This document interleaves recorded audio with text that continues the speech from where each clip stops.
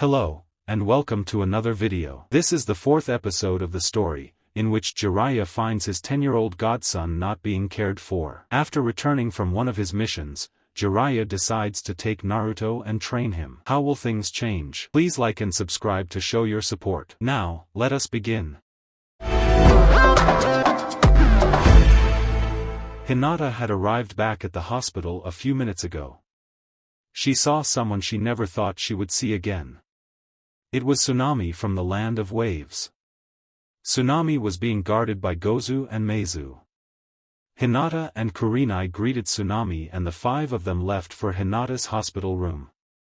Gozu and Meizu stood outside of the door while the three women talked. The three women had just finished talking about why Hinata was in the hospital. That's horrible. How could your own cousin do something like that to you? Tsunade asked, shocked. Hinata had a sad expression on her face. It's complicated, Tsunade. Karinai thought it best change the subject. So Tsunade, what about you and Zabuza? I saw you two during the Kyubi festival. You looked rather happy latched onto his arm like you were.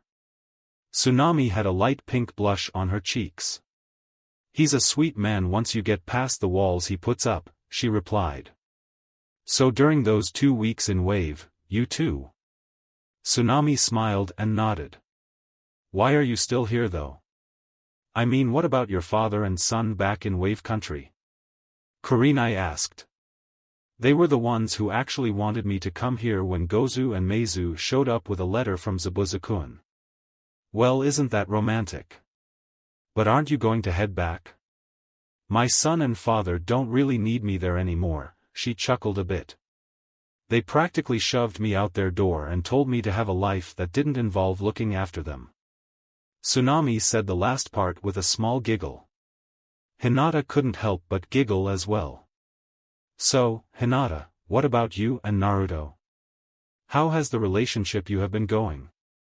Tsunade asked curiously. We can't talk about that, Tsunade, Karinai replied. Tsunade noticed Hinata had a rather depressed look on her face. What do you mean?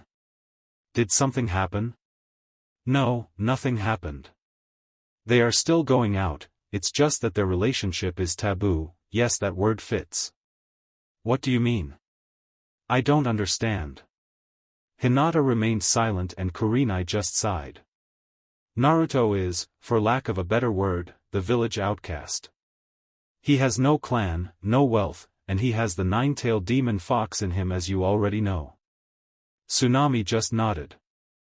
Hinata here is the heir to one of the most powerful clans in not just Konoha, but in all the elemental nations. Hinata is basically a princess, and who she can date or marry is dictated by her clan. They would never allow them to see each other. Hell, I doubt they're pleased she's on the same team as Naruto. The two of them have been dating in secret for a time now. I didn't even know it until after we met you and your family. But how are you two going to get any further in your relationship if you can't even go on a normal date? Tsunade asked. Naruto and I will think of something. Hinata muttered. How is your relationship with Zabuza going, seeing as you're staying now? Karinai asked. She was trying to change the subject again. Oh, he's so kind.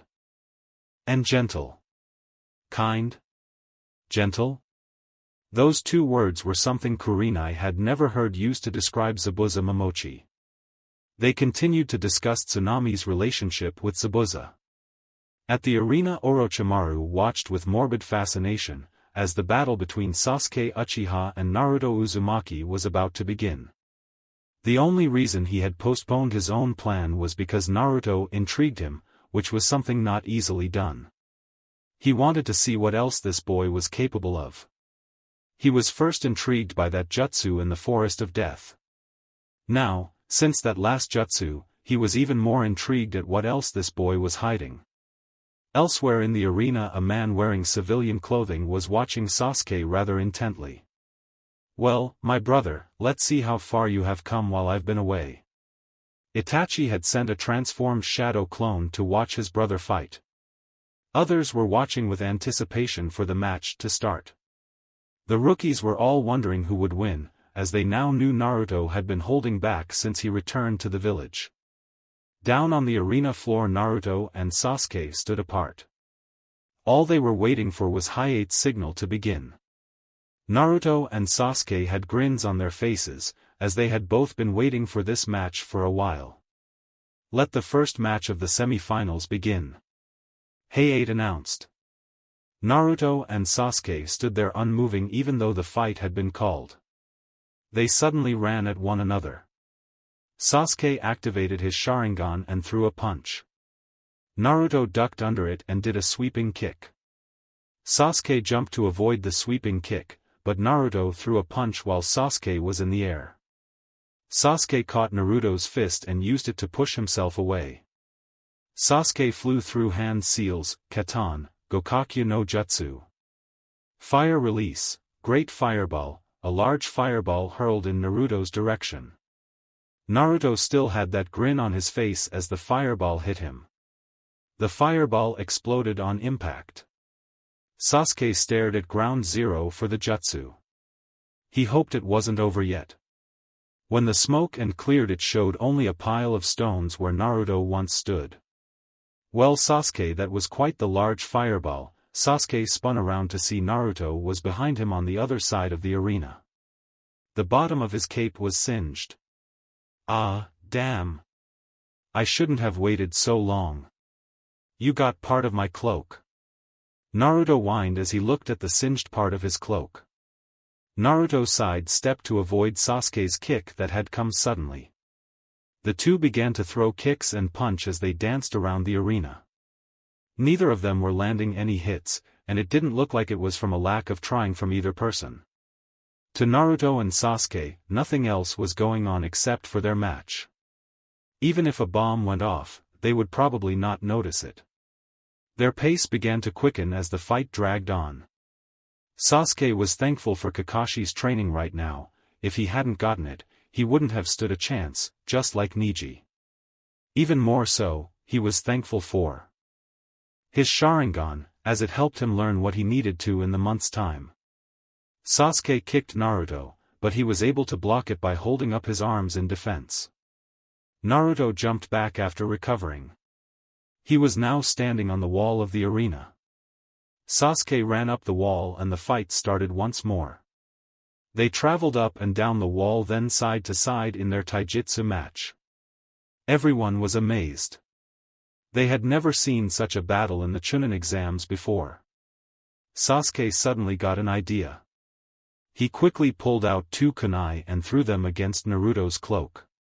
Sasuke then quickly jumped off the wall and went through a series of hand seals.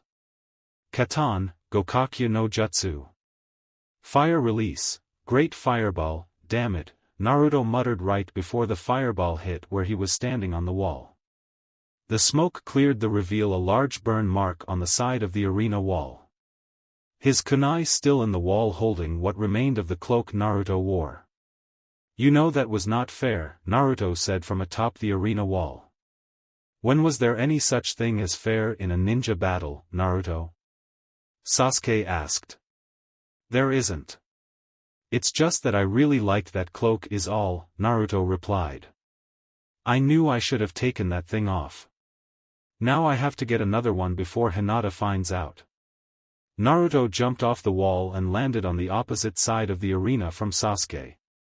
Naruto ran at Sasuke and threw half a dozen shuriken. Sasuke did the same, and the shuriken all hit each other in mid-air. Both Naruto and Sasuke quickly pulled out a kunai just as they were about to reach each other. Sparks shot out as the two kunai clashed. They both jumped back as the shuriken finally came down and hit the ground. Well, Sasuke, how about we turn this up another notch? Naruto asked. Sounds interesting. What did you have in mind? Rasengan. Naruto was now holding a spiraling sphere of chakra. So Sasuke, did you learn anything to combat this? As a matter of fact, I did. Chidori. Sasuke's hand became alive with electricity. In the stands everyone was amazed. They thought the fight was intense before, but then the genin both began using their A-ranked jutsu. The ninja in the audience were awestruck at the level these so-called genin were at. Many chunin weren't even able to use such a level of jutsu. The genin from Naruto and Sasuke's class looked amazed, even Shikamaru was actually paying attention. Shikamaru looked over to see that Gaara was trembling. He could see the malicious intent in his eyes. Shikamaru had to admit, Naruto and Sasuke were pretty scary at the moment. The arena floor they both took off at each other, wielding their jutsu. In a matter of seconds, they were at the point of no return as their jutsu clashed. The clash between them was like a maelstrom of energy. The two jutsu battled for dominance as they clashed. The ground underneath them began to crack and crumble from the power. But as fast as it began, it ended, but neither of them had won the battle. The jutsu were equal in power, and the energy discharge sent them flying to opposite ends of the arena. They both slid to a stop before smashing into the wall. "Well, that's something you don't see every day," Hayate mumbled. Everyone watched as Naruto and Sasuke got to their feet. They stood there for a moment, just staring at one another. They both looked a bit bruised, but not too badly. Naruto and Sasuke went back at it. Naruto jumped and tried to axe kick Sasuke. He managed to put his arms up to block and throw Naruto back. Naruto followed up by throwing a kunai at Sasuke, who barely managed to jump out of the way. Naruto made a few hand signs. Futon, Detapa. Wind release, great breakthrough. A massive gust of wind hit Sasuke, blowing him across the arena. Sasuke hit the wall hard, but got back up to his feet. "Come on. I know that isn't all you have, Naruto," Sasuke yelled. He was frustrated now, because Naruto wasn't going all out. "So you want me to use everything I have against you?" Naruto asked for clarification. "Damn right." Naruto smirked as he created several shadow clones that stood in front of him. They disappeared seconds later to show Naruto had performed his wind-style dragon fists. Naruto had used the clones so Sasuke couldn't see how the jutsu was performed with his Sharingan. "Well, Sasuke, let's begin round 2, Naruto said as he launched himself at Sasuke. Sasuke knew wind was weak against fire. Katan, Hozenka no Jutsu. Fire release, Phoenix Flower Jutsu. Sasuke shot many smaller versions of his previous fire jutsu. The fireballs headed directly towards Naruto. Naruto twisted through the fireballs Sasuke was manipulating. He jumped over one, then twisted in midair, avoiding another. Naruto brought both of his dragon fists down at Sasuke. However, Sasuke managed to jump out of the way. The dragon fists struck the ground, creating a small crater where Sasuke once stood. Naruto came running out of the dust cloud that had been created by the attack. He kicked Sasuke in the gut, sending him flying through the hole in the arena wall that Naruto had made in the first match. Naruto waited in the arena for Sasuke to come back. Sasuke didn't disappoint, as he came flying back into the arena at a lightning-fast pace. He landed a punch on Naruto's face, sending him flying. Naruto wasn't prepared for Sasuke to come back in like that. Hayate was wondering how the two genin were able to keep going at such a pace. They were showing signs of getting tired, but they were pushing themselves to keep up the fight. Naruto had already used that jutsu of his twice. That level of jutsu took a large amount of chakra to wield. Sasuke had only been using C-ranked fire ninjutsu, which didn't use that much chakra in comparison to Naruto's wind ninjutsu. He watched as Naruto got up from the ground. He was started to breathe more heavily, as was Sasuke. Hayate then noticed something different about Sasuke's eyes. There were more tomo now than a few seconds ago. "Well, Sasuke, I think we should finish this up, seeing as we're both running out of chakra," Naruto stated. Although what Naruto was saying was a lie, seeing as he had the fox's chakra still. Naruto created a Rasengan that was a bit larger than normal. He had never worked on creating a larger one once he mastered it, so he wasn't able to do any more than almost double the size. Sasuke noticed the size difference in Naruto's Rasengan and figured he was using the last of his chakra in the jutsu. He created a Chidori and pushed what remained of his chakra into it. "Well, looks like this will end the match one way or other," Sasuke said before dashing across the arena. Naruto did the same and ran as fast as he could at Sasuke to meet him in the middle of the arena. They both jumped and slammed their jutsu into one another. The reaction was much the same as last time, but far more violent. The ground crumbled underneath them from the power of the jutsu. To everyone in the stands, it looked as if a dome of blue chakra surrounded the two combatants. The jutsu reached their climax as the power exploded and sent them flying. Sasuke went flying into the ground, digging into it with his body until he stopped. Naruto, on the other hand, went flying across the arena until he hit the arena wall. Naruto hit the wall with such force he went through it, creating another hole with his body. Dust and debris filled the arena, obscuring the view. There was silence in the crowd as they waited for the dust cloud to settle and to see who got up and was declared the victor. Although the Jounin and Chunin in the audience were wondering if they were both still in one piece, let alone getting up. Everyone's attention turned to the hole in the wall that Naruto had made with his body when some of the stone fell off the wall. They saw a hand gripping the side of the wall. Naruto emerged from the hole in the wall. He didn't look very beat up from the event somehow. "Well, I guess being thrown, smashed, and blown through walls in Myobokuzen wasn't for nothing after all. Still hurts like hell, though," he muttered to himself. Hayate noticed Sasuke was breathing but not moving. Upon seeing this, he called the match. Winner, Naruto Uzumaki. The crowd began to cheer at the great match that was just finished. Naruto walked across the arena to see Sasuke was still lying in the hole. Naruto bent down and looked at him for a moment before poking him. "Yo! Get up, you're not dead yet." "I feel dead," Sasuke replied. Naruto picked Sasuke up and helped him out of the arena so the next match could start. Naruto had a feeling Temari was just going to forfeit her match. The medics came to check on Sasuke, but he just told them to go away. When Naruto and Sasuke finally got up to the waiting area for the Genin, they found that Temari had already forfeited her match. Naruto looked over at Shikamaru, who seemed to be contemplating something.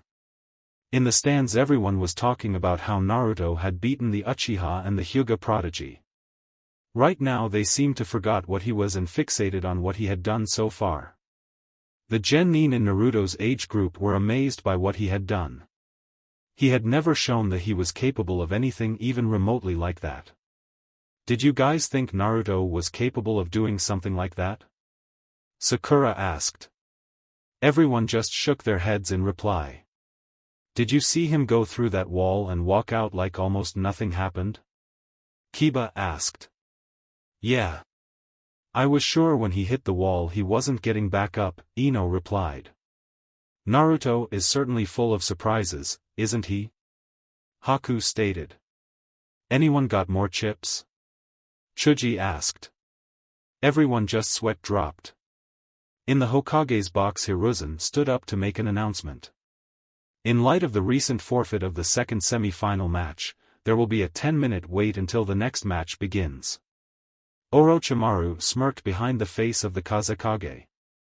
A 10-minute wait was the perfect time for things to begin. Hiruzen sat back down in his seat. "What did you think of the last fight?" "It was most interesting. Especially since those two were Genin." "Indeed. I don't think I've ever seen such a match at this exams." With Itachi and Kisame had been sitting in Naruto's apartment the entire time. Kisame was exceedingly bored but kept himself in check for now. Itachi had sent out a clone earlier to check on the matches. "Well, it seems my brother lost to Jiraiya's student," Itachi muttered as his clone's memories came back to him. "So your little brother got his butt kicked, did he?" "Yes. That is indeed the case. Although it seems like we will be moving soon. Why do you say that? Just something about the crowd seemed off. Alright. I get to have some fun today. At the hospital, Hinata, Karinai, and Tsunade had been talking the entire time. Hinata had just sat silently for half the time, thinking about what Naruto was doing. Karinai and Tsunade hadn't noticed how silent Hinata had gotten as they chatted about their love lives. The door opened, Kakashi and Zabuza walked inside the room. Karinai and Tsunade both got up and gave their men a huge. Hinata perked up a bit, hoping to see if Naruto was with them. A minute passed, and he didn't come through the doorway. She sank back into her bed when she realized he wasn't coming. "Where's Naruto-kun?" Hinata asked just above a whisper. "I'm sorry, Hinata, he's still back at the arena. They're currently taking a short break before the final round. Naruto is fighting Gaara of the desert." "He's completely fine, if that's what you're wondering," Kakashi replied. "What has Naruto-kun gotten himself into?" Hinata asked. Her tone was still low. "He's been acting differently since the Forest of Death." "What do you mean?" Karinai asked. "I may be a lot of things, Karinai-sensei, but I'm not blind. I've seen the subtle change.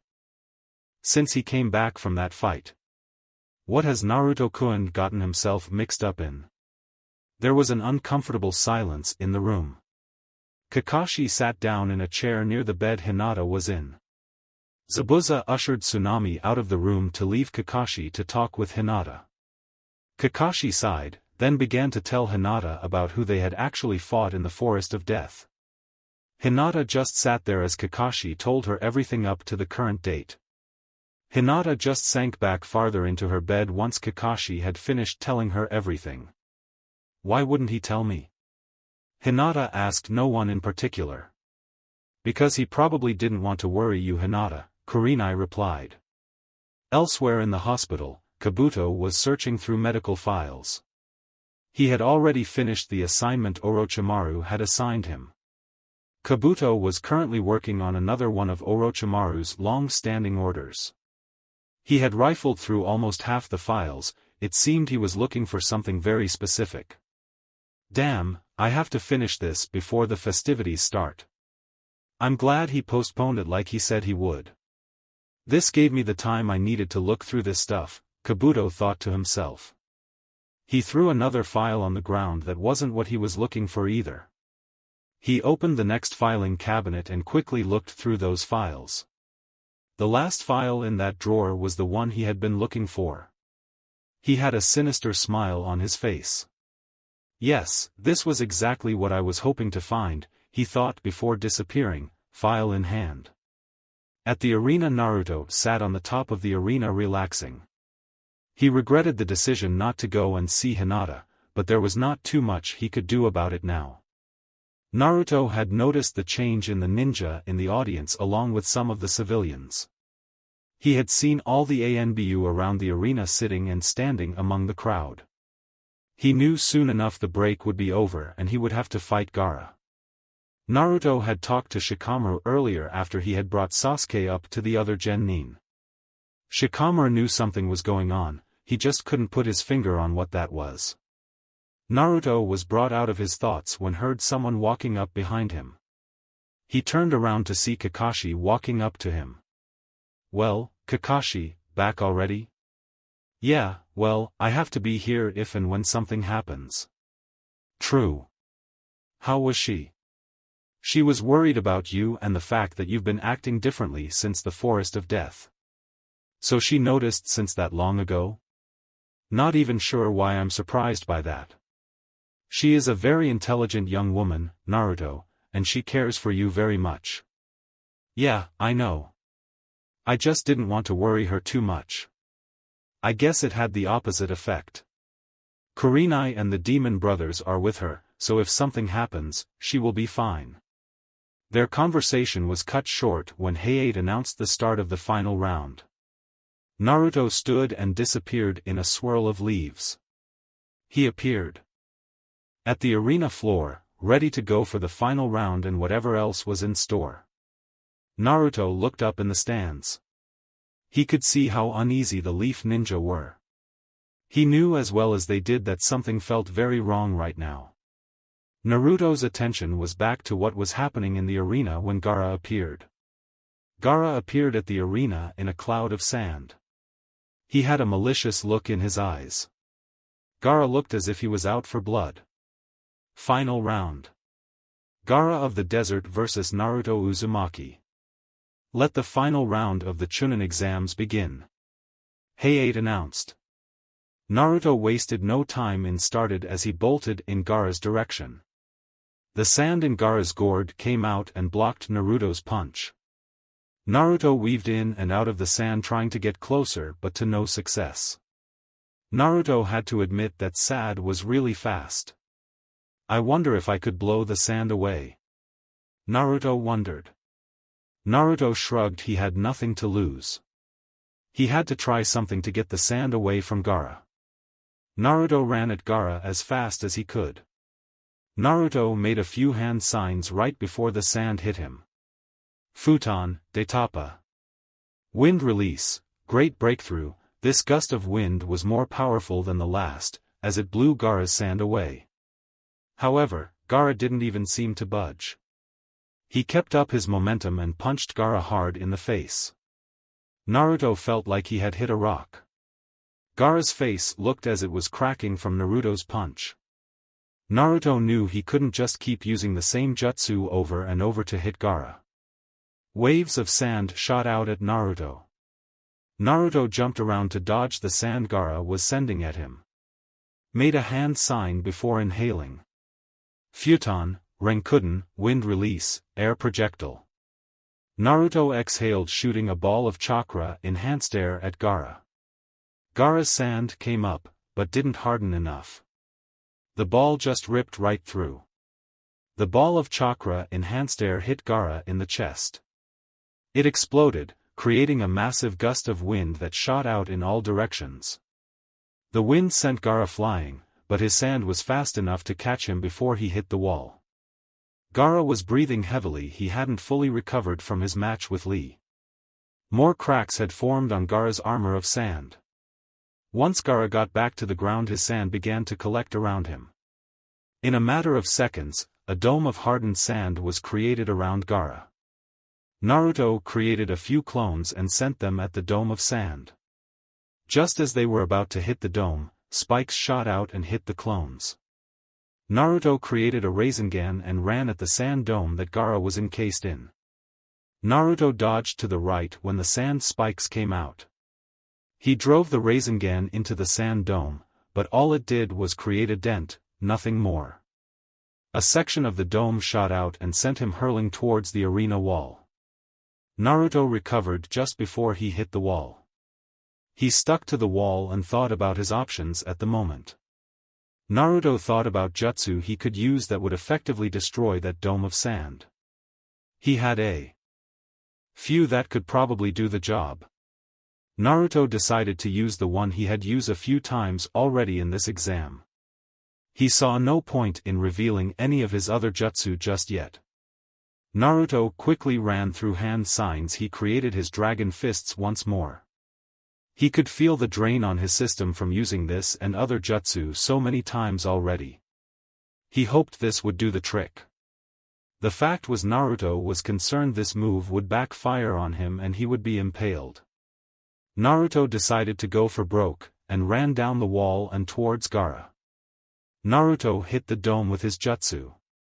The dome exploded, and sand flew in all directions. Gaara was launched back across the arena once more. He got up breathing heavily, wobbling a little as he walked.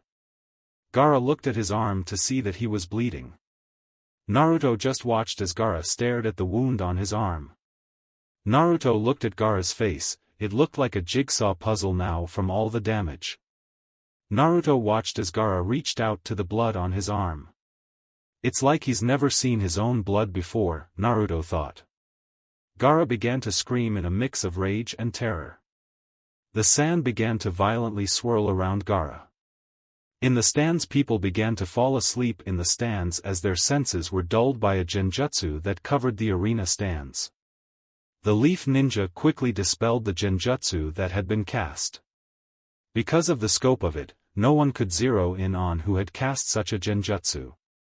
Ino, Chuji, and Kiba had been hit by the genjutsu, and were unable to dispel it. Haku erected his ice walls around the genin in the stadium until they were ready to move or received an order from one of the jounin. Kakashi and Guy were already dispatching the closest enemy ninja that had emerged from the crowd. Asuma and Zabuza were doing the same on the other side of the arena where they had been. Kakashi appeared in the ice mirrors Haku and created. Haku, you and the rest of the genin here will be getting the civilians out of here to a safe place. We will make sure to keep the enemy ninja away from you as you get them out of here. What about the others in the waiting area, and Naruto down in the arena? Haku asked. I have a different mission for them once they arrive. Now get going, Kakashi ordered. Haku nodded as he woke up the genin that were caught in the genjutsu. Shino had released all his bugs and sent them at the Suna ninja. He didn't know who was friend or foe other than Leaf Genin standing near him. If it was proven he was wrong in his judgment of the current situation, he would deal with it at a later time. I'm sorry, Shikamaru, Temari whispered before jumping into the arena with the rest of her team. Sasuke ran over to Shikamaru. Snap out of it. We can't stay here for long. We have to get to where Kakashi and the others are. Shikamaru snapped out of his daze and the three of them climbed out of the waiting box and into the stands where everyone was at. The arena floor Hayate appeared next to Naruto once he realized what was happening. It seems what we feared has come to pass, Naruto. Yeah, it sure does. Naruto noticed Hayate's sickly demeanor had completely vanished. What stood there next to him was a true veteran ninja. I will end you, Uzumaki. Gaara roared in anger. He was breathing heavily. Hold on, Gaara. You have a mission to accomplish. Temari, Kankuro, get him out of here and buy him time to prepare. Baki ordered. Baki stood in between his students and the two leaf ninja standing in the arena. The three quickly left the arena through the hole in the wall, Temari and Kankuro helping Gaara as they left. Go to Kakashi. He will give you orders on what you should do now. I'll handle this guy, Hayate stated. Just as Naruto was about to jump up to where Kakashi and the others were, the Hokage's box exploded. The two Kage stood on the roof above the Hokage box. A barrier was quickly erected around them to give them a private battlefield. Well, Sarutobi-sensei, it's been a long time, hasn't it? Yes, indeed it has, Orochimaru. I had a feeling you would show yourself today. Yes, well, I've taken an interest in that demon child they call Naruto. He's quite frightening, you know. For someone his age to know and create such complex ninjutsu. It's quite intriguing. Jealous that he has more potential? Just like you were when I made Minato the fourth Hokage over you? Perhaps I am. Perhaps I'm not. I suppose I did hold some resentment because you chose that man over me, but that was a long time ago. It doesn't matter now. So, Sarutobi-sensei, shall we begin our little battle? Hiruzen looked at the four ninja keeping up the barrier. He knew he wouldn't be able to get out of this barrier unless he fought. Hiruzen threw off his Hokage robes to show the battle gear he wore underneath. Well, it seems like you weren't bluffing with expecting me to show myself today, Sarutobi-sensei. Orochimaru did the same and lost the Kazekage's robes. In the stands, Kakashi stood next to Might Guy, defending the civilians from the sound ninja that had infiltrated the stands. Kakashi had ordered the genin in the stands to remove civilians and get them to a safer location. Kakashi looked as Sasuke, Shikamaru, and Shino ran over to him. Good, you three made it. Yeah, we did. What the hell's going on? Sasuke asked. Well, I don't have the time to tell you everything. All you need to know is the leaf is under attack. Where's Naruto? Right here. They looked over to see Naruto walking over to them. He was holding a sound ninja by the throat. Kakashi didn't know if the ninja was dead or alive, and he honestly didn't care. I would have been here a tad bit sooner, but this guy attacked me as I was making my way up the wall. Naruto stated as he threw the guy aside. All right. Sasuke, you go help Sakura and the others evacuate the civilians. Shino, Shikamaru, and Naruto, you three will follow after. Those three Sanjen Nin. Why am I sitting out of this? Sasuke asked. Because you pretty much used up all your chakra in your last match, and this isn't the time to question my judgment, Sasuke, Kakashi replied. Now, you three, get moving. Near the wall of the village sand shinobi were about to set off a summon seal on the ground that would summon a giant snake. All right. Everything has been set into motion. Start the summons. The lead Jounin ordered. The ninja in the circle focused their chakra and attempted to summon the snake. The summoning worked and they summoned more than they had intended. There was now one giant snake with 3 massive heads and 2 snakes of similar size with 1 head each. The Konoha ninja had no idea what happened. All they saw were 3 massive snakes coming and smashing the wall apart. Konoha was officially in utter chaos now as the 3 snakes headed inside of the village. The ninja of the village tried to stop the advance of the snakes as best they could as others evacuated as many civilians as they could. Sand and sound ninja poured through the massive hole in the great wall that surrounded Konoha. The leaf ninja that were there did their best to stop the advance while the others dealt with the civilians' needs and getting them to the shelters. A group of leaf shinobi were rushing a rather large group of civilians to the shelters when 3 squads of sound ninja appeared in front of them. Protect the civilians at all costs. The lead ninja yelled before charging the nearest sound shinobi. He stopped short when 2 cloaked figures appeared between him and the sound shinobi. Now Kisame, you can have your fun, but keep the damage just to sound and sand shinobi, alright? As soon as Itachi said that, Kisame charged at the sound shinobi with great speed. He grabbed his sword and batted 4 of the shinobi away with a single swing. Don't just stand there. Get those civilians out of here, Itachi stated before throwing kunai at an oncoming sound shinobi, nailing him in the eye socket. The lead leaf shinobi didn't argue. He just left with the civilians as quickly as possible. About a minute after they left, Kisame and Itachi had finished with the sound shinobi. They weren't much of a match for them. So can I go and have my fun now? Kisame asked excitedly. Kisame really did love to kill things. Yes, just remember, try not to cause too much damage to the village itself. Where are you going? I will go to another part of the village and oversee its protection. I'll leave the rather large snakes to you. Itachi disappeared from sight after finishing what he was saying. Kisame had a huge grin on his face. Time to get this party started, then, he exclaimed before disappearing. With Hinata was looking out the window of her hospital room. Tsunade was still in the room, but Karinai and the demon brother had left moments earlier, when they heard the siren go off. Hinata was using her Byakugan to see what was going on. Hinata wished she could be of some use to everyone. She sighed and turned away from the window, her Byakugan still activated. Hinata, worrying like you are isn't going to help. I'm sure Naruto will be just fine. He's a strong boy. I know. I just can't help but worry, though. He always does reckless things he doesn't need to. Yes, well, we both fell in love with men like that, but you have one advantage I don't have when it comes to your man. What do you mean?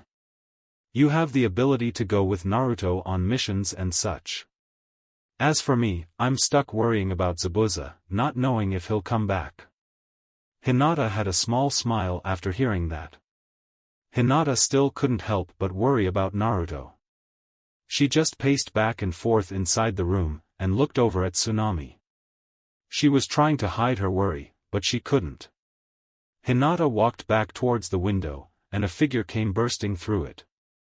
She immediately knew it wasn't a friendly, because of the outfit. Hinata charged at the man that had just come through the window. The man had no time to react as Hinata jammed both palms into his chest.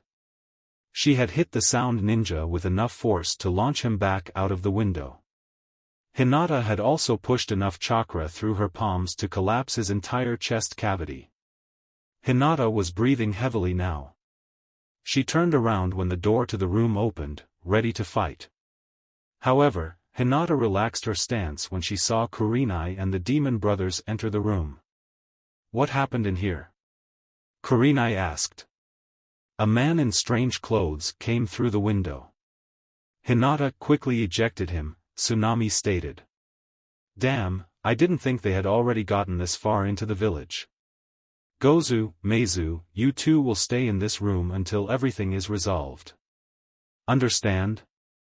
The two nodded in unison. Kurenai quickly checked on Hinata.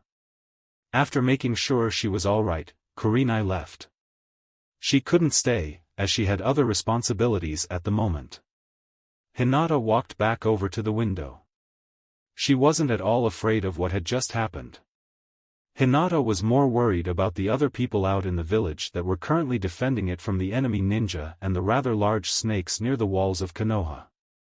The defenders were doing their best to halt the flow of ninja and the two very large snakes. They used explosive tags and any jutsu they could think of to slow them down. Nothing seemed to work on these massive reptiles. All it seemed to do was piss them off even more. A figure came crashing down on one of the single-headed snakes, smashing it into the ground. The snake hit the ground, sending a dust cloud up into the air. When the dust cleared, a figure in a black cloak came into view. The man had what looked like a scaly-looking club or sword. The ninja couldn't tell which. The object was embedded in the snake's skull. The ninja realized the snake actually hadn't moved after the impact with the ground. "Man, I feel alive again. I haven't had this much fun in years," the man on the snake shouted in delight. The ninja just looked at the current lead ninja. "What do we do?" one of them asked. "Stay clear of that man and let him attack the enemy ninja. Right now, we could use all the help we can find," he replied. They watched as the man darted off into a group of sand shinobi and took a few swings at them. "Are you youngsters just going to sit around and watch, or are you going to fight?"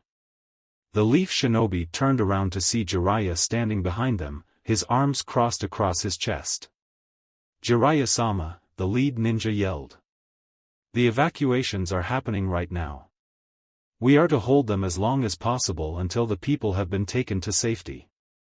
Then at that point, we will counterattack, understood?" "Hi," the ninja said in unison. "Good, now go do your best to halt their advance without getting yourselves killed." All the ninja that had heard that immediately darted off through the trees and buildings. Jiraiya sighed, and took off as well. He was going to have to do something about the largest snake. Once he was done with that, he would go help the third Hokage. Kisame was having a ball. He jumped up from the ground onto a building and surprised a sound shinobi. He smashed the surprised shinobi in the face with his sword. He ducked under some kunai, one of which took his hat off. "Never liked that hat anyway," Kisame mumbled. Kisame made a few hand signs. "Suetun, Teppadama. Water release, liquid bullets." Kisame shot 3 water bullets at the ninja that had thrown kunai at him. One of the 3 bullets hit a sound shinobi, sending him through a wall. One down, a few hundred to go. Kisame ran after the 2 other sound shinobi in front of him. He was far faster than them. Kisame brought his sword down on one of the sound shinobi's heads and kicked the second in the chest. "Kami, I love a good brawl," he shouted in glee. Kisame's attention turned towards the second one-headed snake. Kisame smiled devilishly and sped off in its direction. With Itachi appeared at the ramen stand far inside the village. People were panicking and running for the shelters. The Leaf Shinobi were trying to direct them as quickly as they could. He hopped over the bar and went in the back. He ducked under a very large knife that was thrown at his head. "Who the hell are you?"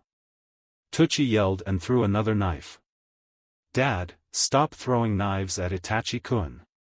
What is the traitor doing back here?" Long story short, I was recalled to active duty. There are things you do not know about the events that concern my clan. Now, Itachi-san, we need to get you two to a shelter. No one is taking me from my stand. Dad, now is not the time to be stubborn. Yes, the Sound and Sand Shinobi are currently invading the village. It's not wise to stay here. Itachi motioned them to the door. Quickly exited out the door. Itachi walked up beside Itachi. "You break my daughter's heart again, and I won't miss," Itachi said before exiting.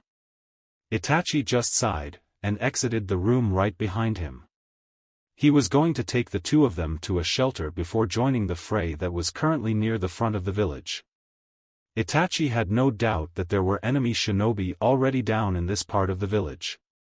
At the arena the genin had made quick work of waking and moving the civilians to safety.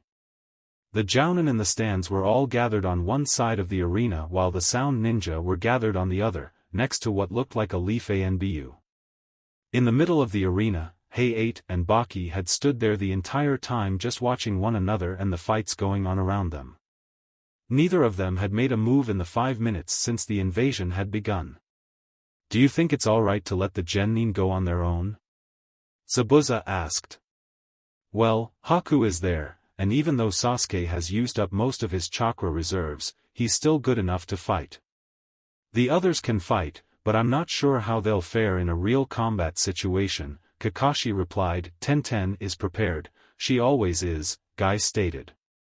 "Although, what about the 3 you sent out after the Sand Genin? I mean, Naruto must have used up a considerable amount of chakra during his matches. Naruto has used maybe about half of his reserves. He still has a lot to go on," Kakashi replied. "Well, it looks like we're about to have some company." They looked to see the sound ninja jumping across the arena onto their side to fight. Guy jumped and kicked 2 of them back into the stands. Kakashi blew a stream of fire at one, burning the man to a crisp, and Zabuza cut 3 of them in half with his massive sword. "As much fun as killing people is, I find killing these rather inexperienced ninja boring," Zabuza stated. The leaf jounin that were in the stands jumped down next to Heiei. The fake leaf anbu did the same, and appeared next to Baki. Inside the barrier, the air inside the barrier crackled with chakra. The 2 combatants stood apart, waiting for the other to make a move. "I should have finished you off all those years ago instead of letting you go." "Well, that would have saved you a lot of trouble now, wouldn't it, Sarutobi-sensei? I will amend that mistake today, my student." Hiruzen ran through hand signs. Earth release, earth spikes. Spikes made of earth shot out of the ground, causing Orochimaru to jump back into the air. Hiruzen made new hand signs while Orochimaru was still in mid-air. Katan, Karyu Enden, fire release, fire dragon flame bullet. Hiruzen exhaled a massive stream of flame that engulfed Orochimaru. The flames turned white hot and then began to die down. A burning body fell to the ground. "Come now, Orochimaru, if it was that easy for you to die, you would have died a long time ago." Orochimaru began to laugh as he appeared out of the ground. "I suppose you're right. Shall we begin the real battle, then?" With Anko was rushing towards the academy. She was worried about Irika. She had killed a few sound ninja along the way to the academy. Anko really couldn't think of anything else at the moment except Irika. He was one of the only people that were ever kind to her, and never judged her for her former sensei's actions. She arrived at the academy to see 2 sound ninja outside, trying to gain entry. She quickly moved and shot 2 snakes out of her jacket sleeves. The 2 snakes wrapped around their necks and strangled them to death. She moved inside to see Irika and a few others still inside guarding the entrance to the underground tunnels. They were getting the last of the students inside. "Thank Kami you're alright," Anko stated. She ran over to him and wrapped her arms around him. Irika couldn't help but smile. He hugged her back and kissed her on the forehead. "That worried about me?" One of the teachers came up to Irika to inform him the last of the students were evacuated. "Irika, the last of the students are in the tunnels and moving quickly to the shelters.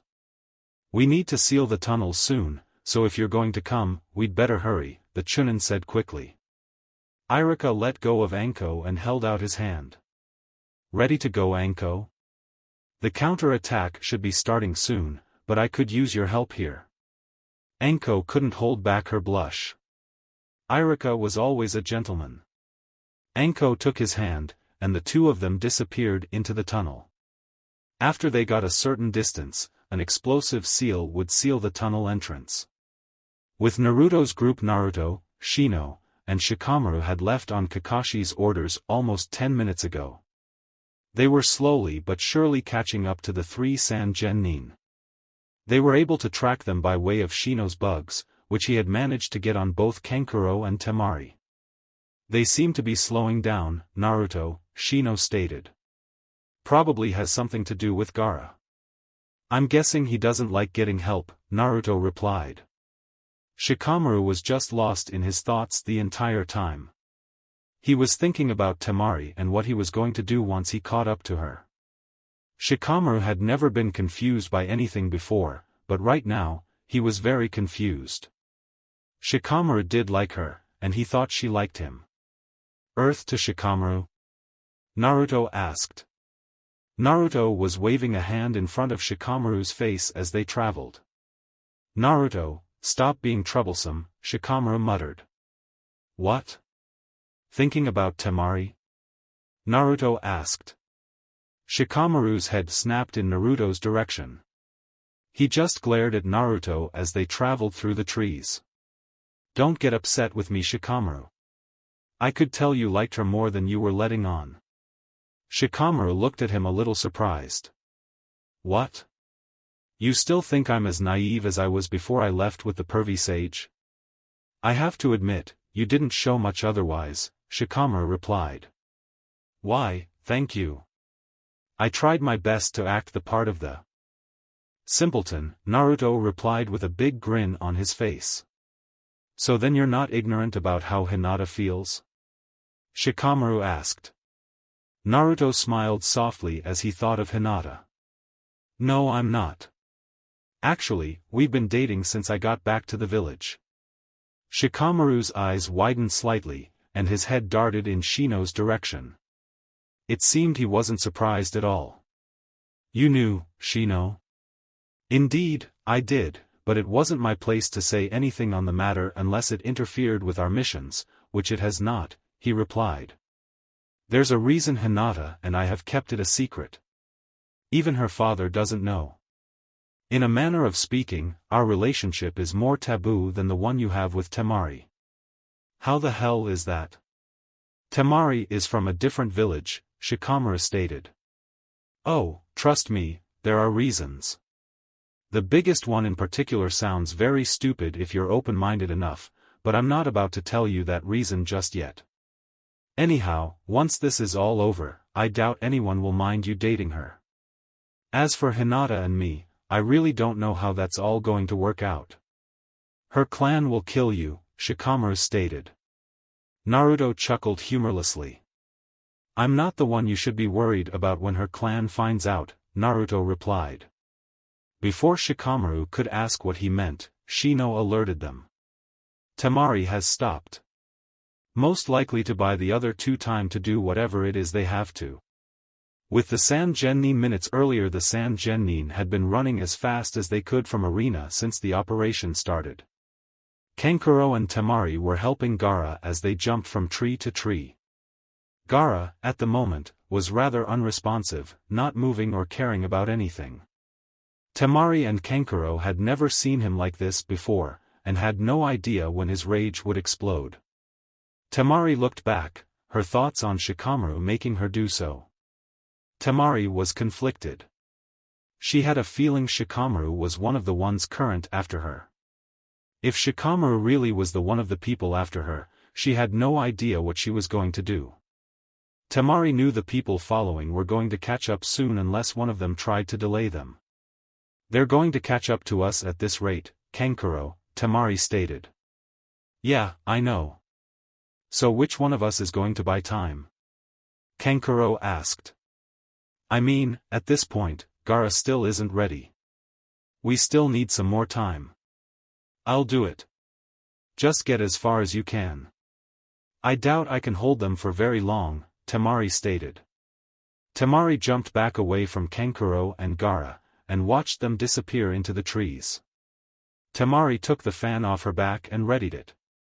She stood there waiting for them to come into view. Temari swung her fan hard as she saw two people land on a branch in front of her. Blades of wind screamed through the air and hit the figures, but they disappeared into smoke. Temari's eyes widened, and suddenly, she felt like she couldn't move. "Naruto, Shino, you two can move on. I can take care of this," Shikamaru stated. Naruto and Shino appeared on the branch with Temari. "You're sure?" Naruto asked. "Yeah, I'm sure. Just get going," he replied. Naruto and Shino took off into the trees after the other two. Temari had bought very little time, far less than she had expected. Shikamaru waited till Naruto and Shino were gone before talking. "Why Temari? Were you just using me for some sick game?"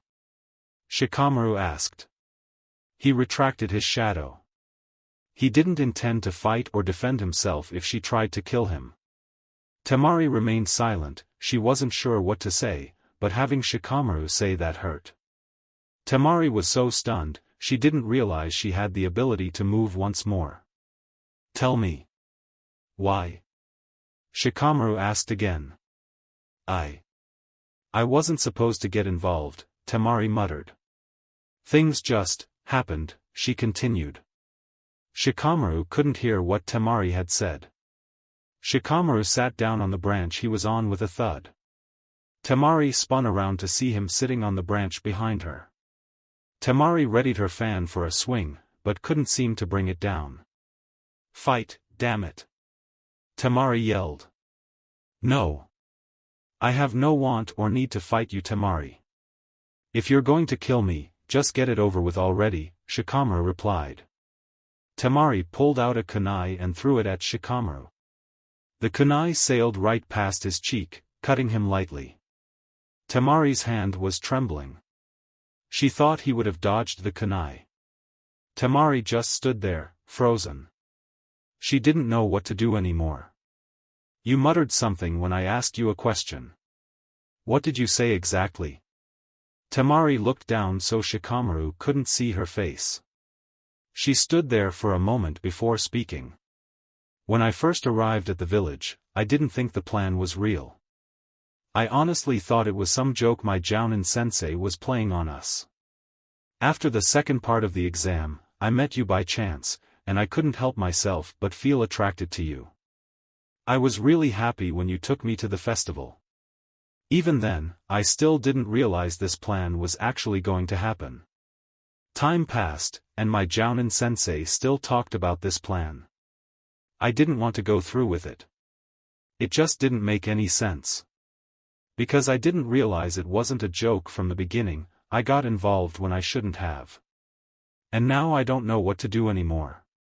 Temari was sitting on the branch now, hands wrapped around her knees. She was crying into her knees. Shikamaru wasn't sure what to do at this point. He could tell Temari wasn't lying, but he didn't know how to deal with crying women. Shikamaru sat there for a moment trying to think of something to say or do. He wasn't mad at her any longer. He really did like her, even though she could be extremely troublesome at times. Shikamaru could somewhat understand why his dad married his mother. Shikamaru got up from the branch and hopped over to Temari's. He sat down next to her on the branch. He didn't say anything for a short time, unsure what to say. He was about to put a hand on Temari's shoulder, when she lunged at him, wrapping her arms around him and crying into his shirt. "Geez, how did I fall for such a troublesome woman?" Shikamaru muttered with a small smile on his face. Kisame was battling the second one-headed snake. Instead of just killing it outright like he did the last one, he was being far more sadistic by just knocking it around with his sword. He wanted to take his time with the massive snake, seeing as he didn't know when something like this would happen again. Kisame hit the snake on the side of the face with his sword, sending it to the ground. He was thoroughly enjoying himself at the moment.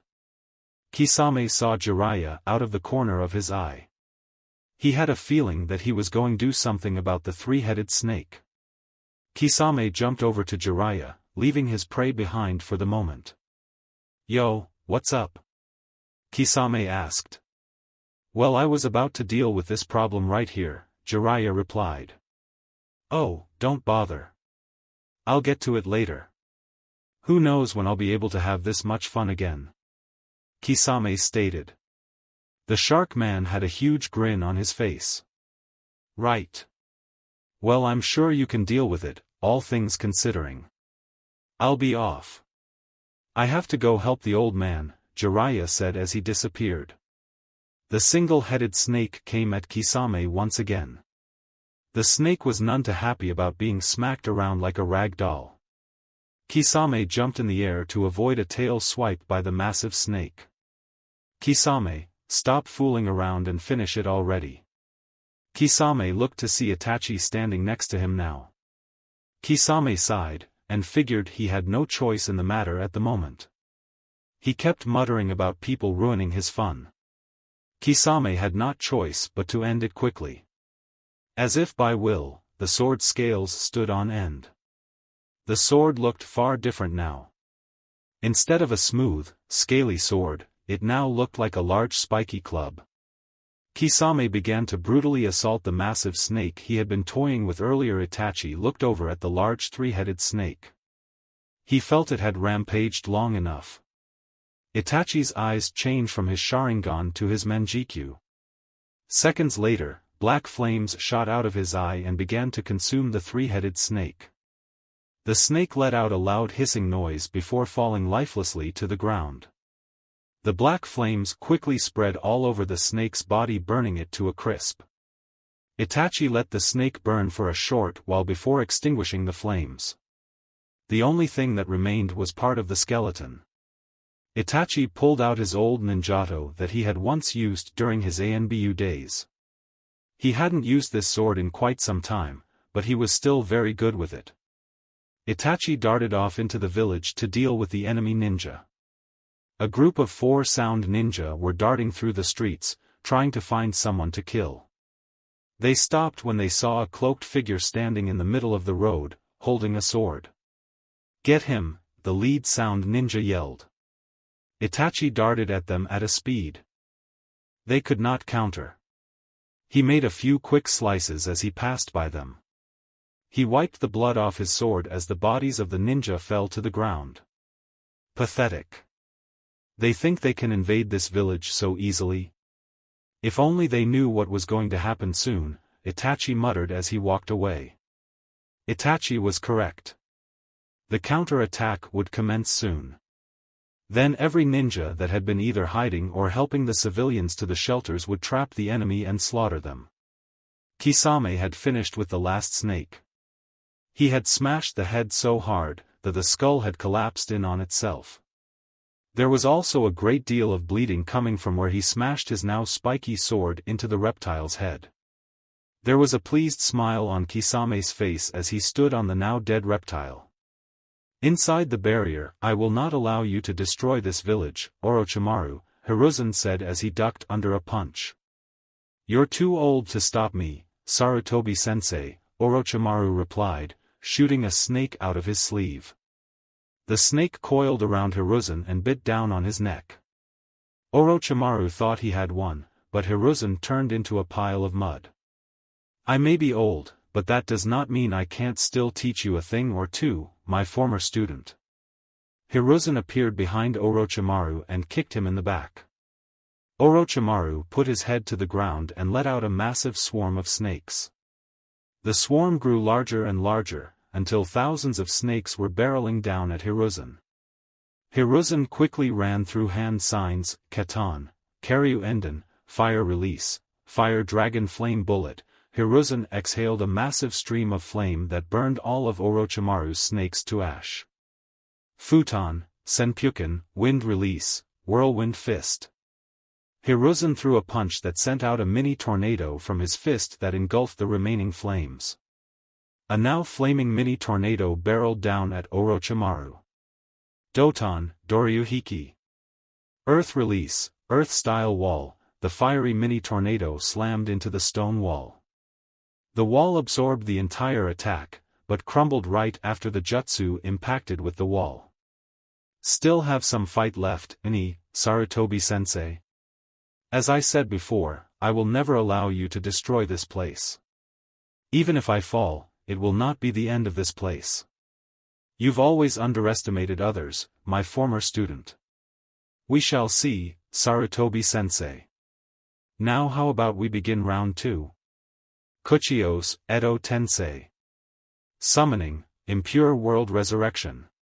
2 coffins popped up, but the third one was stopped by Hiruzen from coming to the surface. The 2 coffins soon opened to reveal the first and second Hokage. Hiruzen's eyes widened at the sight of his predecessors. Well, Sarutobi-sensei, how does it feel to see these 2 once again? Orochimaru asked as he walked over to them. These 2 will help me destroy the very village they helped found all those years ago. Orochimaru had a sinister smile on his face as he took out 2 kunai. He placed the kunai within the seemingly reanimated corpses. Now the second round of our battle can begin. Orochimaru began to laugh manically, until someone made themselves known. Geez, would you shut up with the laughing already? It was always irritating to hear it. A frown appeared on Orochimaru's face. Well, I had hoped this barrier would keep you out, Jiraiya, Orochimaru said in disgust. Jiraiya appeared next to Hiruzen. Yeah, well, I'm a seal master. It was a simple matter to actually get into this place. Jiraiya had a cocky smile. I see you came alone. Why not bring others? Orochimaru knew there was something else Jiraiya had done, but he couldn't put his finger on what it was. You're our problem, no one else's, Orochimaru. Am I now? Can you 2 defeat myself along with both the Shodai and Nidaime Hokage? A smile appeared on Orochimaru's face as he thought of the battle that was about to ensue. Orochimaru coughed up his sword, the Kusanagi. He readied himself for battle. The Kusanagi had a poison on it like no other, one of Orochimaru's own design. A light cut would be more than enough to kill someone. Even if the poison only dripped on one's skin, it would be enough. It seems there is no longer a choice. I must fight with everything I have, Hiruzen stated. Kuchios no Jutsu. Hiruzen was summoning his old ally in combat, the Monkey King, Enma. Enma, I will need your assistance in dealing with Orochimaru once and for all. Transform into Kangonioi. The Monkey King smiled. I've waited a long time to hear you speak those words so passionately, Sarutobi. Very well. It will be my pleasure to assist you once more in battle. The Monkey King transformed into a staff-like weapon. The staff the Monkey King transformed into was as hard as diamond, but even he would not last forever against the Kusanagi. Just remember, Sarutobi, even I can be hurt by that sword. We have an old man, a big monkey, and a toad lover. Will that be enough to stop me and these former Hokage? Orochimaru asked in delight. Orochimaru was loving this. He would kill his former sensei and his former best friend all in one day. He couldn't ask for anything more than this. The only other thing would be if he could kill his last teammate, Tsunade. Orochimaru noticed Jiraiya was still smirking, like he had won already. His eyes widened when he realized something was wrong with the barrier. Jiraiya. Finally, those absorption seals I set up are kicking in, Jiraiya mumbled. What did you do, Jiraiya? Hiruzen asked.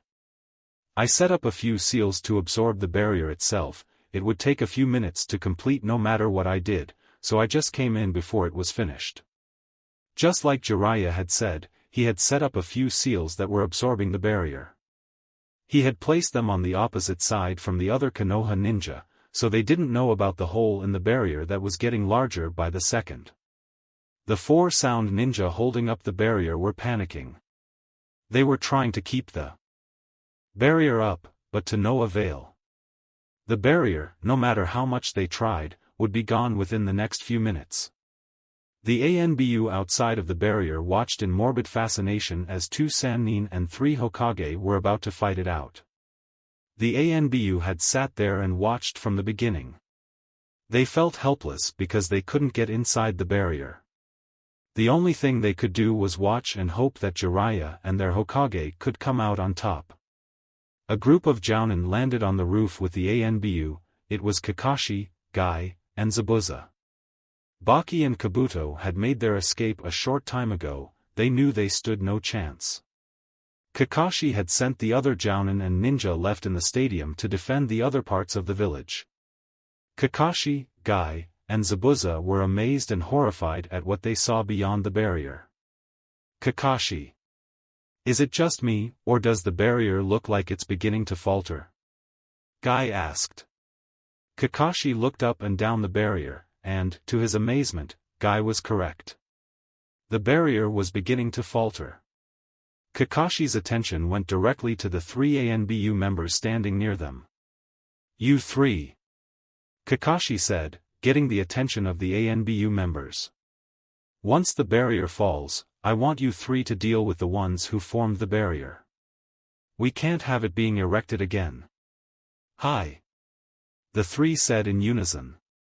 With the 2 San Genin, Kankuro was becoming more and more afraid of Gaara as he mumbled about killing and blood.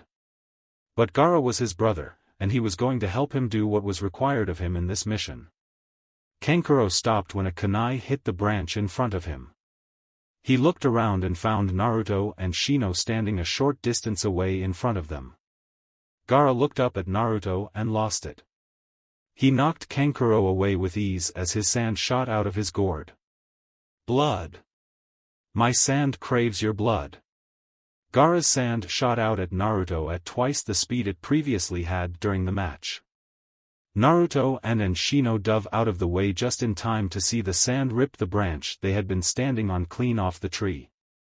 Shino, keep Puppet Boy from interfering with the fight. Of course. Naruto watched as the sand began to form around Gaara. The sand didn't make his normal armor of sand, but something far different.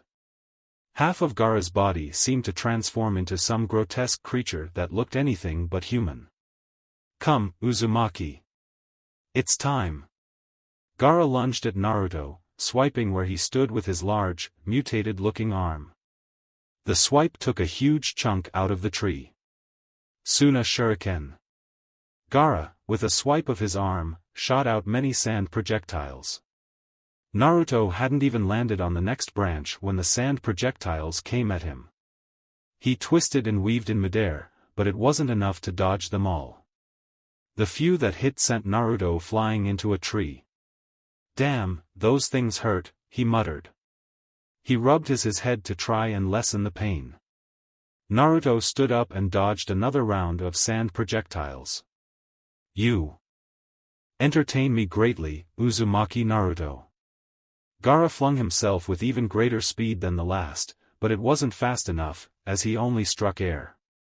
Naruto appeared above Gaara and axe-kicked him. Gaara was sent straight down through a few branches before recovering. Naruto watched as the rest of Gaara's gourd disappeared, and what remained of a human body turned into that monstrous form. I guess this is the same as when I use the fox's power. Although, I don't change that much, Naruto said to himself. Naruto heard the fox mumble something in agreement over his statement. Gaara was seething with anger and excitement as he readied himself for another attack. He thought about how normally people would flee in fear over the very sight of him. His own siblings would look terrified at times, even when he wasn't in this form. But Naruto stood there defiantly, unafraid of Gaara, even in his current form, which few had ever seen. Even the massive amounts of killer intent didn't faze Naruto. Kankuro was shaking from the very sight of Gaara in that form. He knew all too well how out of control Gaara could get while in that form. He also knew that Naruto had to be dealt with, as Gaara wasn't even going to begin his part of the mission until he was taken care of. I have no choice. I have to interfere with Gaara's fight, Kankuro thought as he readied his puppet. He stopped what he was doing when he heard a loud buzzing noise all around him. I would refrain from involving yourself in their fight. Unless, of course, you want to die, Shino stated as he adjusted his glasses. I will give you a single chance to put away your puppet.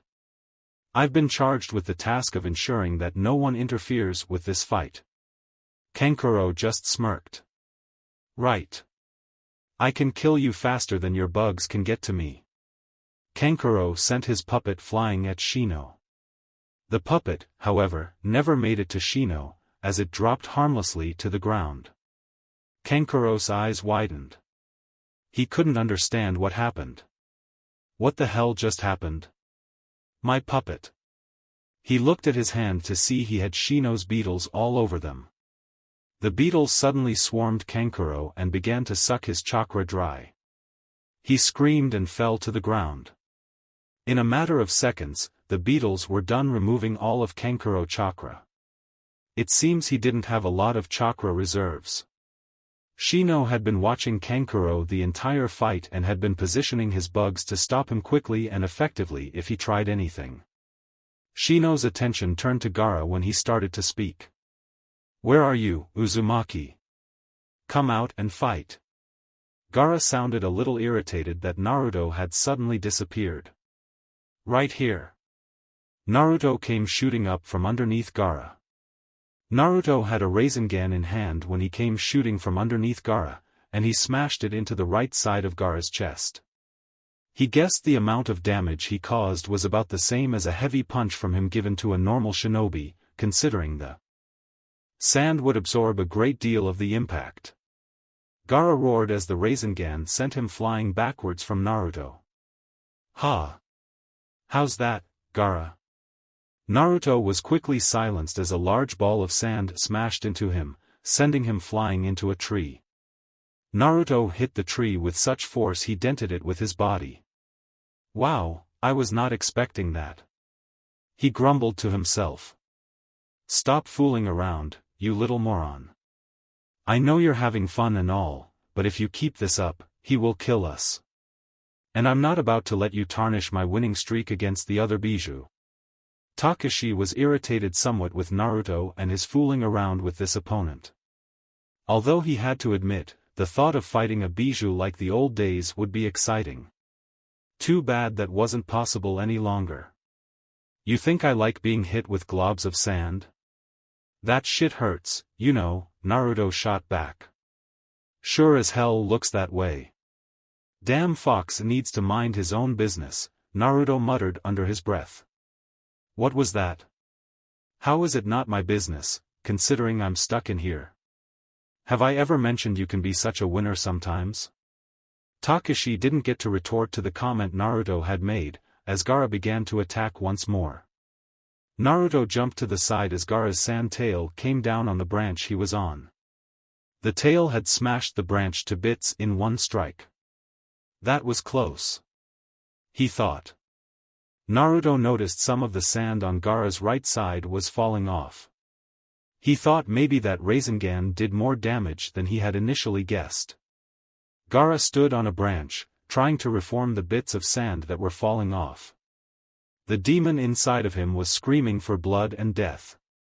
The voice was driving Gaara mad, making him want to shed blood more and more.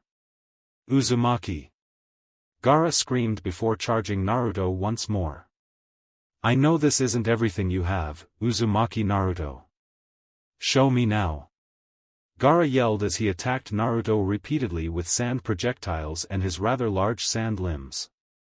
Shikamaru and Temari had finally arrived at the battle zone. The two stood on a branch looking at the rather devastated area of forest. Temari's eyes widened in amazement at what she was seeing. She was also shaking in fear over what she was seeing. Temari's eyes were fixed on Gaara and his current form. She had only seen it once before. It terrified her then, and it still did now.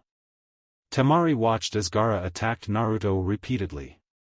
Amazingly enough, Naruto was holding his own against Gaara. Shikamaru was watching the fight as well.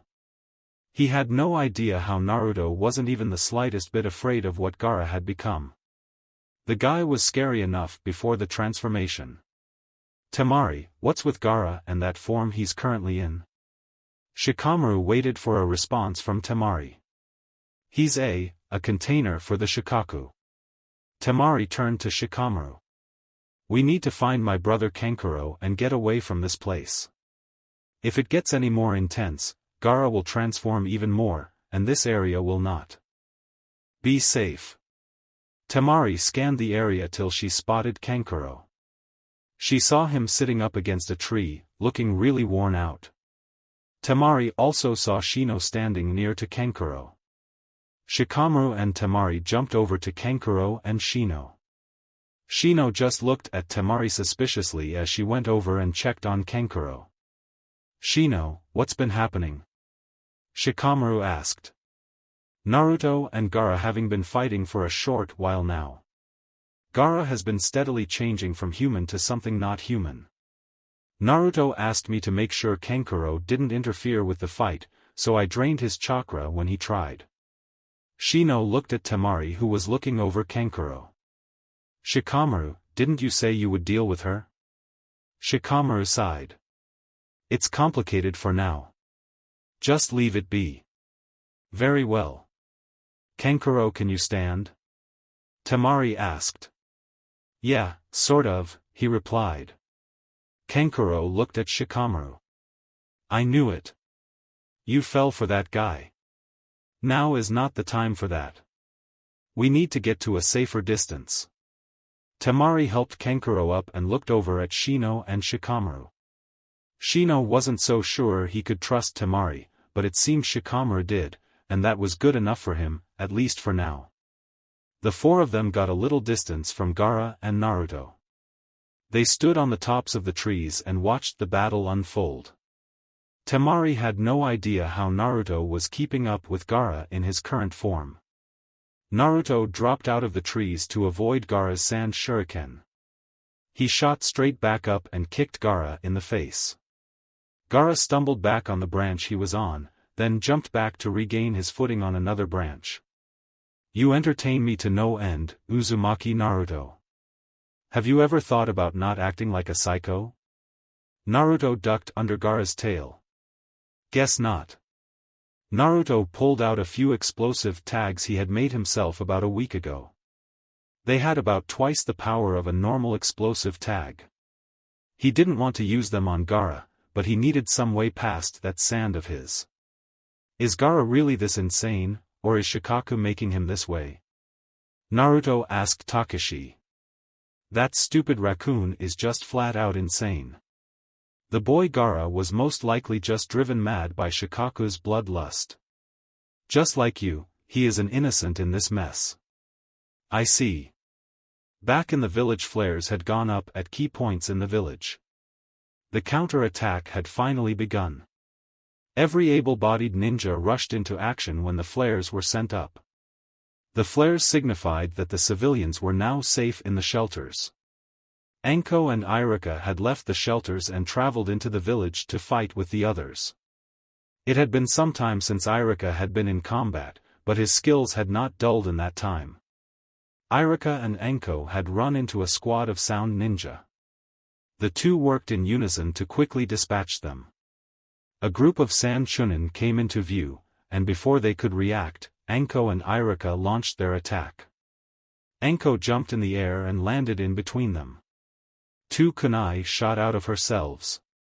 She cut them down with ease, seeing as she caught them completely off guard. Irika ran up to Anko. The two of them just looked at each other and made their way through village. Anko was looking at Irika as they ran. She thought he was the hottest thing on the planet right now. Anko loved how he looked when he got serious. "Anko, down," Irika said before pushing her into an alleyway. Blades of wind ripped through the street they had just been standing in. The wind blades ripped sizable chunks out of the ground and cut up some of the buildings. Irika threw 2 explosive kunai just as a group of sound jounin came around the corner. They didn't have time to react as the kunai exploded in their faces, killing them instantly. Once it was over, Irika noticed that he was on top of Anko. She had a rather dark blush on her face, obviously from the position they were currently in. Anko wrapped her arms around Irika's neck and pulled him in for a deep kiss. "Anko-chan, as much as I would like to, now is not the time," Irika said to his girlfriend once they broke from the kiss. "What do you mean? Every time is a good time. The best time is during a battle, though," she replied seductively. "Anko-chan, the village is in trouble. Straighten out your priorities," Irika said playfully. "Oh, I have, trust me," Anko stated before kissing him again. Irika blushed even more and got up from the ground. Irika held out his hand to help Anko up. She took his hand and stood next to him. "All right, fine, have it your way. But you, me, and the bedroom, all day, once this is over." Anko left Irika standing there as she went off to kill more enemy ninja. "Kami, she's a handful, but I love her," he thought. Irika smiled and ran after Anko, hoping she hadn't gotten too far ahead. Kisame and Itachi had fallen back to the top of the Hokage monument. Once the flares had gone up, Itachi told Kisame they had to pull back for the time being. Kisame was disappointed, of course, but he didn't have a choice in the matter. "Geez, it's boring just sitting here and watching them have fun," Kisame groaned. "Only you and a few others would think this event is fun," Itachi replied.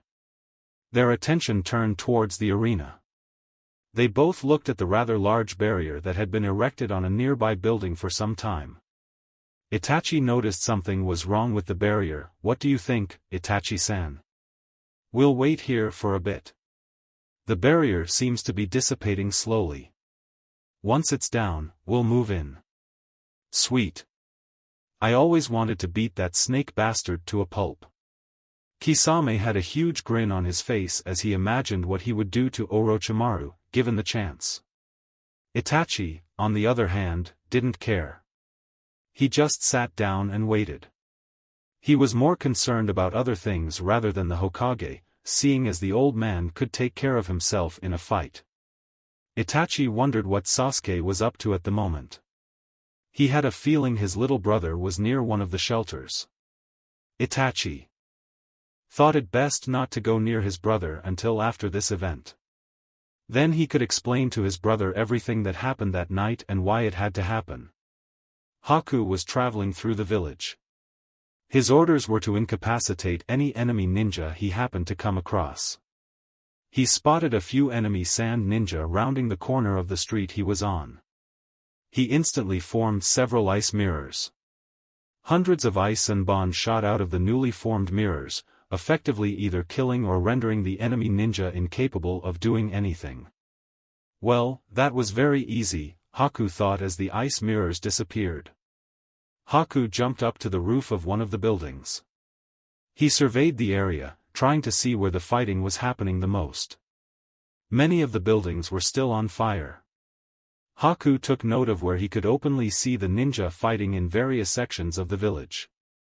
His attention turned to the remains of the 2 large one-headed snakes that lay dead inside the village. Haku looked around until his eyes fell onto what used to be a massive 3-headed snake. All that remained of the once massive creature was a set of massive burnt bones that gave an idea of the basic shape of the creature. What could have done that? Haku wondered. He had seen some powerful fire-based jutsu in the past, but nothing of that scale or power before. Haku heard running. When he turned around, two sound ninja were in mid-air flying through hand signs. Before Haku could dispatch them, a stream of fire engulfed one of them, while a massive hand smashed the other ninja into the ground. I did not require your assistance. Haku was looking at Chuji and Sasuke, who had followed him. Yeah, well, Ino was rather insistent on us going after you, and I honestly don't like sitting around, Sasuke replied. Chuji was munching on a bag of chips as he began to talk. Yeah. Ino really knows how to motivate people. She said she would buy you all the barbecue you wanted once this was over, Sasuke stated in a deadpan expression. Like I said, she knows how to motivate people. Haku just chuckled. Well, since you're here, you might as well come with me. The three of them took off into the village. Much to Chuji's dismay, he had to put away the food for now. They traveled towards one of the various sections of the village that ninja were currently fighting. The trio found a few stray ninja, dispatched them as quickly as they could, and moved on. Karinai was speedily running through the village. She had left the hospital when the counterattack had begun. Karinai was worried about Kakashi and headed straight for the Chunin arena. She had left Hinata with the demon brothers and Tsunade. As she traveled quickly through the village, she felt someone was about to attack. She quickly prepared herself for whatever may come. Three figures shot out from behind buildings and pelted Karinai with shuriken and kunai. Her eyes went wide as she began to fall backwards to the ground. That's one down, said one of the enemy sand ninja. Just as Karinai's body hit the ground, it turned into rubble, startling the enemy shinobi. Before they could react or say anything, they heard a voice. Megan, Jubaku Satsu. Demonic illusion, tree binding death. Trees suddenly formed around all three ninja and held them in place. They all tried to free themselves, but to no avail. They were up against the one called the Genjutsu Mistress. Karinai appeared before the three trapped ninja. You three will no longer be a threat to my home. Karinai formed a one-handed tiger seal, and the fake trees that bound the enemy ninja exploded violently. They were far too cocky, Karinai thought. Karinai had performed a secondary technique that worked with the tree-binding death genjutsu, which caused the binding trees to explode. Karinai jumped to the rooftops and took off once again to the arena where Kakashi was most likely at. She met no more obstructions on her way to the arena. Karinai landed on the roof next to the barrier, then quickly ran up to Kakashi, Zabuza, and Guy. Kakashi-kun, where is the Hokage? Kakashi simply pointed at the barrier. Karinai's eyes widened. However, it was not because of Orochimaru or Jiraiya. It was because of two other people inside the barrier that had died long ago. Orochimaru used a forbidden jutsu to bring back the souls of the Shodai and Nidaime Hokage to destroy the village. Although, Jiraiya must have done something to the barrier, and it's on the verge of failing, Kakashi stated without even turning to face Karinai. Everyone watched, as they could do nothing else at the moment. Inside the barrier, the fight was about to commence once again. You two deal with Jiraiya. The old man is mine. Orochimaru ordered. Orochimaru lunged at Hiruzen, bringing his sword down on him. Hiruzen smacked the sword to the side with one end of his staff, and in one swift motion, hit Orochimaru in the ribs with the other end. Orochimaru melted into a puddle of mud. Orochimaru appeared out of the ground moments later, and attacked Hiruzen once more, striking out with his sword. Hiruzen skillfully parried his attacks, making sure that Enma didn't take too many direct hits from the Kusanagi. While those two fought, Jiraiya was staring down his opponents. The three of them made no movements, waiting for some unspoken signal to make a move. Suddenly, both the Shodai and Nidaime Hokage bolted in Jiraiya's direction. Jiraiya blocked the short volleys of kicks and punches they threw. wood suddenly formed over the Shodai's hands, which he then used to punch Jiraiya in the gut, sending him flying. The Naidame followed up with a jutsu of his own. Suetun, Bakusui Shoha. Water release, exploding water colliding wave, a massive wave erupted from the Naidame's mouth, and barreled down on Jiraiya. The massive wave engulfed Jiraiya, while the Shodai and Naidame stood on top of the water. Jiraiya was under the water. He had easily survived the wave. He sat at the bottom of the water, thinking of what he should do next. Fighting two Kage-level opponents was not easily done. Well, Sarutobi-sensei, it seems they were too much for my former teammate. Don't think it would end so quickly, Orochimaru. Hiruzen shot across the water at Orochimaru, commencing their match once more. This could be problematic, Jiraiya thought to himself, looking directly up from where he sat at the bottom of the water. Kuchios no Jutsu. A toad about twice his size appeared before him under the water. Jiraiya quickly made some hand signals that told the toad what was needed of him. The toad nodded, and the two shot up towards the surface.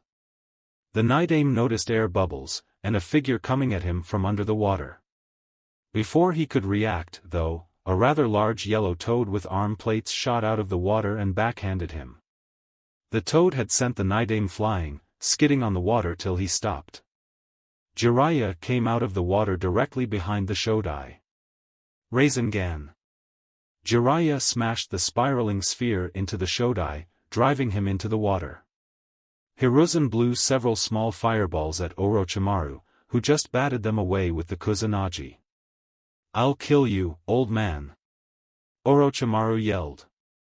Orochimaru was frustrated that he couldn't beat his former sensei easily like he thought he would. He couldn't understand how someone so old could still put up such a fight. Orochimaru charged Hiruzen once again. He swiped at Hiruzen with his sword, but it was parried. Hiruzen, with a burst of speed, began to strike at Orochimaru with his staff weapon.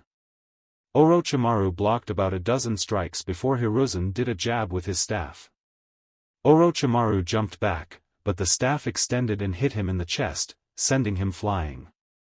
Snakes shot out of Orochimaru's sleeves, but Hiruzen swatted the snakes away before they reached him. Before anything else could be done, trees erupted from underneath the water. The trees grew so fast, they smashed into the walls of the barrier with enough force to destroy the weakened barrier. The water rushed out of its once confined space, spilling over the rooftop and onto the ground. The barrier was now gone, allowing access to the others that were waiting outside of it. Hiruzen disengaged his fight with Orochimaru and jumped over to Jiraiya. They were on the edge of the tree line. The ANBU waiting outside went directly for the four enemy sound ninja that had once been holding up the barrier. Kakashi, Guy, Kurenai, and Zabuza appeared next to Hiruzen and Jiraiya. Kakashi, I need you and your group to deal with the Naidame. Jiraiya, you deal with the Shodai, and I'll deal with Orochimaru, Hiruzen said in a commanding tone. You must be joking. 4 of us just to deal with a moving corpse? Zabuza asked. Zabuza, now is not the time to question an order, Kakashi stated. There is a special kunai buried inside of them. You will have to get it out of them if you want to stop them, Hiruzen stated. You have raised some fine young ninja, Hiruzen. We chose well when we chose you to be the Sandaime Hokage. It's too bad we couldn't have met them under better circumstances, the Shodai Hokage stated, landing 15 feet from them. Agreed, brother, but we have no choice in the matter. We have to fight until one of our groups is destroyed, the Naidame added, landing next to his brother. Enough chatting you two. I brought you here for a purpose. Now fulfill my will and destroy them. Orochimaru said, appearing from the ground behind them. With Naruto was running out of stamina. He had fought 3 matches today, and now he was fighting a deranged Gaara. Even though he received extensive training from both Jiraiya and the Toads, he was really starting to feel fatigue from all this battling. Naruto ran through the trees as Gaara chased him. Currently, Naruto was leading Gaara in one big circle. Naruto had placed his homemade explosive tags on a tree the first time around the village, and was currently leading Gaara to it over the second lap. Well, I hope this doesn't kill him, Naruto thought. Naruto felt compelled to help Gaara instead of kill him like he would another enemy ninja. Most likely the fact that Gaara was indeed just like himself was the reason he wanted to help him. The only difference between Naruto and Gaara was that Naruto had found people that cared for him. Gaara seemed to still be completely alone, and it drove him to his current condition. Indeed, if Jiraiya hadn't come for Naruto that night 3 years ago, he might have turned out just like Gaara. Hell, Naruto wouldn't even have returned to the village if he hadn't asked Hinata out on a date right before he left. And he still hated the fact he had yet to take her out on a proper date. Naruto's mind changed back to more current events, like the fact that Gaara was chasing him. Naruto jumped to the side to avoid a wave of sand projectiles. "Stop running from me, Uzumaki!" Gaara yelled in a demonic voice. Naruto suddenly stopped on the tree 15 yards away from Gaara. "Sure, why not?" Naruto said as he held up his hand in a half-tiger seal, and the trees around Gaara exploded, creating a massive fireball. Naruto was hit by the shock wave. He hadn't realized that it would be so large. He slammed into a tree, making an impression shaped like his body from the force that struck him. Oh man, that hurt. Naruto noticed Takashi's red energy was starting to dissipate from where it had shielded him. "You're lucky I used my energy to shield you. If I hadn't, you would have probably broken most of the bones in your body with that stunt. At least I stopped him with that. Right? Uzumaki." As the smoke cleared, Gaara stood on what remained of the trunk of the tree. A vast majority of Gaara's sand was falling off of him. "I will kill you. My existence will not end. Here!" Gaara screamed. Sand suddenly erupted from the ground covering Gaara, and added to his current form. Naruto watched as Gaara's form began to grow larger and larger. "Holy crap!" Naruto mumbled. Naruto just stood there as Gaara grew into a giant demon raccoon out of sand. Naruto began to think of what he should do to stop Gaara. He could summon a toad, but he really wasn't that great at summoning specific large-scale toads. He would most likely end up with Gamabunta, and as it stands, they don't really get along all that well. Naruto stopped thinking and jumped away from where he was standing when a massive arm made of sand came down on him. "We will end this one way or another, Uzumaki Naruto." "Ninja art, forced sleep!" Gaara yelled. The jutsu was just like it sounded. It forced Gaara to fall asleep. Seconds later a new entity began to speak. "I'm free at last. I'm finally free to kill again." Shikaku yelled in delight. Then Shikaku began to laugh for no apparent reason at all. "A little freaky, isn't he?" Naruto said. "You have no idea." Takashi replied. A good distance away from the battle, the two Suna and Leaf Genin stood and watched in horror at what was happening. They all wondered if Naruto could still win, at least that's what Shino and Shikamaru were thinking.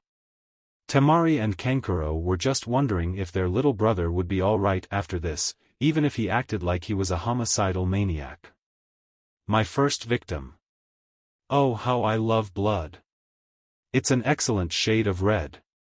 Shikaku shrieked as he tried to squash Naruto with his giant limbs. Naruto quickly jumped to the side as Shikaku's giant arm came down on him. He barely made out of the way in time. Damn! He's fast for a big guy, isn't he? You're going to have to wake up that Gaara kid if you don't want to die. Well, that's easier said than done at this point. Naruto thought about his options and the only thing he could think of at the moment was shadow clones. He was sure the sand would most likely hinder his ability to scale the creature. Naruto made the hand signs and created hundreds of shadow clones. The clones quickly ran up to Shikaku and attempted to climb up him. What the hell? Get off of me! Shikaku roared as he tried to swat the clones off the front of him. Sand spikes shot out all over his body, popping clones left and right. None of the clones made it even halfway up Shikaku's body. Well, that didn't work all that well. Why don't you let me lend a hand? How? Naruto asked. You're just a little fox. He was now talking to Takashi, who appeared on his shoulder. I told you this was all I could do on my own. Now if you allow me to take more of my chakra, I could grow to my full size. Of course, I can only take so much from you at one time. Takashi noticed Shikaku was inhaling a massive amount of air. Better choose quickly, boy. If you don't, we're going to die when that hits us. Takashi jumped off Naruto's shoulder and landed on the ground. Naruto wasn't sure how he was supposed to do that, but he had nothing to lose at this point. Takashi, who was on the ground in front of him, suddenly burst into a blinding light and a massive amount of smoke. Shikaku let out the massive burst of air just as all this was happening. A massive tail shot out from the smoke cloud and swatted the air projectile, sending it directly into the ground. Shikaku froze. He knew that energy and that tail, as it was one of 9 tails this creature had. He was unsure if it was really him until he began to speak from within the massive smoke cloud. It's been some time, hasn't it, you insane rodent? Takashi asked as the smoke cloud began to dissipate. Takashi stood there, Naruto on top of his head, all 9 of his tails present and waving with the wind. Takashi became irritated by the smoke cloud around him and let out a massive roar that sent a shock wave out, dispersing the smoke and even the clouds above them. The shock wave ripped through the trees, uprooting half-dead trees and young saplings from the ground. The young genin, some distance away, all grabbed onto the trees and rode out the shock wave. Once the shock wave had passed, they stood up in the trees and looked. Everyone went wide-eyed at what was before them. It can't be. I had a feeling they were always lying about the Kyuubi dying, but I never thought that's what happened to it. It makes sense now why everyone treated Naruto the way they did, Shikamaru said as he stared at what was before him. He looked over at Shino, who, like the rest of them, was surprised, but not by the fact Naruto was the container to the Kyuubi. You knew? Yes, I knew about it, he told me himself during the mission to Wave Country. Hinata knows about it as well, Shino replied, never turning from the battle that was taking place in front of them. He had never seen anything like this before. He had only heard and read of battles like this. He never imagined he would ever see something like this. So Naruto is like. Temari began to say before she was cut off. Like Gaara? Shino asked, cutting Temari off. Yes, that is indeed the case, but when Naruto was attacked, made fun of, or flat out ignored, he moved on, unlike Gaara, who seems to have stood in place, unable to get over the fact that those things happened to him. While Naruto moved on, Gaara dwelt on why people hated him, and grew to hate them in return to such a point, he would probably kill them for the slightest of things, Shino said. How was he able to allow the demon out like that? Shikamaru wondered out loud. Shino knew Shikamaru was just talking to himself, but decided to reply to Shikamaru's question. Why don't you ask him after the battle? Shino replied. As it stands, however, we can do nothing more in this battle, other than sit and watch. Shikaku just stared at Takashi. So, you got yourself sealed, fox face? Shikaku taunted.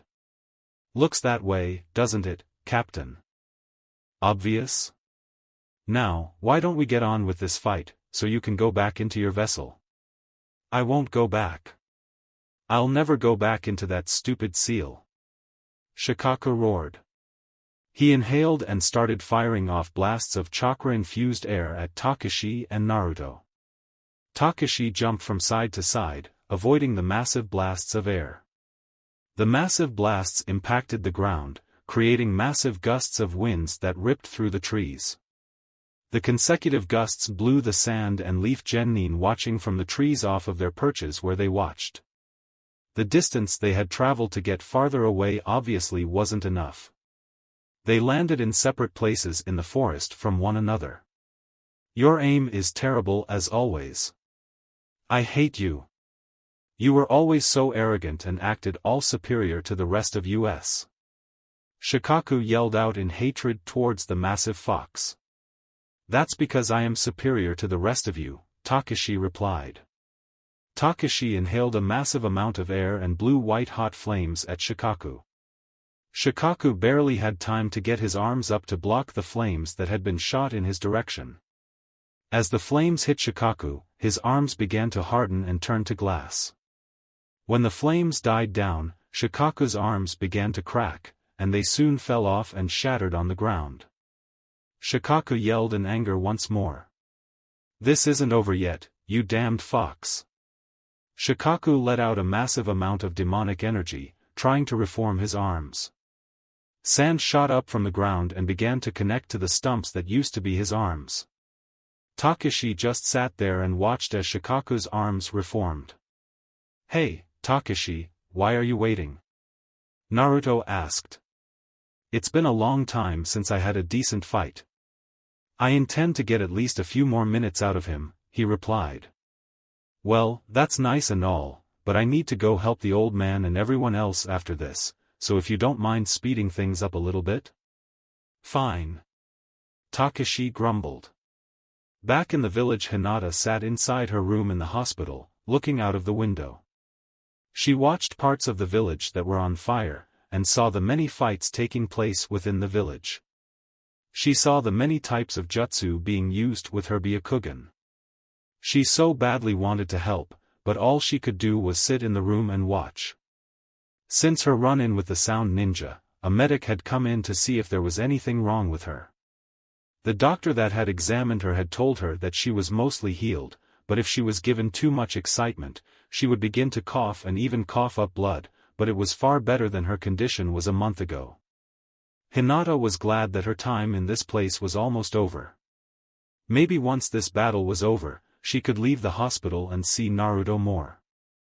He never visited often, like her other friends her age. Hinata was brought out of her thoughts when she saw with her Byakugan something fighting outside of the village. She focused her Byakugan more and let out a quiet gasp at what she saw. Takashi was out and fighting what looked like a giant raccoon. However, she wasn't concerned about that. She was more concerned where Naruto was currently. She let out a sigh of relief when she saw Naruto after she adjusted her Byakugan to see a bit farther. She watched as the two battled.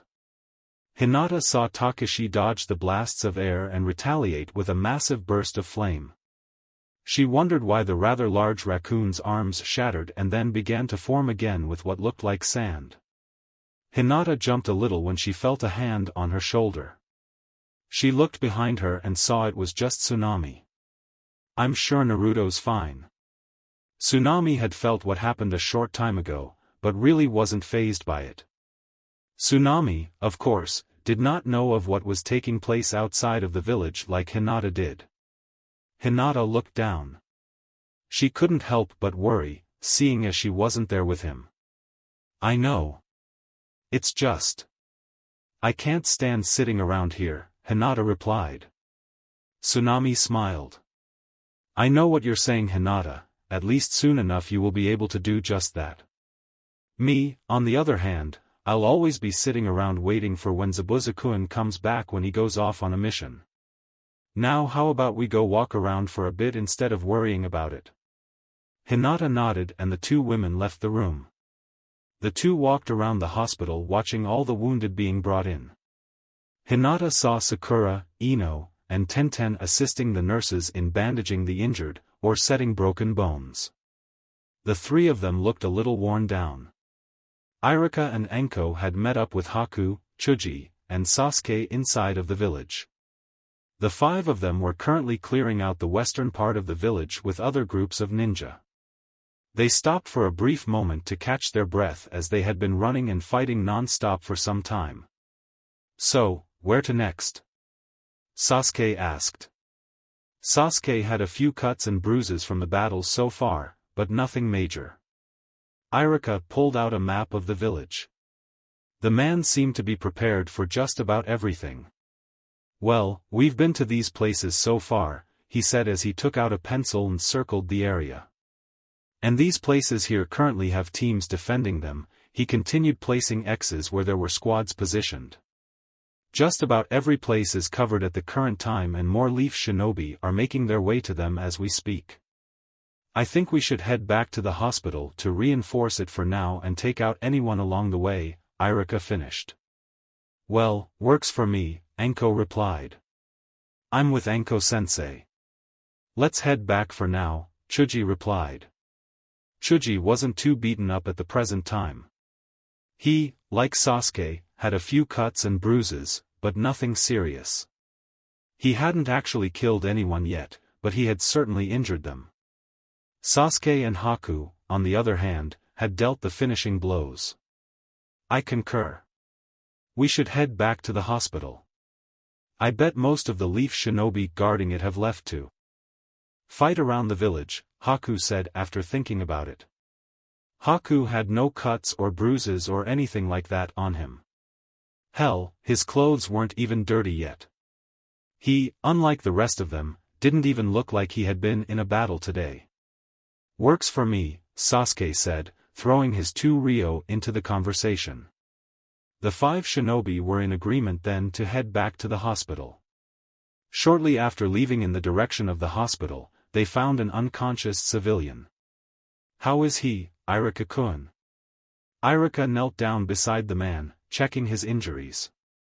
Not too sure, Anko-chan. He's breathing, but he's got this nasty cut along the right side of his head. Most likely got hit with something and stumbled this way, then finally passed out, Haku said. Probably. Iruka checked the man over to make sure he didn't have any booby traps. Well, no traps, thankfully.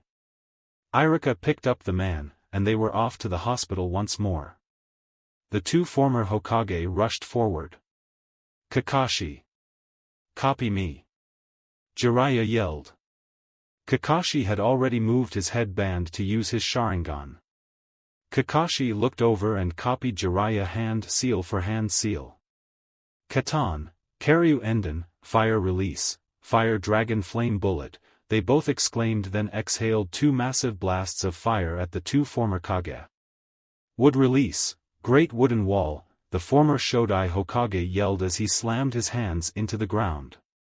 A massive wooden wall shot up from the ground just in time to counter the fire jutsu that Jiraiya and Kakashi had performed. When the fire had died down, the wall retracted, and the Mokuton user had already readied another jutsu. Wood release, wood projectiles. Sharp, wooden projectiles came shooting out of Hashirama's hands. Everyone dispersed as the wooden projectiles blanketed the area they once stood on. Kakashi, Kurenai, and Zabuza had jumped to the right, Jiraiya and Guy to the left, and Hiruzen had jumped straight back. You go after Kakashi and the others on the right, Orochimaru said to Tobirama. And you go play with my former teammate Jiraiya, Orochimaru said, addressing the former's brother. Hiruzen is my prey, Orochimaru sounded rather excited, but he was just a person who loved killing, so it wasn't that surprising. The 2 former Hokage nodded and took off to their respective destinations. It looks like it's just you and me now, Sarutobi-sensei, seeing as my 2 toys are taking care of the others. Let us begin what will most likely be our last battle.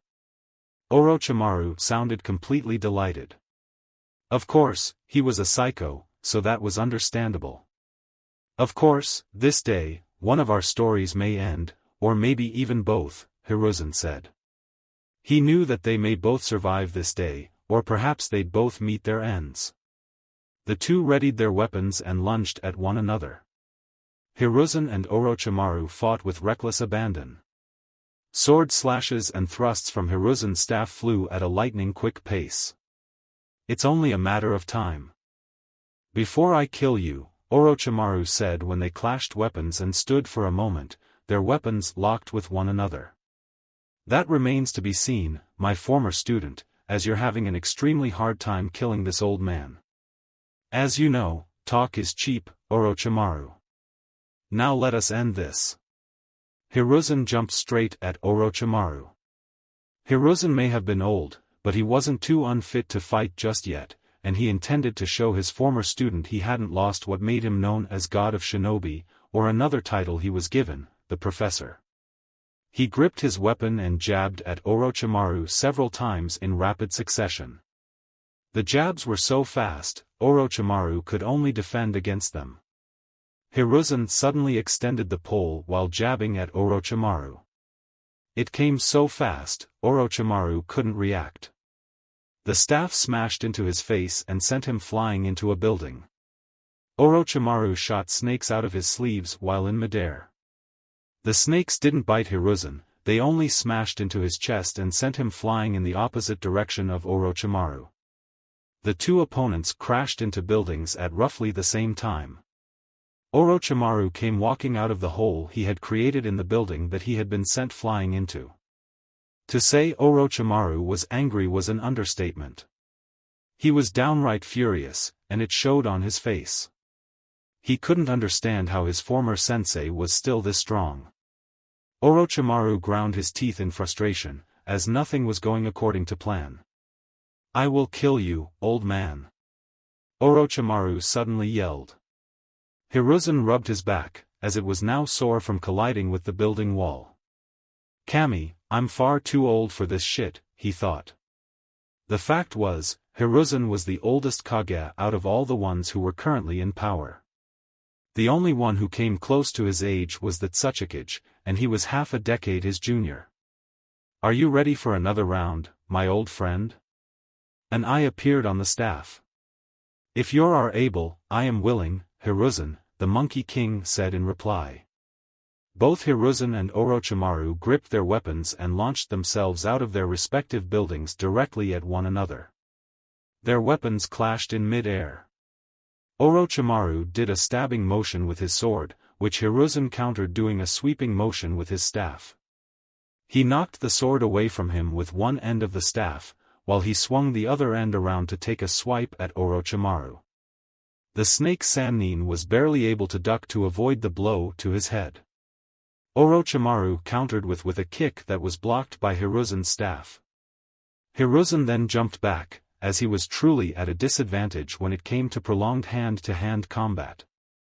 The two stood glaring at one another, each waiting for the other to make the next move. Orochimaru looked over toward where Naruto and Gaara were fighting. "It seems the beasts are fighting right outside the village, Sarutobi-sensei. I wonder which one will win," Orochimaru said in a mocking tone. Hiruzen looked to see what looked like a giant raccoon and fox fighting in the distance. "I've wasted enough time with you, Orochimaru. Now is the time to show you the jutsu that made me known as God of Shinobi." Hiruzen began to run through a series of hand seals that Orochimaru had never seen before. "I have a feeling that at this age, this jutsu will probably kill me once the time limit is up," he thought to himself. Orochimaru was intrigued and scared at the same time. He had heard of the jutsu that had given Hiruzen that name, but before now had never seen it performed. As he watched him go through hand seal after hand seal, the air around him began to change. Orochimaru noticed Hiruzen's muscles began to become more pronounced through his ninja garb. The skin on his face tightened up. The jutsu, or whatever he was performing, seemed to be making him younger, but Orochimaru knew that just wasn't the case. Hiruzen's hands ended on the tiger seal. Kenjutsu, Kami no Tsuyosa, forbidden jutsu, God strength, a powerful aura had encircled him. "I've only ever used this jutsu a few times in the past and I had hoped I would never have to again." The old Hokage sighed. "Now it's time to teach you one final lesson, my student." The Nidaime Hokage faced off against Kakashi, Zabuza, and Karinai. The three-leaf ninja stood on one rooftop while the former Hokage stood on another a short distance from them. The two sides sized each other up, waiting for someone to make the first move. The Nidame clapped his hands together. Suetun, Swishoha, water release, water shockwave, water exploded from around the former Hokage and towards his three opponents. Kakashi ran through the tiger, hare, boar, and dog seals. Doton, Dorihiki, earth release, earth-style wall, a perfectly laid stone wall shot up from the ground below them. It also had the heads of 4 dogs made of stone on it. The massive wave of water crashed into the wall, but the wall was completely unaffected by the large volume of water that had crashed into it. The water passed harmlessly by the 3-leaf ninja. Really, Kakashi, dog heads? Zabuza deadpanned.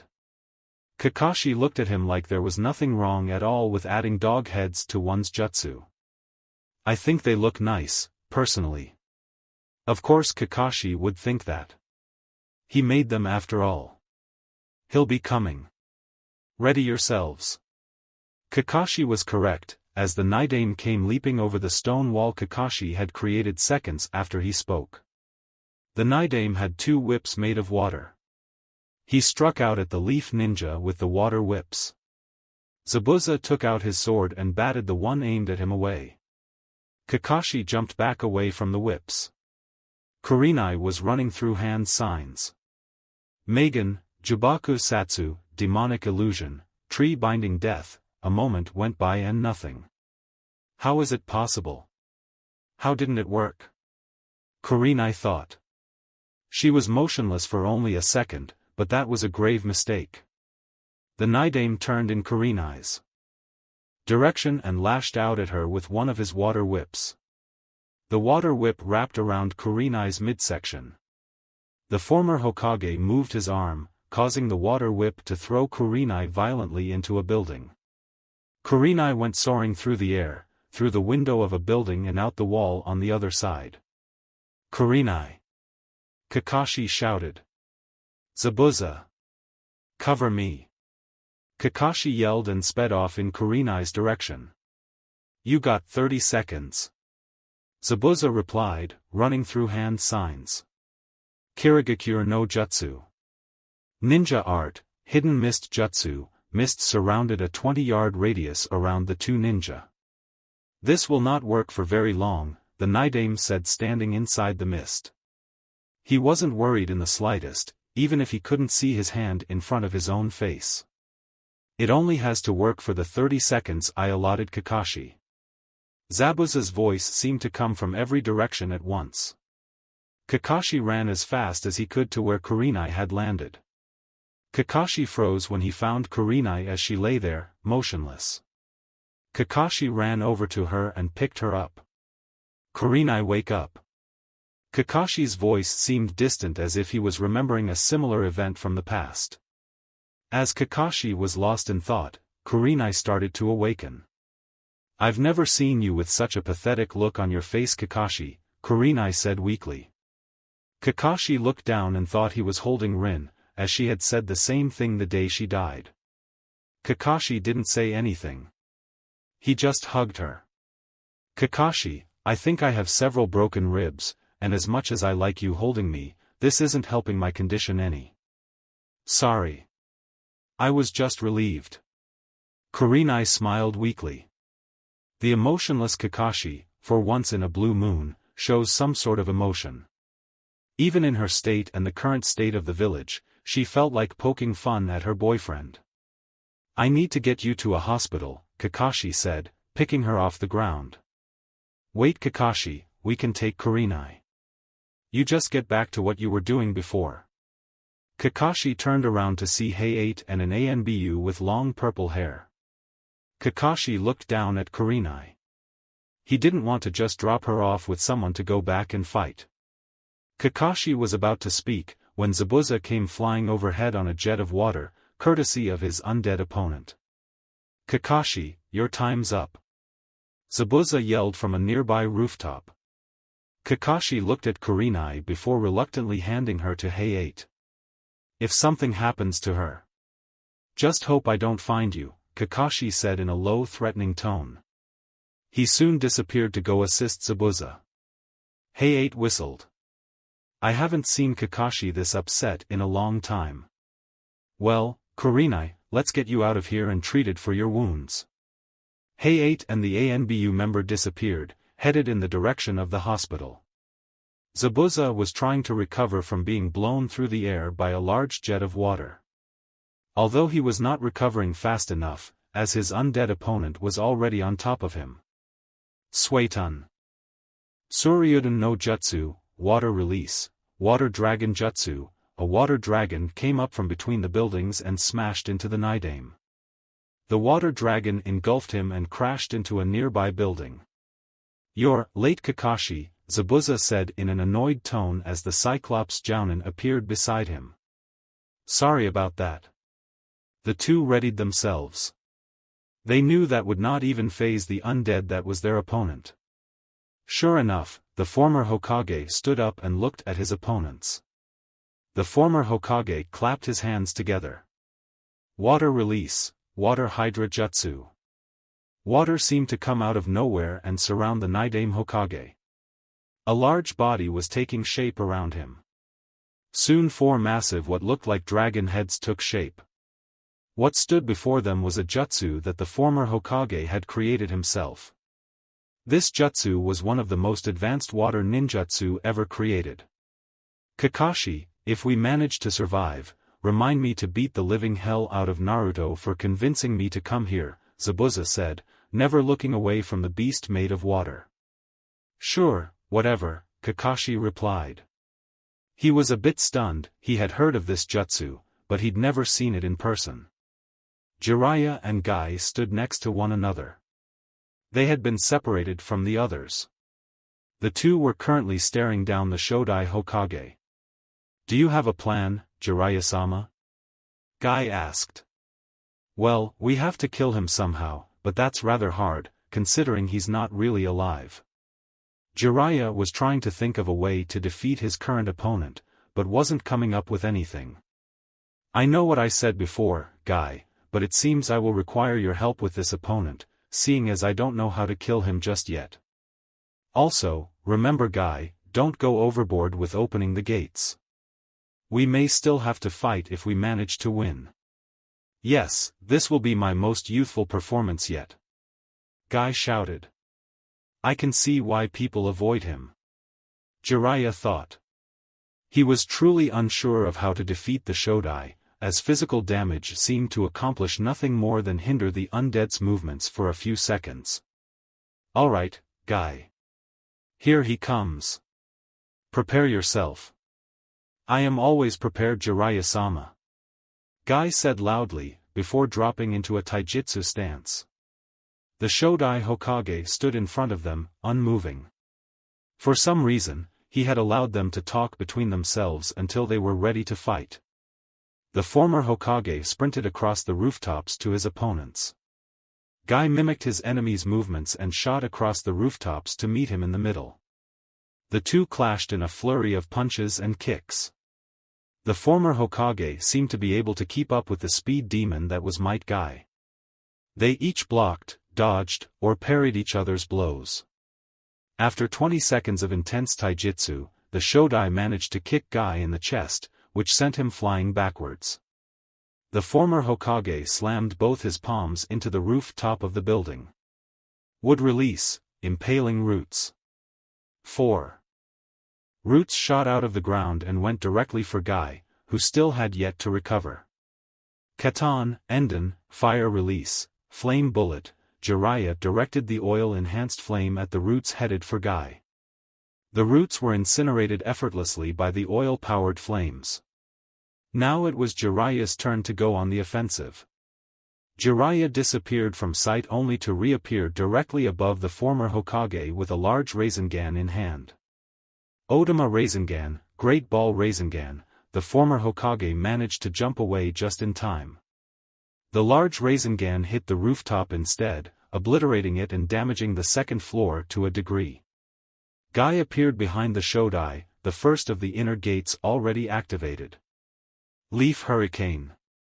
Guy landed a devastating kick to the former Hokage's back, sending him flying into the building that Jiraiya had just partially destroyed. The building collapsed on top of the undead Hokage. Guy landed next to Jiraiya, who was on ground level. "You think we got him?" Guy asked.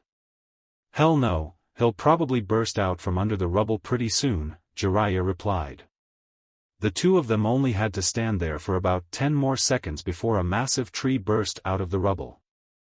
Hashirama seemed to walk directly out of the tree trunk. He was now wearing armor made of wood. Jiraiya had no doubt this wooden armor was stronger and more durable than steel.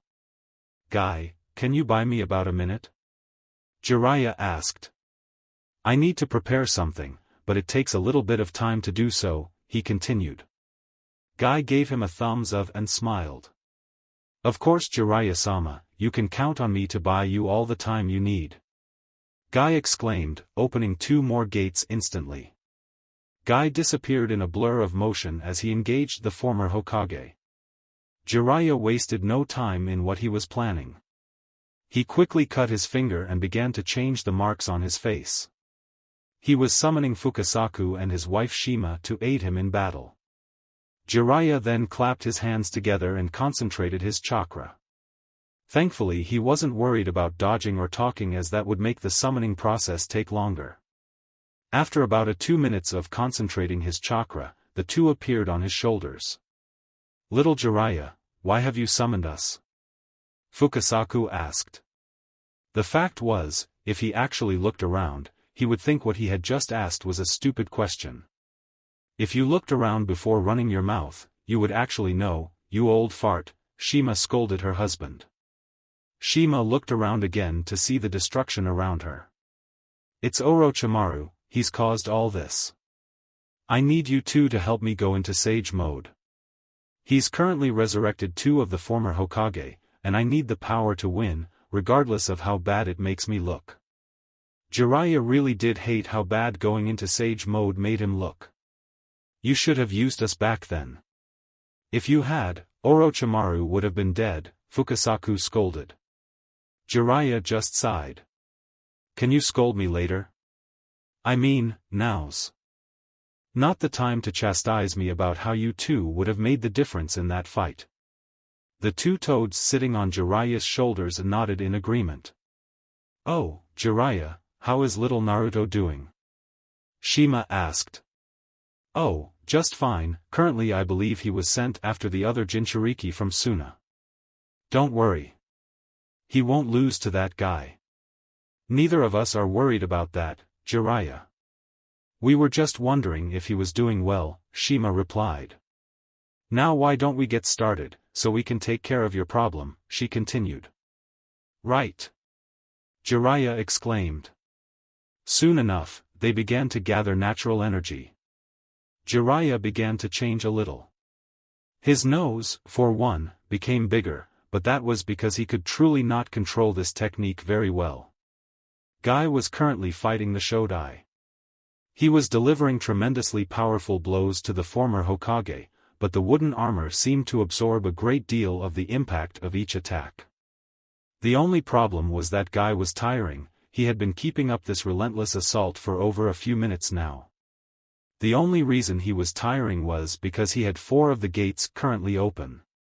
Guy jumped back, then in an instant, jumped back at the opponent, Konoha Kagansho, Leaf Rock Destroying Rise. The move was nothing more the guy smashing the former Hokage with his elbow while using his other arm for support to strengthen the blow.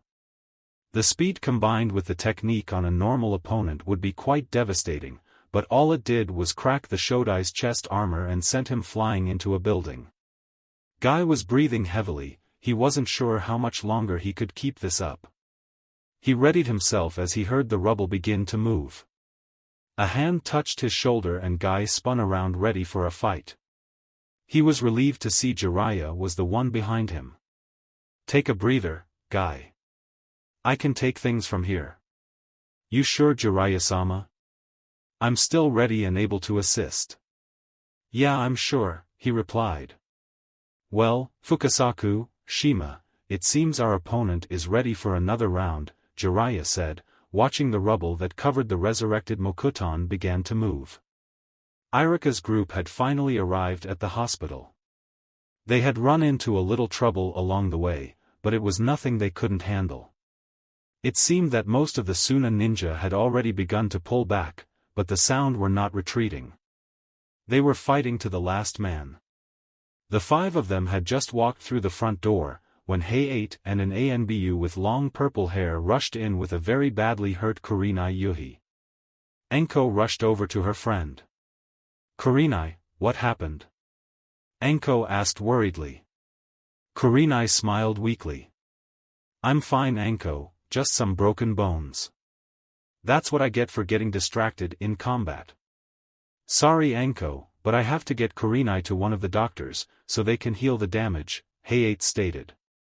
"Of course, you're welcome to come, Anko, if you're worried," Hay-8 continued as he walked off into the hospital. Anko followed right after them. Irika, Sasuke, Haku, and Chuji decided to follow as well. They traveled to the top floor, where they met up with Hinata and the others. Ino shot up when she saw people coming through the lobby door on the top floor where they were taking a break. Ino ran over to Haku and hugged him. "You're back." Ino hadn't noticed Hay-8 holding Karinai. "Yeah, I'm back," Haku replied. Hinata saw Karinai being carried into the room. "Karinai-sensei. Are you alright?" Hinata asked, running over to her. Karinai coughed a bit before responding. "Yes, I'm fine, Hinata. Wounds are nothing new to me," Karinai replied. "How are Shino and Naruto doing? I'm sure you've been watching them." Hinata blushed a little. "I have, and they're fine. Naruto's still fighting Gaara, though. Sorry, Karinai, I have to get you to a doctor. You can speak with your student later," Hay-8 stated, cutting Hinata off. He walked to the other room where a doctor was treating a patient. "Sakura, I said stop. And I said sit still while I treat your wounds. Sasuke-kun, I love you dearly, but you can be such a baby sometimes." Everyone turned around and saw Sakura on top of Sasuke, trying to treat the few wounds he received while roaming the village. "Sakura, there's a time and place for all things," Hinata stated, breaking the silence. "Yeah, but if you can't wait, you could just get a room," Ino stated. The people around her chuckled and snickered. Both Sakura and Sasuke blushed. They knew exactly what Hinata and Ino meant when she said that. Sakura got off of Sasuke and started to treat his wounds, as he was a lot more compliant now. Sasuke was never one for public shows of affection, as it made him feel uncomfortable. Ino just giggled at the sight of Sasuke being treated by Sakura. He looked so uncomfortable with everyone staring at him. Karinai lay in a bed as the doctor set the bones in place with a medical jutsu. Setting and healing bones inside the body were a simple matter, compared to internal organs. Why exactly? Well, that's rather obvious. Bones can be mended easily without fear of being imprecise with the healing, while with one of the internal organs, say the heart, one wrong move or one bit of lapse in concentration could kill the patient. Karinai had a few things running through her mind, Kakashi being one of them. The other was Hinata. Karinai could see her through the doorway, standing at a window, looking out over the village. It must be hard for her, not being able to do anything except watch everything happen, Karinai thought. Hinata stood at the window, looking over the village. Everyone in the room was chatting about something, so she slipped away to look out the window. Hinata wanted so badly to be able to help. Sadly, she had neither the medical skill, nor the ability to fight at the moment. Hinata sighed. All she could do was wait for the fighting to be over with. "Hey, Hinata, why such a down look?" Ino asked, walking up beside her. "I just want to be able to do something. I'm just so tired of being stuck in this hospital all the time," Hinata stated, shifting her gaze to where Naruto was fighting. "I just wish for once I could help him." "Talking about Naruto?" Hinata blushed a little at hearing his name. "Yeah. He's always there when I need him. You know he's got a. I know all about that, Ino. I have since the mission to Wave Country, Hinata said, cutting Ino off. It doesn't matter to me. It's not like he had a choice in the matter. You like him a lot, don't you? Hinata said nothing in reply to Ino's question. She only smiled and looked in the direction of Naruto's fight. Outside the village, Shikaku slammed his hands into the earth. He was preparing something, and Takashi knew exactly what it was. Hold on tight. We're going up. The earth beneath them began to shake. What? Naruto wasn't able to finish as Takashi jumped straight up with such force that Naruto was forced down on top of Takashi's head. Several arms made of sand shot up from the ground directly underneath them. However, Takashi had jumped far out of their reach. The massive demon fox seemed to hover at the apex of his jump in the air for a moment and then began to descend to the ground. Naruto griped Takashi's fur in order not to go flying off as they descended. As they were descending, Takashi used his tails to smash away the arms made of sand. The nine-tailed demon fox hit the ground with enough force to cause the earth to quake. Naruto finally got a chance to stand up from that ordeal that had lasted all of 20 seconds. Next time, would you mind telling me a little sooner? Naruto asked, slightly annoyed at what had just happened. I don't have time to narrate and fight at the same time.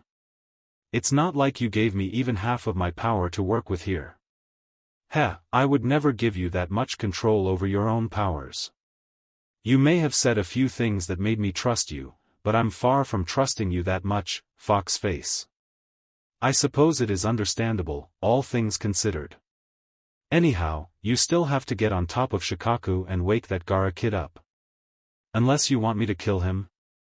I told you I'm not going to kill him and neither are you. So you keep saying. Now, I believe it's time we ended this, as I'm running out of the little energy you allotted me. Hold on. Takashi ran at Shikaku, tails flailing in the air behind him. The four genin stood in the trees, still watching as they had since the beginning of the fight. They had no idea there was someone standing behind them, watching them and the fight taking place. A most devastating and fearsome fight, wouldn't you all agree? Everyone turned around to see a man in an all-black cloak, wearing a sacket on his head, standing on a tree behind them. The sacket, combined with the cloak he was wearing, covered the majority of his face, making it hard for anyone to tell who he was. The genin, not knowing who it was, took up defensive stances. Shikamaru studied the man for a moment before he caught a glimpse of the man's eyes. He knew who it was now. Come to kill us, Itachi Uchiha? Shikamaru asked. Both Temari's and Kankuro's eyes widened at hearing that name. Well, that is a thought, but if that was my intent I would have done it by now, Itachi replied. Itachi could hear a rather loud buzzing sound all around him. Ah, an Aburame. You must be part of Naruto's team then. Well, I know for a fact there's nothing we could do to win if it came down to a fight, Shikamaru stated. So why exactly are you here? All things come to those who wait, just as your answer will in the next few days. However, I would pay more attention to the fight over there, as it's about to end. Takashi weaved in and out of the chakra-filled blasts of air as he made his way to Shikaku. In a matter of seconds, Takashi was on top of Shikaku. All 9 of Takashi's tails had wrapped around the massive sand raccoon. His claws had sunk deep into Shikaku as well, holding him in place. Time for you to go back into your container. Naruto, now is your chance. Takashi roared. I won't go back. Shikaku screamed in defiance. Naruto jumped off Takashi while creating a rather large number of shadow clones. It looked like a massive cloud of Naruto clones was raining down on Shikaku. Sand shot straight up in large globs, trying to eliminate Naruto and his clones. Half the clones disappeared in seconds, and the other half managed to land on top of Shikaku.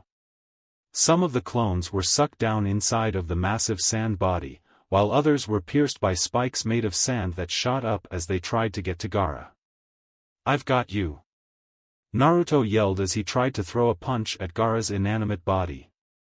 A sand spike shot out from Gaara's body and pierced Naruto's right shoulder. Naruto screamed in pain, but pushed further on the spike with the momentum he had gained from running. Naruto then gave Gaara a swift but powerful kick to the head. Shikaku began to scream obscenities as his control over Gaara began to dissipate.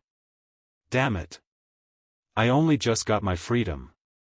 Shikaku's eyes went dark and his form started crack and turned to sand, as Gaara didn't have the chakra to keep it together. Takashi dispersed, as he was out of the demonic chakra Naruto had allotted him. Naruto and Gaara landed on the forest floor, not far from one another. Both genin looked worn out from their fight. Naruto was cradling his right shoulder, while Gaara was on his knees, breathing heavily. "Why do you fight?" Gaara asked. "Why do you fight so hard to save those who hate you?" "Because not all of them hate me, and that's all the reason I need, Gaara. Not to mention, not everyone in your village hates you either." Gaara thought about Temari and Kankuro.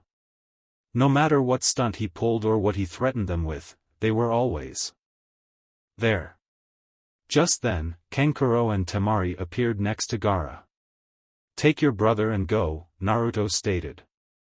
"You're going to let us go, just like that?" Temari asked.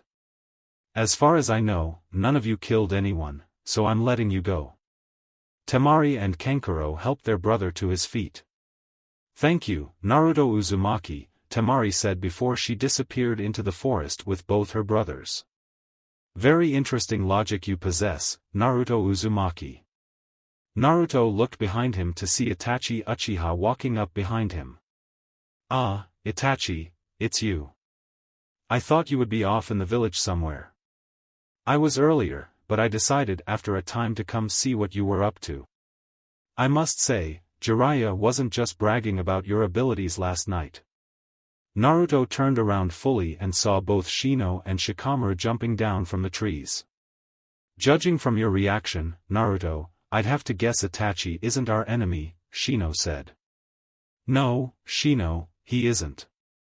Now if you will excuse me, I'll be going to sleep." A few minutes went by and Naruto just stood there completely unmoving. The odd thing was Naruto's eyes were still open.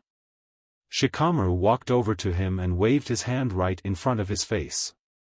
"Well, he's definitely out for the count," Shikamaru stated, somewhat amazed. "Wish I could fall asleep like that," he mumbled. "If you ever fight as long and as hard in one day as Naruto has today, you will," Itachi said as he checked Naruto's wound. The wound had already stopped bleeding.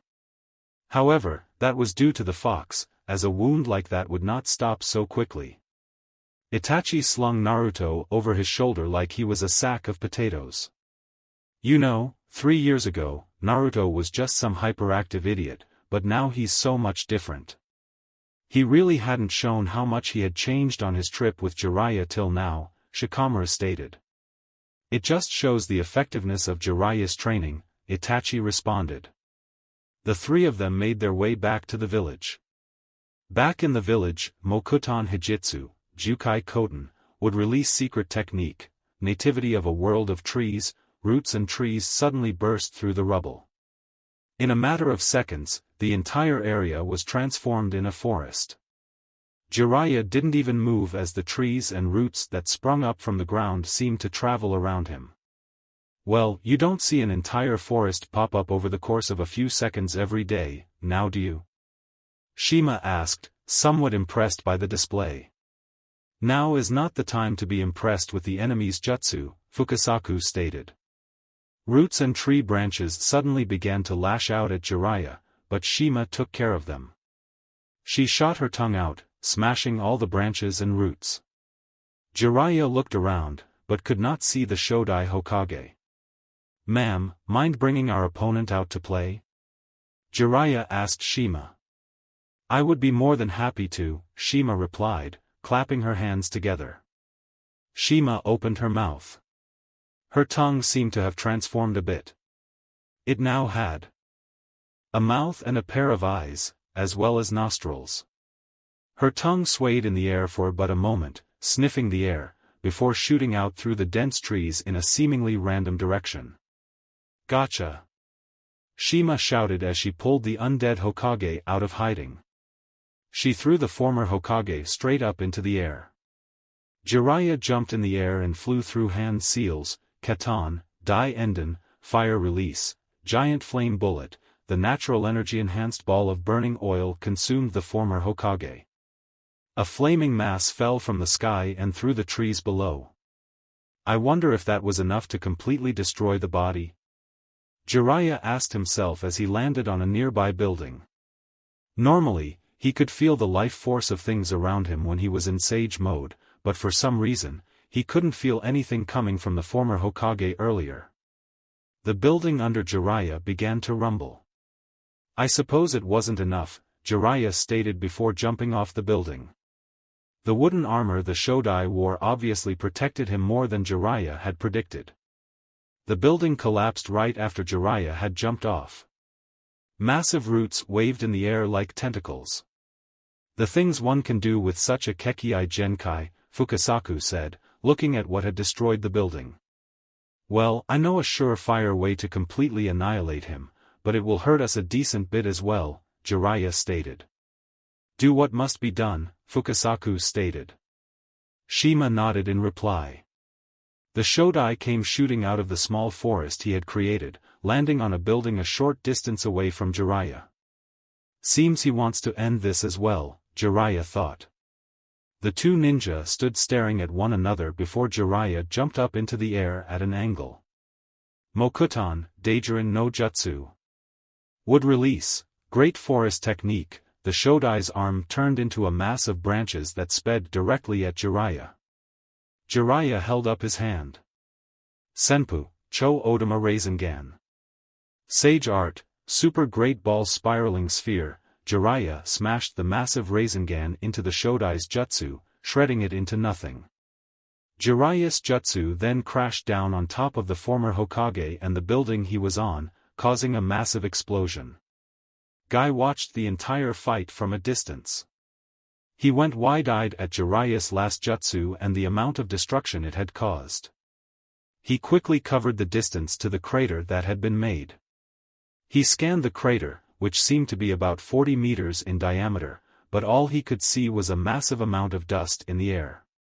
He finally made out a single figure in the middle of the crater. The dust cleared a little, and Guy was able to make out the figure as Jiraiya. He breathed a sigh of relief, knowing Jiraiya had been the one to come out on top in the battle. Guy appeared next to Jiraiya. Jiraiya-sama, that was the most youthful display I have ever seen. Guy yelled. Jiraiya sighed. He was pretty beat up from performing that jutsu, but it wasn't as bad as he had thought it would be. Although the arm he used to create the Rasengan hurt like hell. But thanks to the Sage mode he was currently in, he would heal quickly. Thanks. I guess. Jiraiya replied.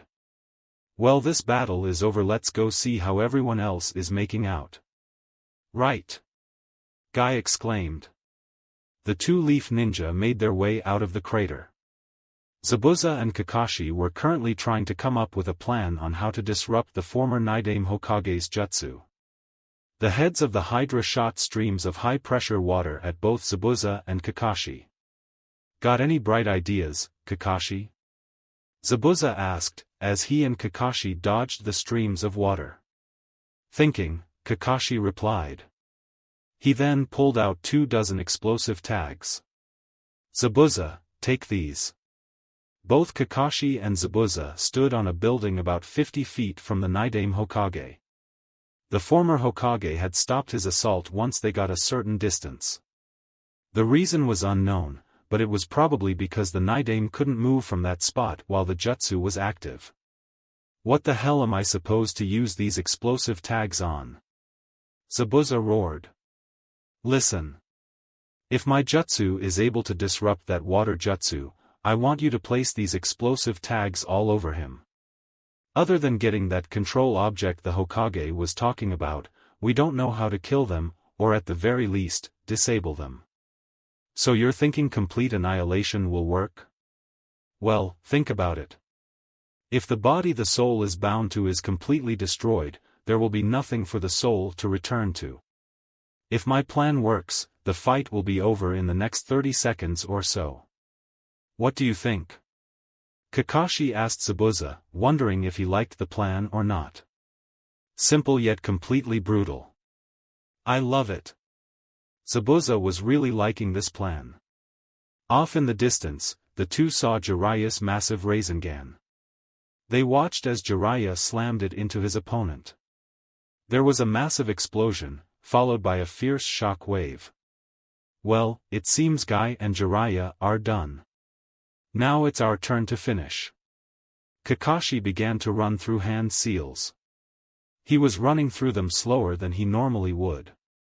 Once he got halfway through the long series of hand seals, he ran forward at the Nidaime Hokage while increasing the speed he was forming the hand seals. Kakashi weaved in and out of the streams of water that came from the Hydra's heads. Kakashi finally finished his jutsu, finishing with the dragon seal. Lighting release, Great Three-Headed Dragon. In an instant, a massive dragon made of lighting with 3 heads appeared behind Kakashi. The three-headed dragon coiled up above Kakashi before descending down upon the undead Hokage. One head went directly for him, while the others went to the right and left and struck his sides. The former Hokage had no time to dispel the jutsu and move. He could only sit there and let it hit him. When the dragon collided with the Nidaime, there was a blinding flash of light. The light, however, only lasted a few seconds. The lightning jutsu Kakashi had used definitely worked. In the seconds the blinding light filled the area, Zabuza placed almost all of the explosive tags on his opponent. Zabuza appeared next to Kakashi. Do it. Kakashi made the half-ram seal. There was a tremendous explosion, and both Kakashi and Zabuza were blown backwards into a wall, cracking it with the force from the shock wave that threw them back. The building the former Hokage had stood on had been incinerated, along with the Nidaime himself. The two sat there up against the wall they had cracked with their bodies. I didn't think the explosion was going to be that big. Zabuza mumbled. How many did you use? Kakashi asked. I used all but 4, Zabuza replied, holding up the remaining 4 explosive tags. Oh. I didn't think you were actually going to be able to put that many on him. Are the two of you just going to sit around all day? They both looked up to see Guy and Jiraiya walking up to them. Kakashi, my eternal rival. Show us your flames of youth. Guy shouted. Jiraiya, Zabuza, and Kakashi just sweat dropped. And what lesson are you going to teach me, old man? Orochimaru asked, truly curious. A lesson that I've tried to teach you time and time again, but it never seemed to get through your sometimes thick head. Hiruzen disappeared in a blur of motion and struck Orochimaru with his staff, sending him flying. The lesson to never underestimate your opponent. Orochimaru went flying through the air. The only thing that stopped him was the 4 buildings he flew through and then eventually the ground. Orochimaru got up, and rage filled his eyes. It wasn't because Hiruzen was winning, but because he had been holding back all this time. Orochimaru's eyes widened as Hiruzen had enlarged and lengthened his staff to hit him without even moving from where he stood. The snake Sannin jumped out of the way just in time to avoid being crushed. Too slow, my former student. Hiruzen was already on top of him. The old Hokage delivered a devastating kick to his former student's head, sending him flying into the arena. Hiruzen landed in the arena to see that Orochimaru had disappeared. His entire body felt like someone had replaced his blood with fire or acid. But that was the drawback of the jutsu he was using. The longer it was active, the more pain you experienced, and he was only ever able to sustain it for a short time. Orochimaru came out of the ground, sword drawn. He made a downward slash, only for it to be blocked by Hiruzen. Very interesting jutsu you have. I've wondered how powerful it was for the longest time, Orochimaru said. Yes, I'm sure you have. The two broke apart and jumped back. Sanei Tajashu, multi-hidden shadow snake hands, many snakes shot out from Orochimaru's sleeves. Hiruzen was able to block all but one of the snakes. That one snake bit down on his arm, which Orochimaru then used to throw the old Hokage into the arena. Wall. Hiruzen crashed into the wall, but recovered quickly and quickly ran through hand seals. Doton, Doriyuso, Earth Release, rising stone spears, massive stone spikes shot out from the ground all around Orochimaru and skewered him alive. For but a second, Hiruzen thought he had finally gotten Orochimaru, although his hopes were dashed when he turned to mud. Hiruzen cursed under his breath. He didn't have all that much time left before the jutsu wore off. Come out, Orochimaru. We're not done yet. No, we certainly aren't, he replied, coming out of the ground on the other side of the arena. Two large explosions were heard, one shortly after the other. Orochimaru could feel that his puppets were gone now. The snake Sannin knew his plans were ruined, but he wouldn't let his ambitions end here. Just as Hiruzen was about to make his move, he gripped his heart and fell to his knees. He spat blood onto the ground, and the aura around him disappeared. Hiruzen breathed heavily as he tried to stand, but couldn't. Damn it. I thought I had more time. I guess this old body just can't handle the strain of that jutsu like it used to. Seems you lost, old man. Your jutsu must have some rather bad side effects for such a boost in combat ability. Orochimaru was hurting as well. Those few blows he had received from Hiruzen had done a number on him. Kisame appeared in front of the old Hokage. Hey old man, you ain't looking so good right now. Well, Kisame, what an unpleasant and unwanted surprise. Where is Itachi? You two normally aren't far apart from one another, Orochimaru said, very displeased with this new development. Kabuto appeared behind Orochimaru and quickly whispered something in his ear. It seems I'll save this kill for another time, as I am currently at an extreme disadvantage. You're not leaving until I shred you. Kisame roared and charged him. Several sound ninja appeared in front of Orochimaru and attacked Kisame. The former member of the Seven Swordsmen quickly dispatched them, but by that time Orochimaru and Kabuto had disappeared. Kisame turned back to see the old Hokage breathing heavily on the ground. As he walked over to him, Jiraiya and the other appeared in front of Hiruzen. Zabuza drew his sword. Enough, Zabuza. Kisame is with us for the time being. Guy, Kakashi, get the Hokage to the hospital, on the double. Both Guy and Kakashi nodded, picking up the old battered Hokage and taking off towards the hospital. Kisame, Zabuza, make a sweep of the village for any remaining sound or sand ninja. Zabuza nodded and disappeared. Fine. Kisame replied and left as well. Jiraiya jumped to the top of the stadium and looked out over the village and the devastation his former friend had brought on it. Somewhere outside the village Orochimaru was grumbling over his loss. He was a man who hated losing more than anything else. I'll kill that old fool. Orochimaru snarled. But today wasn't a total loss. Orochimaru-sama, Kabuto commented. Do tell me how it wasn't a total loss, Kabuto? Orochimaru asked, truly curious. In my spare time, I checked out the hospital like you asked.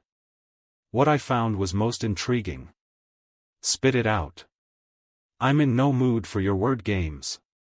That was the truth. If Kabuto beat around the bush much longer, he was just going to kill him and be on his way.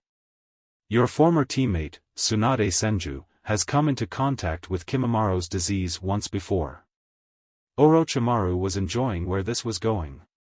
And you found something that will help cure him? Oh yes indeed, I will be able to cure him shortly after we return to the hideout he's currently in. You were right, Kabuto. It wasn't a total loss. Orochimaru was completely delighted to hear that news. The snake Sannin had always wanted to take over that body of his for the Kekkai Genkai he possessed. This brought a sadistic smile to the snake Sannin's face. Now what about Uchiha Sasuke? Kabuto asked, curious about the subject. Sadly, little Sasuke-kun may be far out of my reach, now that his brother has come back to the Leaf Village. Now, Kabuto, we must plan and prepare for our next move. It may take a few years or more, but I will burn the Leaf Village to the ground. A day had passed since the invasion took place. There was a mass funeral being held to honor the people who had died just 24 hours ago. The entire village turned out for the event, except those who were too injured to get out of bed. Hiruzen forced himself out of bed to lead the funeral proceedings. He was hurting badly from the jutsu he used yesterday. The doctors made Hiruzen use a cane. Jiraiya stood to his right while his advisors and former teammates stood to his left. Everyone was taking a moment of silence to honor the dead. There were massive rain clouds overhead. Everyone thought it would have started raining already, but as of yet it hadn't. It was as if the rain clouds were holding themselves back, waiting for the funeral to come to a close. After a few moments of silence, almost everyone began to depart for their homes. The rain finally began to pour out of the sky. Everyone had left, save Jiraiya and Hiruzen. The two just stood there in silence, looking at the newest gravestone with all the names of the men and women who died yesterday. "How is Naruto doing?" Hiruzen asked. "I heard he had a rather sizable hole in one of his shoulders," Hiruzen continued, his gaze never moving from the newly made burial stone. "Naruto still hasn't woken up since he passed out yesterday. The doctors say he's completely fine though, just exhausted. Not to mention his chakra network was put under tremendous strain." Jiraiya looked up into the sky as the rain poured down on him. "I'm hoping later today he'll be ready to travel so we can find Tsunade. I'm sure the hospital could use her help right now." Jiraiya looked at his old teacher. "Not to mention she could help you recover from your stupid stunt. Using that jutsu at your age. What were you thinking? You were lucky the damn thing didn't kill you." Jiraiya scolded his old teacher. "I did what I had to, Jiraiya," Hiruzen simply replied. Jiraiya just sighed. "Oh yeah, old man. Mind if I take another person other than Naruto with me? Just one other. After what's happened, I can't let anyone else go out for the time being," the old Hokage replied. The two began to walk slowly in the direction of the hospital. The rain didn't hasten their journey in the slightest, the two just walked slowly through the streets of the village. Hinata was sitting next to Naruto's bedside. She was worried because Naruto had yet to wake up from when he was brought in yesterday. She and Shino didn't attend the funeral. They stayed in Naruto's hospital room. Hinata smiled at her Naruto. Word had spread quickly of how he had defeated Gaara, the one-tailed Jinchuriki. She was glad no one else knew he had let the fox out, or there would be real problems. Naruto was considered somewhat of a hero for doing that. He had at least gained the respect of his peers for it. Hinata looked over and saw Shino standing in the corner of the room, like he had been for the past few hours now. Shino hadn't moved since he'd arrived. Hinata sighed. She wished Naruto would wake up already. The door to the room suddenly opened. Hinata looked over to see Jiraiya walk into the room. Jiraiya walked around to the side of the bed Hinata wasn't on. He suddenly smacked Naruto upside the head.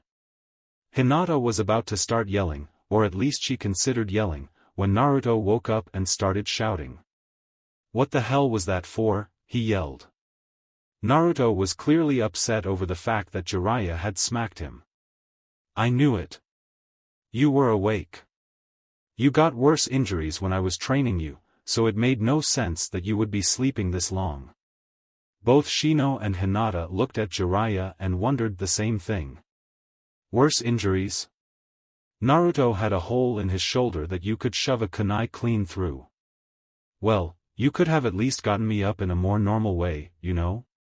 Naruto complained, rubbing his head. Heh. I had a feeling you were just enjoying Hinata worrying about you, so I decided not to, Jiraiya said, a smirk gracing his face. Anyhow, Hinata, Naruto, pack your things. We're leaving. Both Naruto and Hinata blinked a few times. Wait, Hinata's coming? I'm going, they both said simultaneously. Yes, and yes. Now get packed. We're leaving by noon. Which is in about an hour. Jiraiya just remembered something he was supposed to tell Naruto once he was awake. Oh, and Naruto, you've been promoted to Chunin. Naruto started to jump for joy and dance around the room as if he wasn't just bedridden seconds ago. I made Chunin. I made Chunin, he chanted. Hinata just smiled as she watched her boyfriend dance around the room. Naruto stopped, as he wondered who else made Chunin. Who else made Chunin? That would be Shikamaru and Sasuke. Jiraiya turned and addressed Shino. Sorry, Shino. Maybe next time. Shino merely nodded. He had a feeling he wasn't going to become a Chunin this go-around. He wasn't really disappointed at the fact he had yet to advance, either. Wait, can Hinata even travel? Naruto asked, concerned for her well-being. I just talked to the doctor about that. He told me she can do light travel, so walking, but no carrying too much weight. If she gets tired, one of us will have to carry her. Jiraiya started to walk towards the door of the room. Now, like I said, get packed. We'll probably be gone at least a few days. Sorry, Shino. Looks like you'll have to sit this one out, Naruto said to his teammate, who only nodded in response. Come on, Hinata, I'll drop you off at your place to get ready. You too, Shino. You're coming. Teammate left the hospital room. Shikamaru and Sasuke were standing in the Hokage's office. They didn't know why they were there, exactly, but they were going to find out soon enough.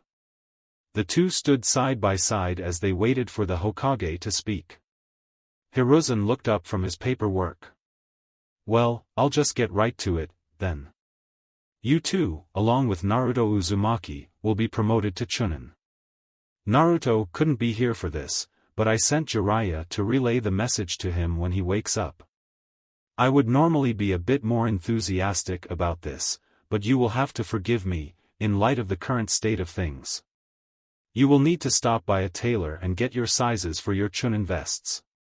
Congratulations to the both of you. Wait, but both of us lost, Sasuke stated. If only the winner got promoted, we wouldn't have very many Chunin at all. Sure, there are battlefield promotions and the like, but none during a time of peace like this. Hiruzen stopped to rethink that last statement. Well, unless you wish to count yesterday's incident. The bottom line is, you two, along with Naruto, showed what is required in Chunin. Also, just so you know, the person who wins the tournament doesn't always become Chunin. What a drag. Shikamaru mumbled. Shikamaru was hoping he wasn't going to get promoted, as it would make him have to work more. Now, you two are dismissed. I have many things to do today. Hiruzen went back to the mountain of paperwork that had piled up overnight. Half the paperwork was, in fact, to release the information regarding the Uchiha incident. Once Itachi had time to talk with his brother, Hiruzen would be releasing what really happened that night to the public. Sasuke and Shikamaru both bowed and left the room. Teammate had just arrived at the Hyuga compound. They walked up to the front gate, where they were greeted by the two branch member guards. Hinata passed by the guards while Shino and Naruto stayed behind. Hinata walked through the Hyuga estate, a place she hadn't been to in quite a while. Just as she was about to reach her room, Hanabi came walking down the hall. Nei-chan. Hanabi ran over and hugged her sister. Are you well enough to come home yet? Hanabi was worried about her sister. Hinata hugged her sister back. Now, it's the big sister's job to worry about the little sister, not the other way around. But... Hanabi tried to say, but Hinata cut her off. How have father and everyone else been? Hinata asked. Well, Dad's fine. He's off in his study right now. There were a few casualties from yesterday, but they were only branch members. Hinata sighed. Hanabi, don't talk about the branch members as if they weren't part of the family. They're only different because of the seal, and even then, they're no different from you or myself. Sorry, I didn't mean to sound like that. Hanabi replied, a little depressed. Are you going to change the caged bird seal when you become head of the clan? Hanabi asked, truly curious about what her sister's plans were on the subject. I had planned on it, yes. Now, I've got to get ready to go. You're going somewhere, Nei-chan? Hinata smiled and nodded. I'm going with Jiraiya and Naruto-kun to find Tsunade Senju. I'll be gone for a few days, at least, so I came home to pack a few things. Hinata smiled. Would you like to help me pack? Hanabi smiled. Sure. The two Hyuga sisters headed off to Hinata's room. The two sisters arrived in Hinata's room and began to pack a week's worth of clothes. The two sat on Hinata's bed. Hinata was folding clothes, while Hanabi was placing them in the backpack. Nei-chan, do you like Naruto? Hanabi asked as she started putting Hinata's clothes in the backpack. Hinata stopped folding clothes. She smiled a bit before answering. Yes, I like him, Hanabi. Why ask that all of a sudden? Hinata wondered why Hanabi would ask something as random as that. Well, when you weren't awake after you first got hurt, he came to visit. Hanabi paused for a moment. Why don't you date him? Sounds like Naruto-kun. Hinata thought. Hinata smiled at her sister. Because it would never be allowed by father or the council. I'm probably on very thin ice for losing to Niji as it is. I honestly wouldn't be surprised if the council is now considering my banishment to the branch clan, Hinata said sadly. But he's the most gifted Hyuga in generations. Hanabi exclaimed. Hinata sighed and went back to folding clothes. It doesn't matter to any of them that that's the case.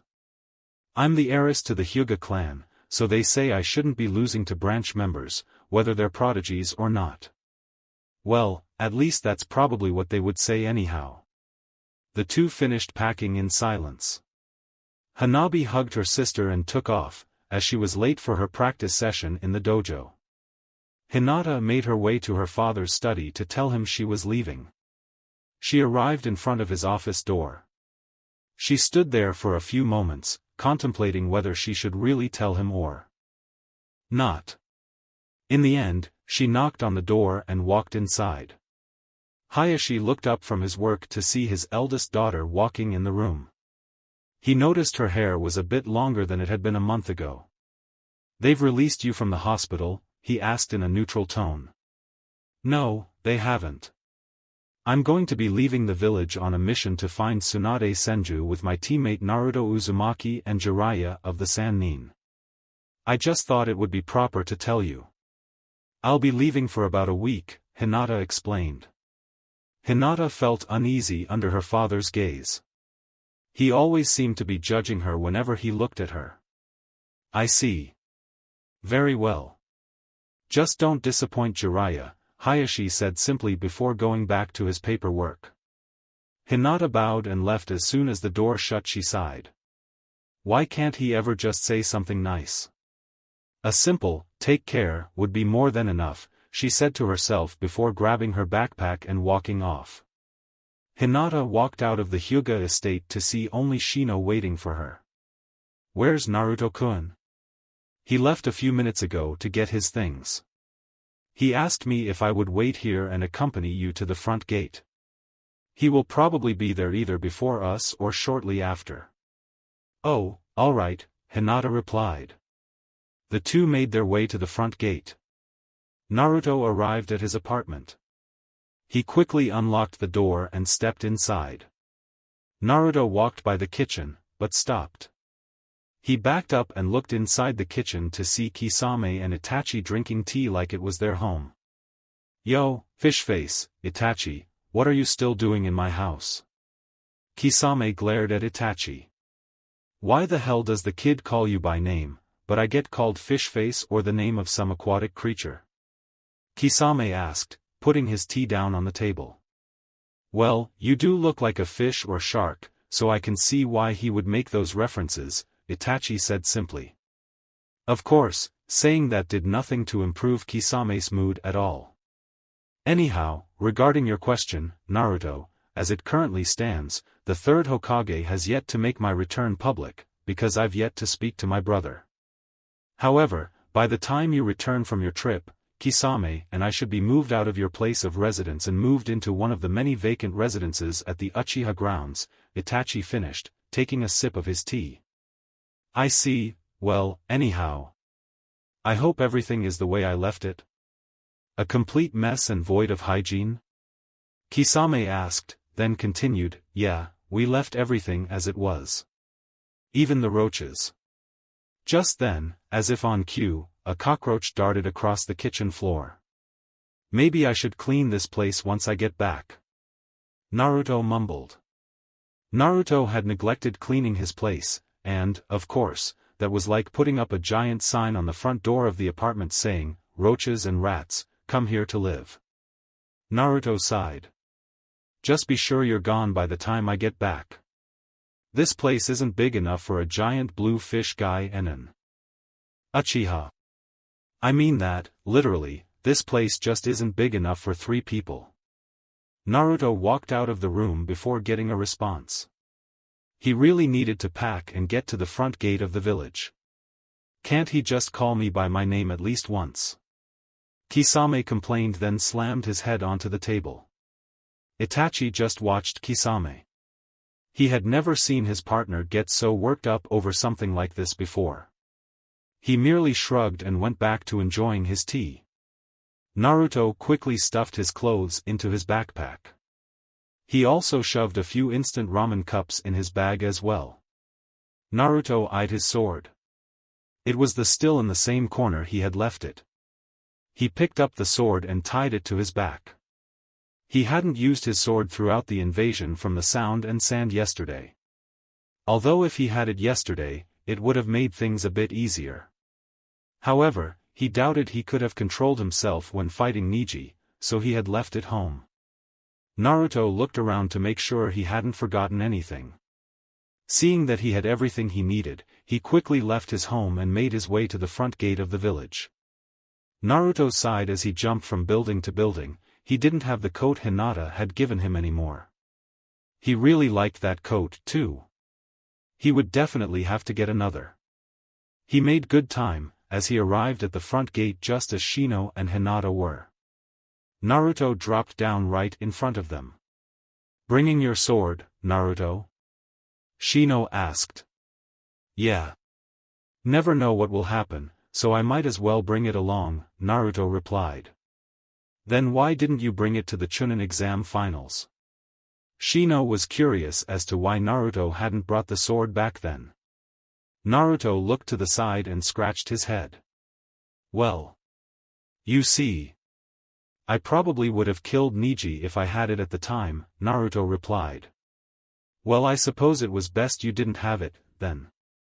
Shino adjusted his glasses a bit. "Well, I'll be on my way, then. There are things my father wants me to do today." Shino walked off towards his home. Later, Shino. Naruto called out. "Are you two ready to head out?" Naruto and Hinata turned around to see Jiraiya standing behind them. "You ready to go, Hinata?"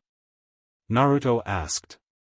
"Yep," Hinata said with a smile. Hinata was excited to go out of the village with just Naruto and Jiraiya. She would finally be able to get some time alone with her boyfriend. The group of 3 disembarked from the village.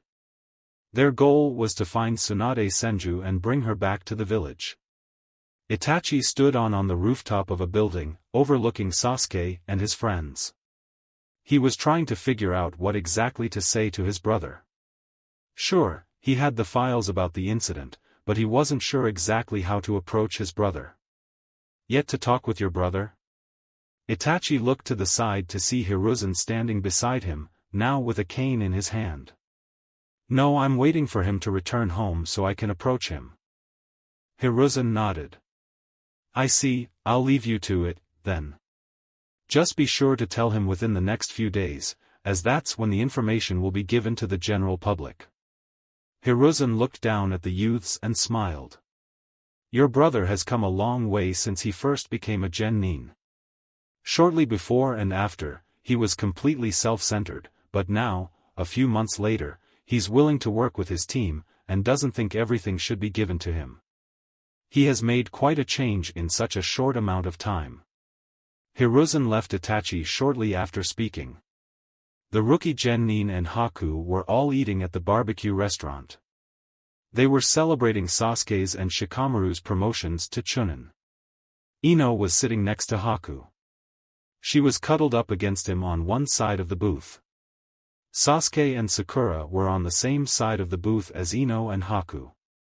Sakura was cuddled up next to Sasuke, who looked rather uncomfortable. Shikamaru, Kiba, Shino, and Chuji were on the other side of the booth. The group had just ordered a rather large mountain of beef and other meats to put on the grill. No one was saying anything. They were all just sitting there, at least until Kiba brought up a subject. Hey, guys, did you know Jiraiya, Naruto, and Hinata left a short while ago to go find some Tsunade person? Kiba asked. The only one who didn't look surprised was Shino. Then again, you could never really tell the expression on Shino's face, or tell how he was feeling, as he always sounded the same. Really? Ino asked. Yeah. I heard on the way here that they left a little while ago, Kiba replied. Why not take Shino then? Shikamaru asked. Because the Hokage was only allowing Jiraiya to take 2 people along with him, so he chose Naruto, his student, and Hinata. I'm guessing he chose Hinata because of the Byakugan, since it would help find Tsunade in one of the various towns. Shino took a sip of his drink once he finished speaking. Makes sense, Sasuke replied. Do you think there's anything going on between those two? Chuji asked. Who? Naruto and Hinata? Sakura asked, getting a nod from Chuji. I don't think so. I mean, we probably would have noticed something by now if that were the case. Shikamaru and Shino, of course, were silent on the matter. The two knew Naruto and Hinata had a relationship, but they weren't going to tell anyone. Shikamaru was just too lazy to do it, as it would cause him a good amount of grief. And Shino, well, he just didn't talk a lot. Before anything else could be said, the assortment of meats had arrived. Chuji quickly put them on the grill. The 8 young ninja began to chat and make jokes while the meat cooked. Itachi stood on the building he had been watching his brother from. He wondered how often his brother smiled or laughed these days. Somewhere outside Konoha, Naruto, Hinata, and Jiraiya had stopped at a little shop on the road after a few hours of travel. Hinata had been feeling tired, so they had stopped at this tea shop on the road. So, Pervy Sage, what's our first destination? Naruto asked as he looked at the map on the table. Well, I had some of my contacts trying to locate Tsunade for the better part of 2 weeks now. I told them to meet us here, Jiraiya said, pointing to a rather large town on the map. The town or city was called Iwai. They'll meet us here if they found anything. The town Jiraiya had pointed to was known for its hot springs and year-round festivals.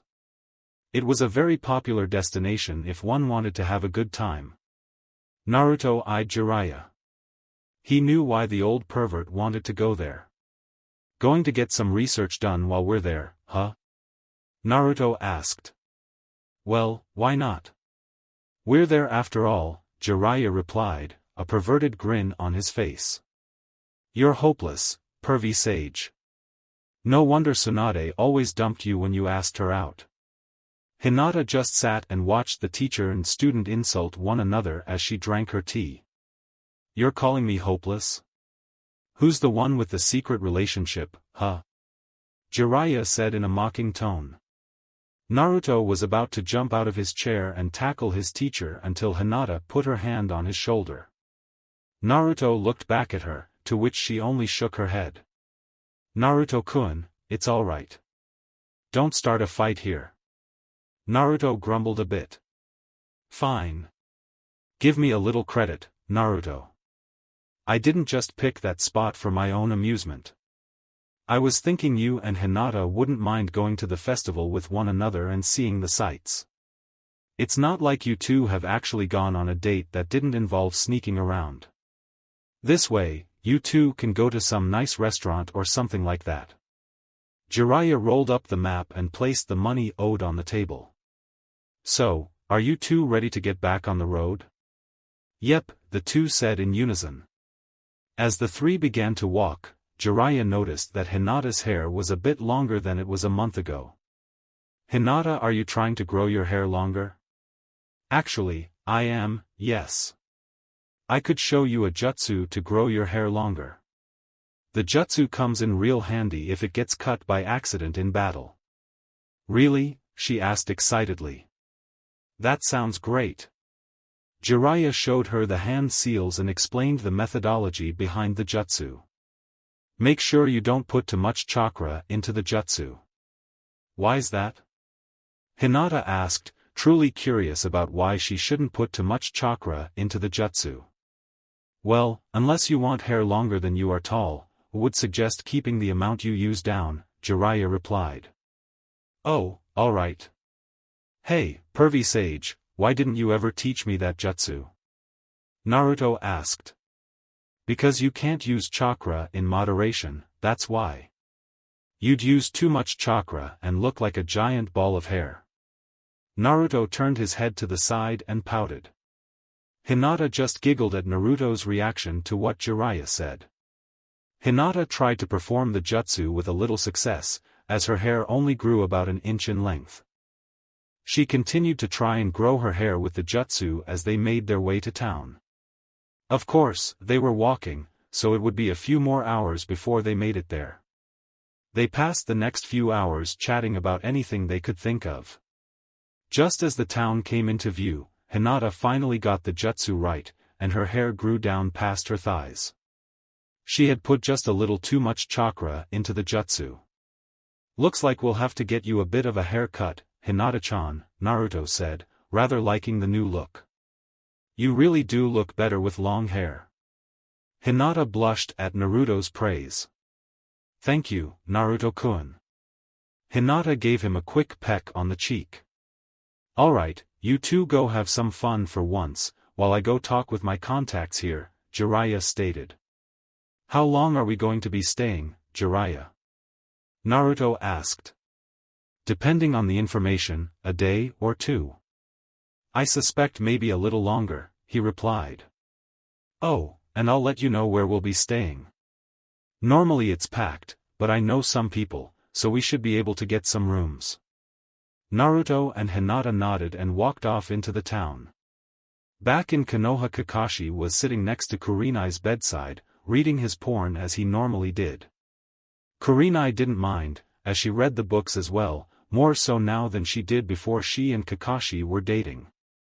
They had just found out from Shino that Hinata, Naruto, and Jiraiya had left the village to find Tsunade. So you think Jiraiya is going to let those two spend some time together? Karinai asked. Karinai was propped up in her hospital bed. The doctor had healed her broken bones, but would not release her yet, as she needed at least a week to rest. Kakashi closed his book. I'm sure he will. Jiraiya wouldn't take the both of them and not give them at least a little time to themselves. Kakashi, why did you panic back there? Kurenai was referring to Kakashi looking all pathetic during yesterday's events. Kakashi looked up and took a deep breath. When I saw you there, not moving, I thought I had lost you. Kakashi paused for a moment as he gathered his thoughts. You know, Rin said the same thing to me before she died.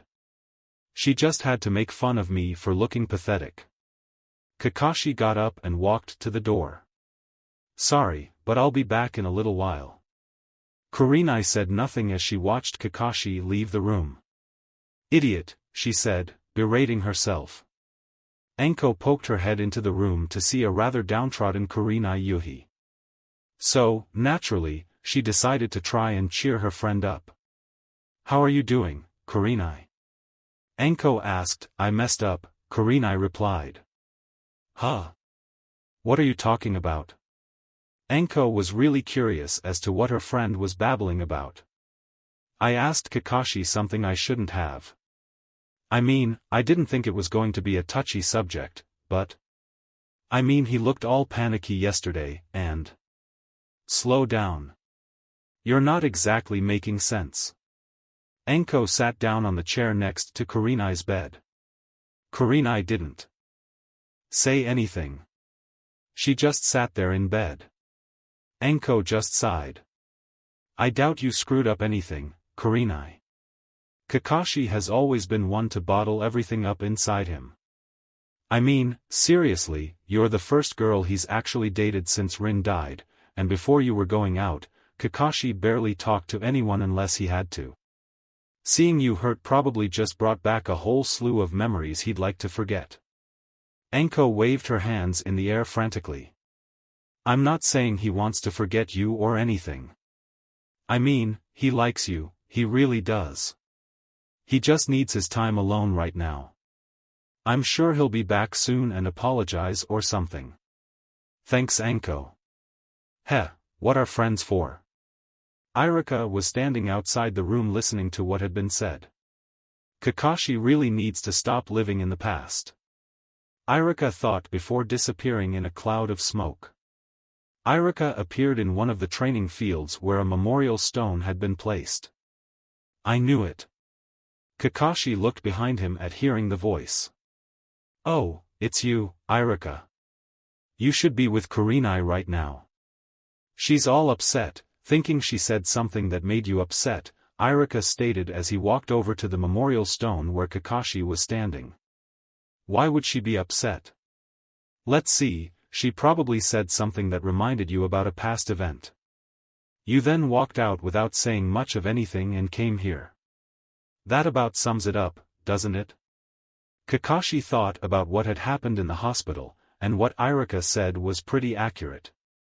Well, I guess I did that. Is she really that upset? Irika put a hand on Kakashi's shoulder. She looked pretty troubled.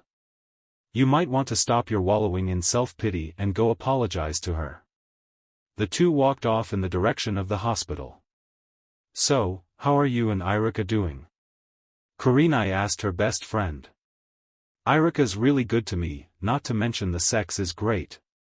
I mean, after the funeral, we went at it like rabbits in a field. Kurenai's sweat dropped. Only you would say something like that, Anko. What? The sex is really good. Going around and talking about our sex life, Anko-chan. Anko and Kurenai looked to see their boyfriend standing in the doorway. Kakashi walked into the room and there was a rather awkward silence. Come on, Anko. Time to go, Irika said, trying to give Kakashi and Kurenai some time to themselves. But this is like one of those drama movies. Irika sighed. I'll buy you dango. At the mention of dango, Anko's eyes lit up. Dango? Yes, all the dango you can eat, Irika replied. Dango. Dango. Dango. Anko chanted as she ran out of the room, dragging Irika down the halls of the hospital. Anko is a handful, isn't she? Kakashi asked. Kurenai shrugged. Wouldn't be Anko otherwise. Kakashi sat down on Kurenai's bed. Sorry about earlier, I just... Kurenai's arms wrapped around his waist and she hugged him. It's fine, Kakashi-kun. Just try not to do it again, alright? Kakashi put a hand over hers. I'll try, he replied. Iniwai Naruto was sitting in a clothes shop, waiting for Hinata to pick out a kimono she liked. Hinata had brought about half a dozen or so in with her to try on. Naruto didn't really care what kimono she wore, as she looked good in anything. At least, that was his opinion. Naruto looked around. There were a lot of women in the shop, looking for kimonos for tonight. He felt rather uncomfortable sitting next to one of the changing rooms. I hope she gets done soon. Some of these women are looking at me strangely, Naruto mumbled to himself. A few more minutes passed until Hinata finally came out. She wore a blue and white kimono. The kimono was blue on the bottom and faded into a pure white.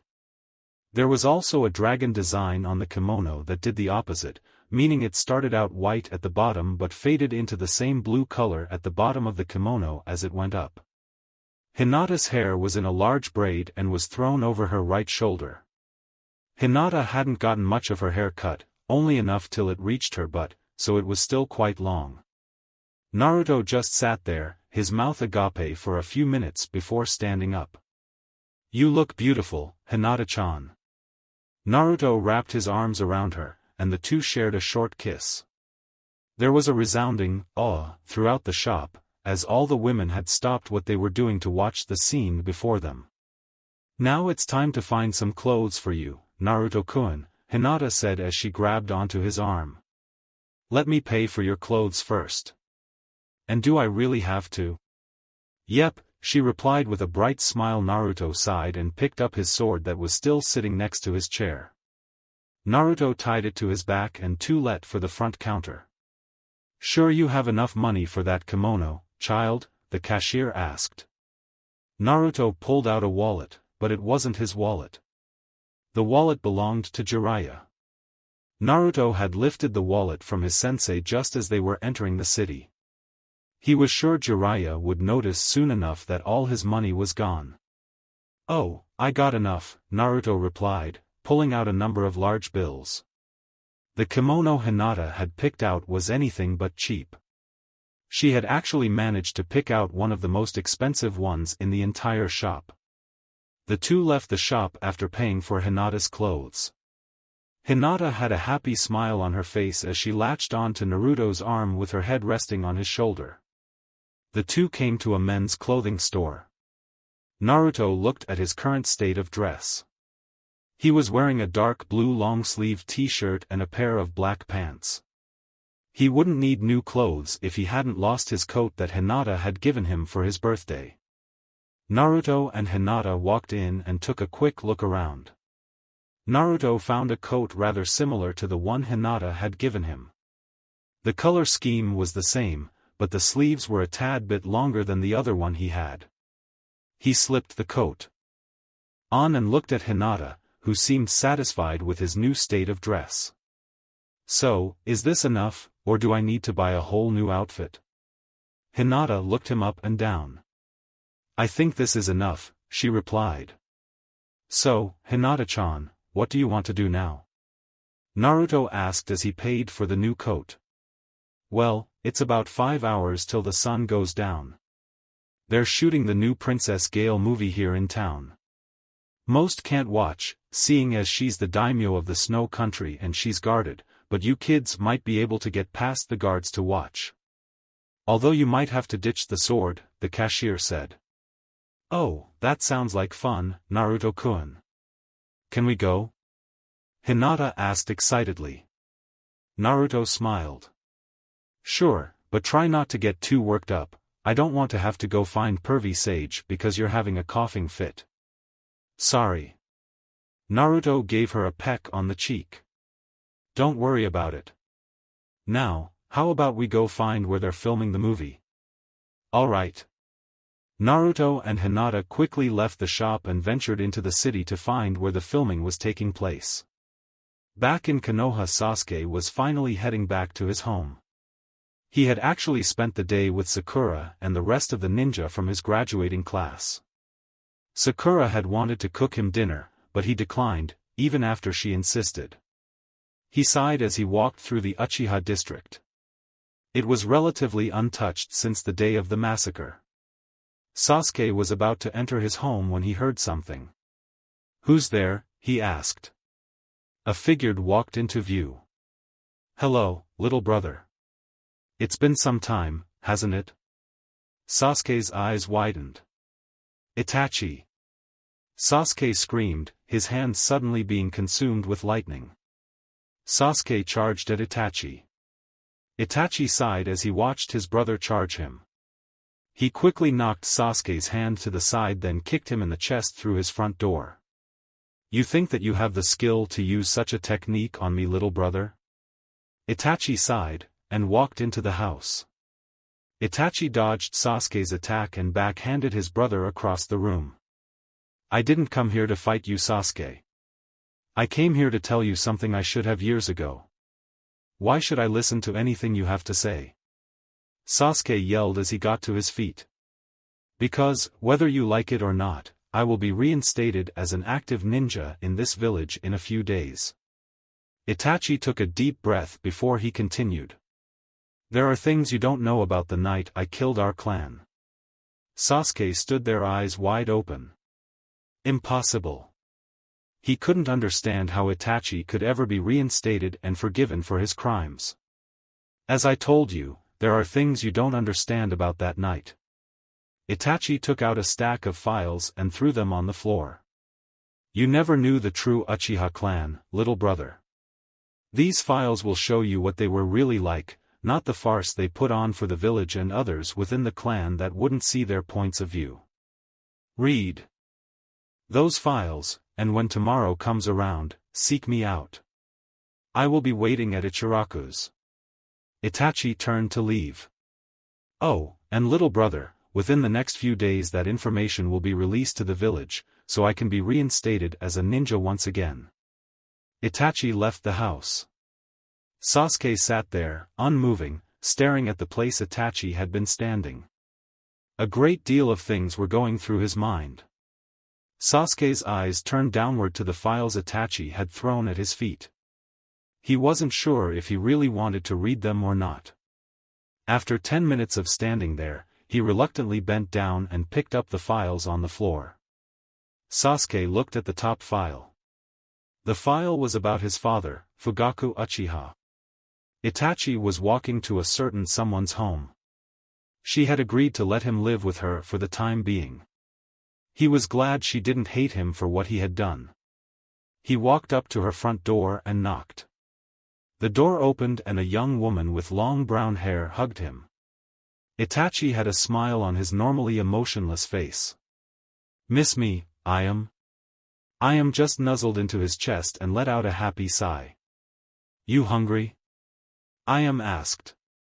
"For your cooking?" "Always," he replied. The two of them disappeared into Iam's apartment. "So you moved out of your dad's house?" Itachi asked as he looked around the apartment. "Yeah, about 6 months back, I said I wanted to live on my own. I'm glad neither my home or my father's were hit too hard during the attack yesterday." Iam walked into the kitchen. Itachi took off his coat and sat down at the table. "So, where's that person you came here with now?" Iam called from the kitchen. "Oh, Kisame. The Hokage said he would have him housed somewhere else for the time being," Itachi replied. "Damn it, Kisame, get out of my house. I don't care what the Hokage said, you can't stay here." Zabuza yelled. Tsunade came walking into the room with dinner. "Now, Zabuza-kun, the Hokage said he would only be staying here for a few days." Zabuza grumbled a little bit, but didn't talk back.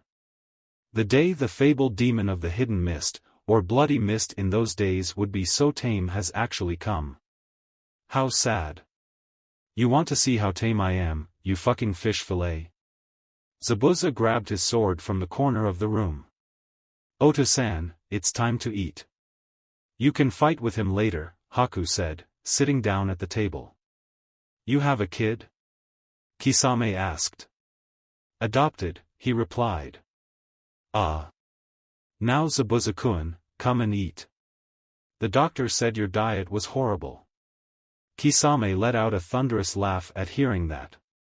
Zabuza grumbled about stupid fish men, and wanting to cook the fish man in his house on an open fire, as he ate his meal, which was, in fact, very good. Ayam put the food down on the table in front of the couch. It was a rather large assortment of different types of sushi. She was humming a happy tune as she sat down next to Itachi. So, how was life on the road? It was, well, let's just say. It was interesting. Itachi began to eat the sushi. He really missed Ayam's cooking. Can't you be more specific? Ayam asked. Sorry, Ayam. I would, but what I was doing while outside of the village is classified. So even though you were marked as a traitor, you were still working for the village? Yes, I was. Ayam leaned against him. I was really worried about you. I wish you would have at least sent me a note once a year or something. Sorry. Itachi saw from his peripheral vision that Ayam was yawning. Itachi quickly put a piece of sushi in her mouth. Itachi found her reaction rather amusing. You have to eat as well, was all Itachi said before going back to eating. Ayam didn't argue. The fact was, she hadn't eaten in quite some time. It's good to have you home, Itachi-kun. It's good to be back, Ayam-chan, Itachi replied. A few minutes passed, and the two had finished eating. What do you think of Naruto? Naruto? Well, he's always cheerful, and nothing seems to get him down. He's matured since he left with Jiraiya, but he's still got that goofy side to him. I hear he beat your brother in the exams. Yes, he did. I was watching their fight. Naruto was playing Sasuke the entire time. He only made it seem like a close match because he didn't want to show off. I suspect Jiraiya told him not to show off once they returned to the village. I also bet Naruto knows many more jutsu than he's shown so far. You think so? Oh, yes. Naruto is quite the interesting individual. Why Naruto and Hinata were sidetracked from their current task of finding where they were filming the movie when Naruto's stomach rumbling told them both he needed to eat. The two currently sat in a small booth, much like at Ichiraku's. However, this place didn't sell ramen, sadly. Naruto was eating some sushi, while Hinata was happily munching on a cinnamon bun that Naruto had bought her. Naruto quickly finished the last of his sushi. He paid for his meal. It wasn't as good at ramen, but it wasn't bad either. Shall we go, Hinata-chan? Naruto asked, holding out his arm. Hinata smiled and hooked her arm with Naruto's. She hummed. I'm sure you'll like watching the movie being made. I had a blast last time. Well, we were attacked last time, so I guess that made it more exciting. Really, you were attacked? Hinata asked. Yeah, we were. By Snow Ninja, came Jiraiya's voice. The two looked behind them to see Jiraiya standing there, a rather perturbed look on his face. Jiraiya's hand was outstretched as if he was waiting to be handed something. Oh right, sorry about that, but I didn't think you needed the money. Naruto handed Jiraiya his wallet. I bought a few things with your money. Jiraiya looked in his wallet to see almost all his money gone. What the hell, Naruto? What in the world did you buy? Jiraiya yelled, pulling out a single bill that was left. Well, I bought Hinata a kimono, that wasn't exactly cheap. Then I bought a new coat to replace the one Sasuke burned to a crisp. Then I bought some food just now for the both of us, Naruto said, counting his fingers as he counted off the things he bought. Jiraiya grumbled as he looked at his wallet. Fine, she did need some new clothes after all, he muttered. Jiraiya pulled out a piece of paper. I've got our rooms booked at one of the hotels. This piece of paper has the address of the place. Now let's go see that hot actress again, Jiraiya said, his face turning into a perverted smile with drool coming out the corner of his mouth. Yeah, last time you tried to see her naked, she almost killed you with a sword. It's not fair. You got to see her naked and she didn't try and kill you. Jiraiya pouted like a 5-year-old. Naruto felt killer intent behind him. He turned around slowly to see Hinata with a sweet smile on her face. What was that, Naruto-kun? What did he say? Hinata asked sweetly. Her words promised pain if he said the wrong thing. Well, you see, after we helped her and she became the Snow Daimyo. I was taking a bath, you see, and, she walked in and well, but nothing happened. Naruto blurted random phrases from the event while waving his hands in the air. Shut up, kid. You know you liked it. Naruto's face went red as images popped into his head. Not the point, Naruto mumbled. Jiraiya, Naruto, is that you? A voice came from behind them. Both Naruto and Jiraiya turned to see Koyuki's manager and advisor, Sandayu Asama, standing there, holding a few documents. Well, Sandayu. We were just about to go see you and Koyuki, Jiraiya stated. Excellent.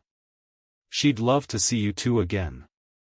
Come, I'll take you to where they're currently filming, Sandayu said, motioning for them to follow. And so, the four of them were off to see Koyuki. The three-leaf ninja and agent/advisor walked down the street towards some guards, who stood in front of an alleyway. The alleyway must have led to the section of the town that was reserved for the filming. Sandayu waved at them and they allowed the group to pass without question. So, how have you two been over the past few years? And who is this lovely young lady with you? Sandayu asked, looking at the young girl that seemed to be around Naruto's age, who blushed a little and moved closer to Naruto. Oh, we've been fine. A few problems happened recently, but they've been taken care of for the most part, replied the Sannin to Sandayu's first question. And this young lady that has taken to trying to hide behind Naruto is his girlfriend, Hinata. Really? Well, that's good to hear. Sandayu was glad to hear Naruto's life was getting better, as the blonde had told him about his life. Do you treat her right, Naruto? Why wouldn't I treat Hinata-chan right? To Naruto, not treating Hinata right was a foreign concept. Sandayu let out a hearty laugh. Good, I'm glad to hear that. Koyuki has been doing quite well. Since you two came along. You should really stop by the snow country one of these days for a visit. Excuse me, but how did you meet Naruto-kun? Hinata asked. Well, I'm sure Koyuki will be more than happy to explain all that if you ask her. Sandayu looked at his watch. He was a bit pressed for time, and didn't exactly have time to explain. She should be due for a break soon enough anyhow, seeing as tonight is the last night of one of the larger festivals of the year. The group exited the alleyway to see that part of the town had been reformed into a battlefield. The group saw Koyuki standing with her co-actors in a field in front of a destroyed building. The female daimyo/actor was saying some line in front of the movie's villain. I will never give up. Koyuki noticed Naruto in the background. Naruto. Koyuki dropped her prop weapon, ran over to Naruto, and hugged him. The Jinchuriki's face was firmly planted between her breasts. Hinata was not pleased by the closeness of the two. The producer smiled. He remembered Naruto. Alright, everyone, we'll be taking the rest of the day off. Take time to go to tonight's festival. It's the biggest one of the year. Just, please, don't get drunk off your asses. I need you ready for tomorrow. So Naruto, how have you been, and who's this girl with you? Asked the actress. Naruto's face was still firmly planted in between Koyuki's breasts. He was currently struggling to breathe, let alone answer her question. Well, Koyuki, if you'd let him breathe, he might be able to answer your question, the white-haired Sannin commented. Koyuki looked down to see a struggling Naruto, who was starting to turn blue. Oh. Sorry Naruto-kun, she said, letting go of him. Naruto gasped for breath as Koyuki let go of him. I thought I was going to die in there, he yelled. I hope I die like that. Jiraiya mumbled rather loudly. A bunch of people that were watching nodded dumbly. It seemed a rather large number of people wouldn't mind dying by being smothered with Koyuki's breasts. The only ones who seemed to have an issue with that form of death were Naruto and most certainly Hinata. If Naruto-kun's going to die being smothered in anyone's breasts, they will be mine, Hinata thought. Her face went red as she realized what she was actually thinking. Oh no! I'm becoming a pervert. Hinata was completely spaced out. The Hyuga heiress had no idea her boyfriend was calling her name repeatedly. Hinata. Earth to Hinata, her boyfriend stated, waving his hand in front of her face. Hinata blinked a few times to see Naruto directly in her face. A light blush graced her face. Sorry. I guess I spaced out. The actress wrapped her arms around the blonde. Naruto-kun, why don't we take another bath together? Koyuki suggested in his ear. Everyone yelled. That's right. Naruto has seen parts of me none of you ever will. For some reason, Kyuki was rather proud of saying that. Perhaps she just liked the reaction it got from everyone? Everyone's mouths just hung open. Naruto looked at Hinata, who was fuming. Hinata, for the record, I didn't do it willingly. Are you sure, Naruto-kun? Koyuki whispered into his ear loud enough for Hinata to hear. The brunette turned red in the face and stormed off. Wait, Hinata.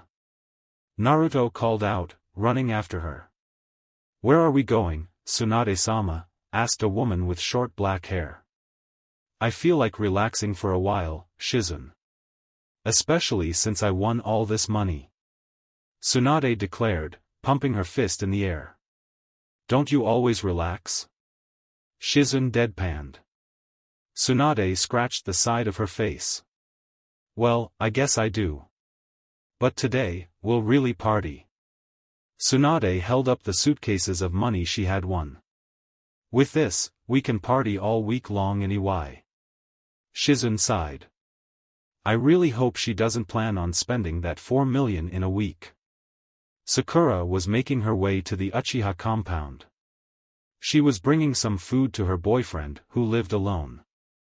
The genin had a bright smile on her face. She really hoped Sasuke hadn't eaten yet. Sakura walked through the gate leading into the Uchiha compound. This was actually her first time in the old Uchiha district. The place itself felt so lonely. She just shrugged off that feeling and made her way to the clan head's house. Sakura had never been here before. However, she had read about it in a book or two. Inside those books, she found where the clan head's house was located.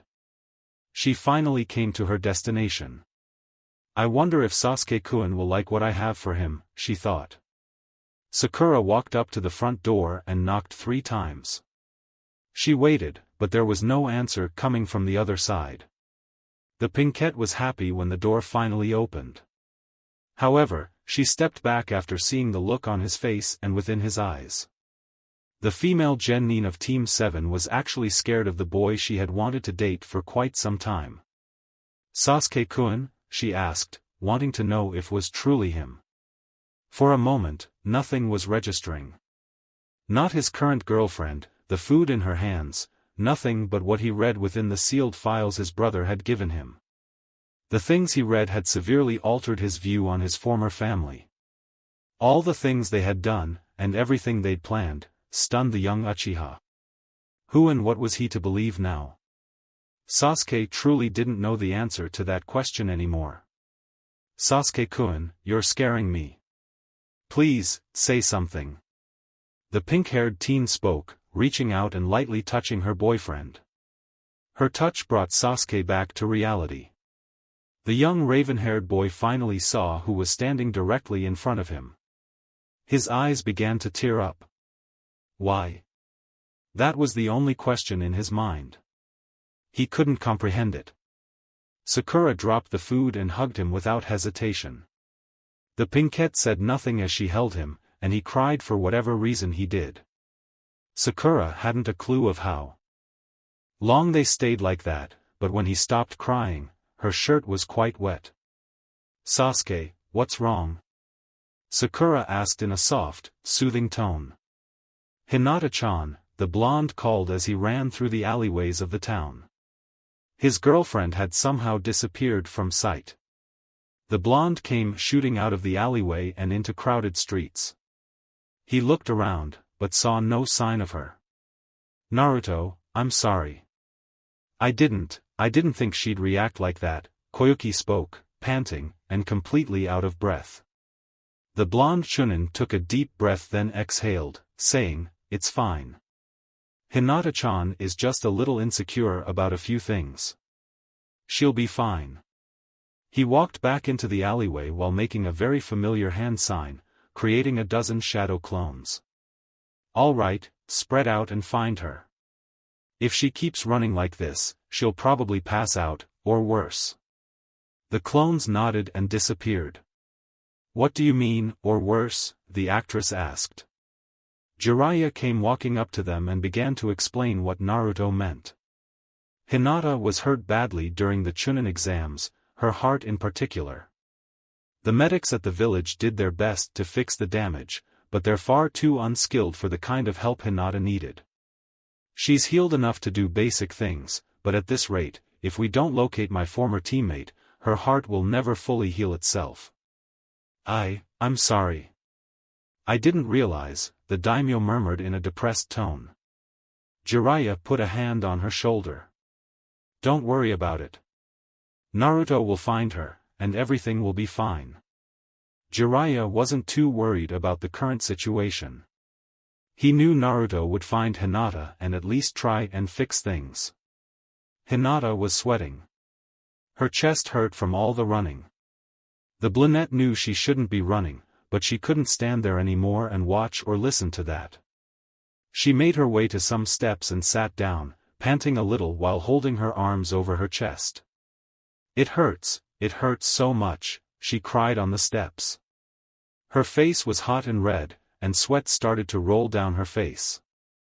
The young Hyuga had completely overworked herself, both physically and emotionally. "Are you all right?" asked a young-looking woman with a small pig in her arms. Hinata looked up, her vision starting to blur. "My chest hurts." She managed to say that much before falling forwards and passing out. The dark-haired woman caught Hinata and felt her forehead. "Kami, she's burning up." She quickly picked Hinata up and rushed off into the crowd. She never even thought about Hinata's eyes. "Tsunade-sama," the woman said, bursting into the bar where the legendary healer was getting intoxicated. "What is it, Shizun? Can't you see I'm busy drinking?" Tsunade asked, not turning around to see what her apprentice wanted. Shizun walked up right next to her sensei. Tsunade looked over. The girl looked familiar somehow. She put her hand on the child's head. "She's burning up, Shizun." "I know. Can you help her?" Shizun could have, of course, helped Hinata, but she hoped this would get her mentor out of the funk she'd been in for quite some time. "Naruto, help me." Hinata was shivering in Shizun's arms. Tsunade looked at her drink then at the girl. "Fine, let's get to our room. I can do more there than at this bar." Tsunade took the girl in her arms and quickly made her exit. Naruto sat on a rooftop alone. He'd looked everywhere, and he couldn't find a single trace of Hinata. He had hundreds of clones still out at the edge of the town making sure someone didn't kidnap her. The blonde was hoping Hinata was just hiding from him because she was upset. The only way you could tell Naruto was upset was the stone in his hand, which was beginning to crack from his grip. "Still nothing?" came Jiraiya's voice.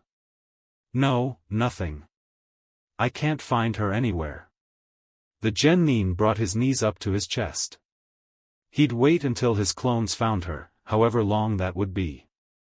Sakura sat on the couch, Sasuke's head in her lap.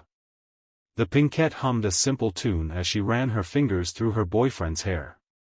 She noticed all the files spread out in the room, but she didn't look at them. Sakura knew those papers must have been the source of his behavior. However, her assumption was only half correct. I see. So my brother has matured a bit, came a voice that seemed to come from everywhere at once. Sakura froze. The voice chilled her to the bone. Who are you? She asked. The man in question appeared directly in front of the two genin. The Pinkette's arms wrapped around Sasuke, pulling him closer. My name is Itachi Uchiha, and I'm Sasuke's older brother. Come to finish the job? Sakura asked, her voice filled with hatred for the man standing in front of her. That's enough, Sakura, came the voice of the old Hokage from directly behind the young female genin. You don't know the whole story behind what happened that night, but you will soon. Hokage-sama? Sakura was perplexed, to say the least, by what was going on.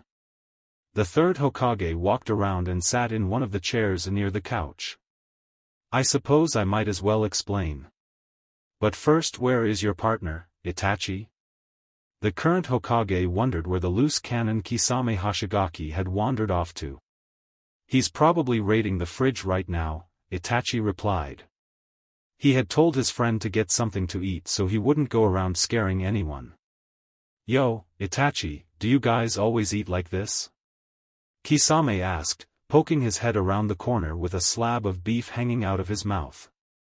For the most part, the elder Uchiha brother replied. Now go back into the kitchen before you start spilling stuff on the floor. Kisame did just that, ducking his head and disappearing back inside the kitchen. I hope that will keep him occupied for a while. Sakura just sat there in silence, unsure of what was going on. The Pinkette wanted to ask questions, but didn't dare to speak at the current moment. Looking down at Sasuke, she wondered if he knew his brother was back. Anyhow, where should I begin? The old Hokage muttered. How is she doing, Lady Tsunade? Shizun asked. The younger woman was quite worried about the child she had found. Tsunade sighed as she wiped the sweat from Hinata's face. It's her heart. It's been badly damaged and some second-rate doctors tried to heal it. They did a piss-poor job and left her heart in shambles. All she'd have to do to be in severe pain is get a little worked up. The buxom blonde felt the young teenager's head. Her fever should break soon, but I'm not sure when she'll wake up. Shizun, did you get a look at her eyes? Shizun cocked her head to one side. What do you mean, Tsunade-sama? Shizun didn't understand what her eyes had to do with anything. She had completely forgotten about a certain clan in Konoha. She's a Hyuga, Shizun, but I don't know what she's doing here alone. It's a good thing you found her when you did. A great many people would kill for an unsealed Hyuga girl. Tsunade stood. Shizun, we should probably find who she was with. That child couldn't have come all this way by herself. She can rest here for now. Tsunade walked over to the doorway and turned the light off as Shizun exited the room. What do you want me to do, Tsunade-sama? Tsunade thought about her pupil's question for a moment. Search the city and if you see anyone you recognize, bring them back. The buxom blonde saw the look on her apprentice's face. Don't make me repeat what I've said, because it's already left a bad taste in my mouth. Of course, Tsunade-sama. I'll leave right away. Shizun almost yelled, disappearing in a cloud of smoke. Stop your moping. It's depressing, came the Kyuubi's voice. I'll mope as long as I feel like. Naruto was in no mood to deal with the fox. I said stop moping. The Kyuubi popped into existence above Naruto's head. It then proceeded to bite down on the blonde's head. Ow! Naruto screamed, jumping up. Get the hell off! Naruto yelled, grabbing the small fox by the midsection and trying to yank him off. The blonde looked as if he was doing some sort of little dance on the rooftop as he attempted to remove the fox from his head. He finally succeeded in removing the irate fox after several minutes of trying. What the hell is your problem? What's my problem? You're my goddamn problem. I will not tolerate the person I'm sealed in whining and moping around over something like this. Kyubi was livid. He hated weakness, especially in the person he currently resided in. What do you expect me to do, then? The blonde genin yelled back, looking the fox directly in the eyes. I expect you to do what you've always done, not mope like some sad little twit. Bah! You're pathetic right now, and I don't feel like talking to you anymore. Takashi disappeared in a puff of smoke back into the seal. Naruto sat down on the roof, then laid down. He stared at the stars, something he'd never bothered to do before. Naruto, are you still up here? Came Jiraiya's voice several minutes later. Yeah, I'm over here, he replied, not bothering to move. It's already been 3 hours, and I haven't found her. It's not like she could have gotten that far. Jiraiya walked over to the edge of the building and looked out over the festival. All we can do is look, Naruto. I've already sent clones myself, but I haven't found anything yet either. Shizun was scanning the town for anyone she recognized that was from the Leaf Village, however, the medic ninja a little over an hour into her search and had found nothing. A tall figure appeared beside Shizun. I thought you looked familiar. It's been a long time, Shizun. Shizun spun quickly to face the man to find it was Jiraiya. Oh, Jiraiya-sama. It has been a long time. I had no idea you were here. Yeah, well, that's really not important right now. Have you seen a young Hyuga girl?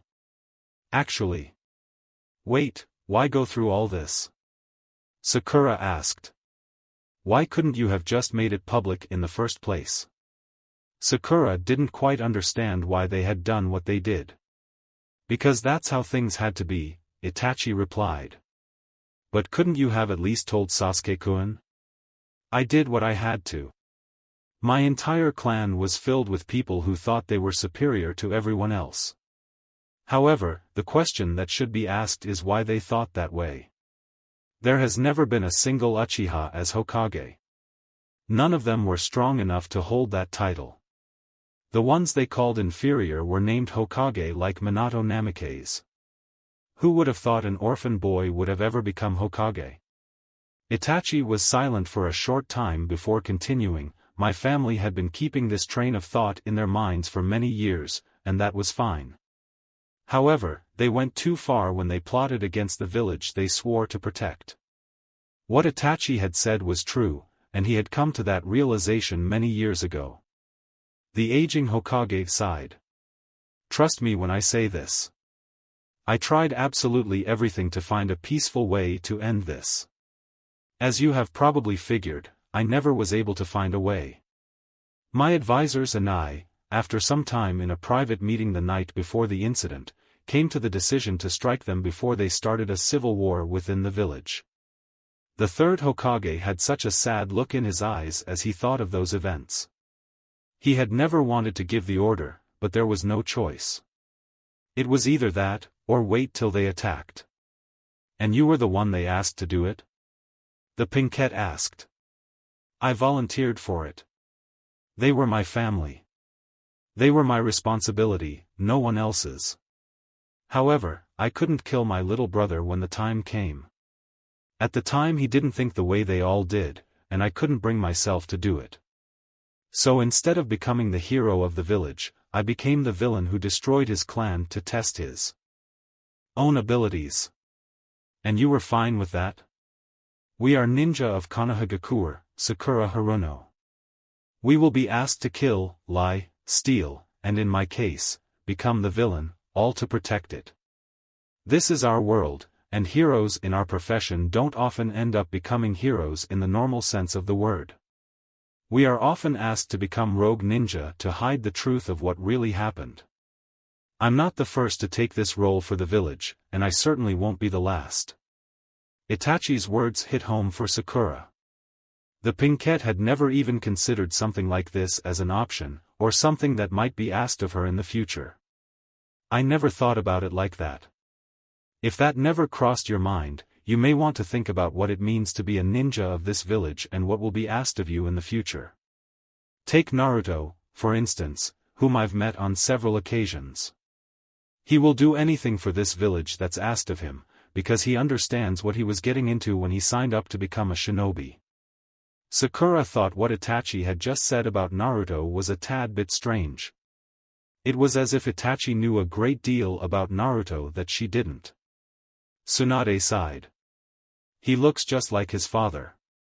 She was standing in the doorway, looking at Naruto, who was laying next to Hinata in bed. Acts like his mom, though, Jiraiya commented, sipping some sake. He wants to be Hokage, you know. Tsunade gripped the door frame with one hand as bad memories flooded back into her mind. That's not a life anyone should strive for, she replied softly. Yeah, well, that's what he wants to do, and I have no right to tell him not to do it. Jiraiya stood and walked over to the doorway. So, you never answered my question. Why does he want me, of all people, to be Hokage? He should ask Kakashi or someone like that. I'm just not in the mood to deal with the council's crap and the paperwork. Tsunade couldn't help but watch the two teens. The scene reminded Tsunade of her past. A past she had tried so hard to forget. I figured you'd say something like that. Well, honestly, I don't care whether you become Hokage or not. I mainly came here so you could help that young woman that happens to be passed out on your hotel bed. I don't do the healer bit anymore, Jiraiya. You know I haven't for a long time now. Tsunade wasn't proud of saying it, but it was the truth. Yeah, I know. But the healers in the Leaf aren't as good as they used to be, Tsunade, and I'm sure you've already looked and realized that if you don't help her, she'll never be able to be a kunoichi again. From what I was told, I don't even think she would be able to survive childbirth with such a weak heart. Not unless it's fixed, anyhow. How long has it been since she had surgery? Tsunade was curious as to how long it's been since the event happened. About a month. She's been okay, other than times she got worked up emotionally or physically. Even if she doesn't, though, Hinata gets tired very quickly. What happened to her? During the Chunin exams, she was matched up against her cousin, Niji. At first he wasn't trying very hard, but when she wouldn't go down, he landed a blow that could have killed her. Actually, the blow almost did kill her, but don't tell Naruto that. Jiraiya smiled. Naruto got him back in the finals, though, and good, too. Tsunade smiled a little. Even if I wanted to, Jiraiya, there is nothing I can do for her here. The job to fix her heart was done improperly. It wouldn't surprise me if the elders of her clan paid the doctors off to make it so her heart would never be strong enough to perform ninjutsu or her duty as head of the clan. Do they really dislike her that much? Tsunade couldn't believe the elders would go this far. Afraid so. They see her as timid, weak, and far too kind for her own good. Please never mention that to Naruto. He can get pretty emotional about some things. Of course, what Jiraiya had said was pure speculation, but in a disturbing way it made sense. That's still hard to believe, Jiraiya. I suppose it is. Jiraiya picked up a sake bottle and finished the contents. Well, I'll leave the two of them in your care for tonight. Please at least think about coming back. Jiraiya made a hand seal and disappeared from the room. Tsunade turned her attention back towards the two teens. Naruto laid on the bed next to Hinata, who had snuggled up to him in her sleep. The blonde just held her, enjoying the moment. I was really upset, Naruto-kun, came Hinata's voice. How long have you been awake? Naruto asked, curious. Ever since I cuddled up to you, she replied, her face darkening with a blush. I'm sorry about earlier, Hina-chan. I didn't think Koyuki was going to do something like that. Naruto held Hinata a little tighter against him. No, I'm the one who should be saying sorry. I shouldn't have gotten upset and run off, Hinata said after a few seconds of silence. Tsunade watched the two talk from the doorway. In a way, it reminded her of Dan and herself. Tsunade-sama, are you going to at least help her? Asked Shizen. If I were to help her, I would need the facilities in the village to attempt heart surgery, Shizen. As Tsunade looked at the two, she wondered if it would be so bad going back to the village. How long has it been since we've been back? Too long, Tsunade-sama, the Sannin's apprentice replied. Sasuke walked the halls of the Uchiha compound.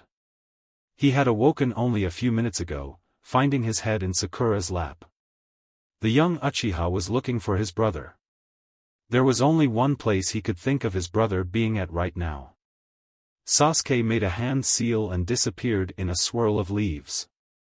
He appeared in a wooded area with a small clearing.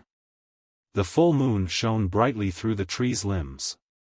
Sasuke saw his brother sitting on a stump in the center of the clearing. What is it, Sasuke? Came Itachi's voice. I doubt I'll ever be able to forgive you, the younger brother responded. I didn't think it would be that easy to earn your forgiveness for what I've done. There was complete silence between the two, save for the howling wind that blew through the trees and the insects. The two were like this for several minutes before Sasuke turned around to head back to the house, until Itachi began to speak again. That girl in the house.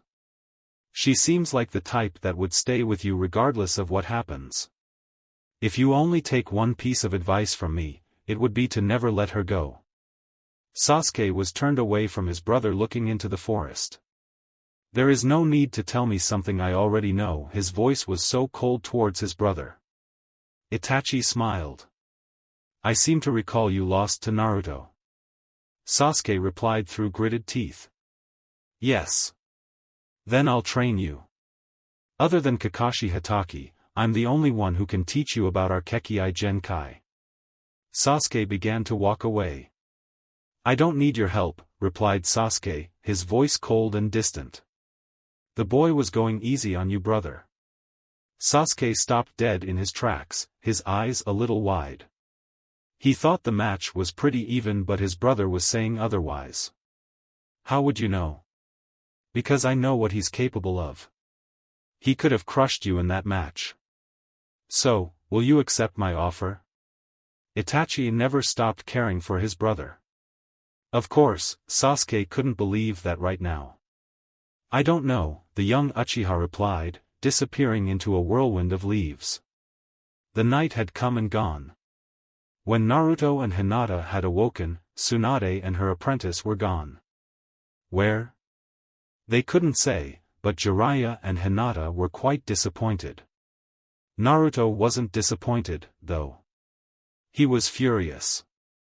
The trio had decided to spend the morning in town before departing back to the village. Couldn't we stay here a little longer? Hinata asked. She was sitting in Naruto's lap as they watched Koyuki. Koyuki had apologized quite profusely to Hinata and Naruto when they came that morning to see her at the set. Sorry, Hina-chan. Jiraiya said we have to get back to the village and report on our failed attempt.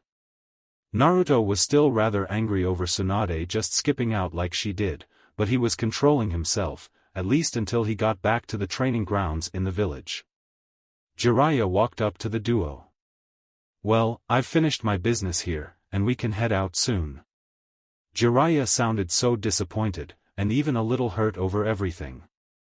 Don't tell me you three have to leave so soon, came Sandayu's voice. Yeah, sorry, Naruto replied. But we have to go since we found who we were looking for, and she's decided to not come with us. You could hear the disdain in Naruto's voice as he spoke of their mission. We'll find another way, Naruto-kun, Hinata spoke softly. The way she spoke to the blonde seemed to quell his anger. I guess, he replied, looking at the ground. Naruto felt as if he failed even though there wasn't much he could have done. The director called out, cut, and the actors left the set to drink some food and take a breather. They were trying to shoot a fight scene, which can be taxing on everyone. Koyuki grabbed some water and walked over to the group. So you guys really are leaving today? She asked. Yeah, sorry about that, Naruto replied. Why can't you take a little time off and come back to the land of snow with us? She queried. Jiraiya seriously thought about that before thinking about the village coming before his own needs.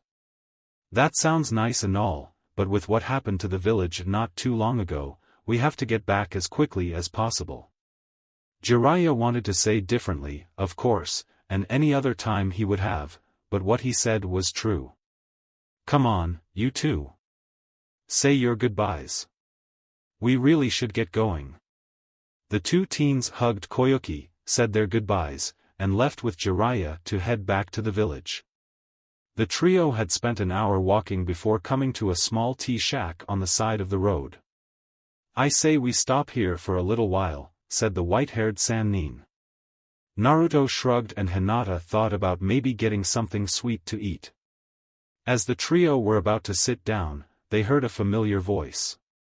Well, you three took your sweet time. I've been waiting here for a few hours now. They stopped and looked at Shizen and Tsunade, sipping some tea and eating some dango. I thought your leaving meant you weren't coming back to the village. Jiraiya asked. Well, there were a few things that made me reconsider once I left early in the morning, she replied, one of those factors being that Naruto and Hinata made her long for happier times in the village she grew up in. And Shizen started to beg me to go back home. The apprentice spat out her tea. I did no such thing, Tsunade-sama, she cried. Tsunade just laughed. Naruto breathed a sigh of relief. Now Hinata could get the help she needed. Naruto was ecstatic right now. His girlfriend would get the help she needed, and all would be well in his world. He was jumping around, walking on his hands, and doing somersaults. The blonde hadn't been this happy in a while. Hinata watched her over-enthusiastic boyfriend and giggled at his antics. Tsunade, Jiraiya, and Shizen were also amused by Naruto and his overabundance of energy and joy. The group had taken a detour on their way to the village to pay off some of Tsunade's debts. It was a little past noon, and the group was now finally just a few hours away from the village now. It was taking so long only because they were walking the whole way. So Hinata, you want to be a medic ninja? Tsunade asked. She and the Hyuga heiress had talked briefly about the subject yesterday. The young genin's eyes focused on her boyfriend before replying, I would like to, yes. Hinata had become far more confident in herself since Naruto came back and trained hard, but she was still beaten by her cousin. She she needed to be able to help Naruto in any way she could, and becoming a medical ninja was her answer. The slug princess smiled. She hadn't felt the desire to help someone like she did with Hinata in a very long time. It was refreshing. All right, once the surgery is completed I'll give you some scrolls to read while you recover. After that, if you show talent in what you've learned from those scrolls, I'll teach you. Hinata's eyes lit up. Really? Tsunade smiled at Hinata's reaction and nodded. But your studies and training will be strict. Hi, replied Tsunade's newly appointed apprentice. XXXXXXXXXXXX a hour earlier in the Hokage's office. Kakashi, Zabuza, and Sasuke stood in front of the Hokage's desk. The trio waited as Hiruzen finished the work that laid in front of him. Finally, this part is done, muttered the third Hokage, stamping the paper and putting it on top a large stack of finished papers. I hope you three are ready to depart.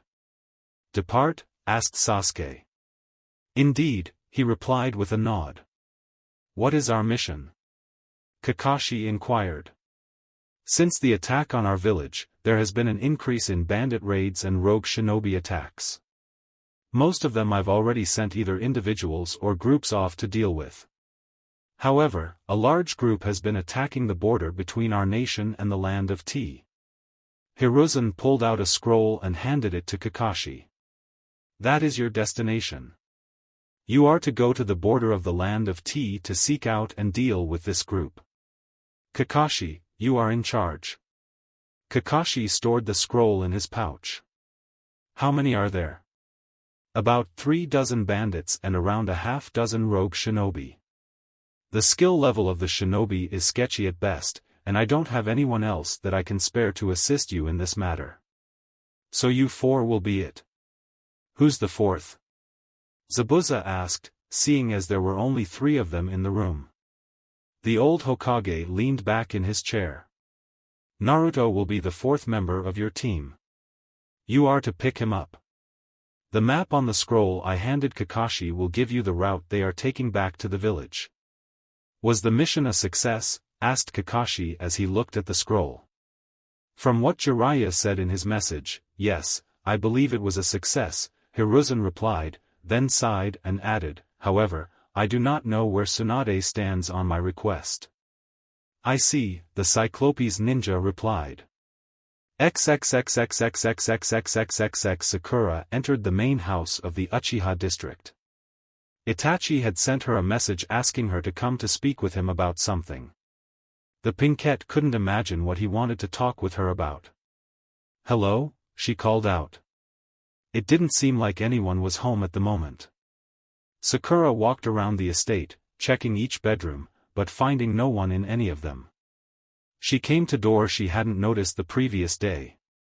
When she opened it, she found a small garden in the center of the room. There was a single rose bush in the center of the room with various other small potted plants on benches around it. There was a large window on the ceiling, allowing light in to feed the plants. Ah, you're here, Sakura, came Itachi's voice. Sakura froze as she heard his voice. Itachi stood up from behind the rose bush, a pair of clippers in his hand. I suppose you're wondering what I want to talk with you about, and why there's a blue rose bush inside of this room. Sakura nodded. There was silence for a few minutes before Sakura could work up the nerve to speak. Was it your mother's? Itachi looked down and touched one of the deep blue roses on the plant. No. When I was a child, I found this plant out in the forest. It was very small and had a half-opened bud on it. So I dug it up and brought it home. My mother showed me how to care for it. I'm surprised Sasuke didn't rip the plant out of the ground and burn it. Sakura shifted uncomfortably. You also wanted to talk to me about something? Itachi looked up, ending his day dreaming. Yes. I would like for you to live at the estate. Sakura almost fell over. What? Out of all the things he could have said to her, she had never imagined this. I will be moving back into the Uchiha district officially once what really happened has been announced, and Kisame will probably be coming to live in one of the homes as well. Sasuke doesn't particularly like me right now, and I don't think that will change anytime soon. Itachi finished clipping a few branches and set the clippers on one of the benches. It would help him greatly to have somebody he trusts living here as well.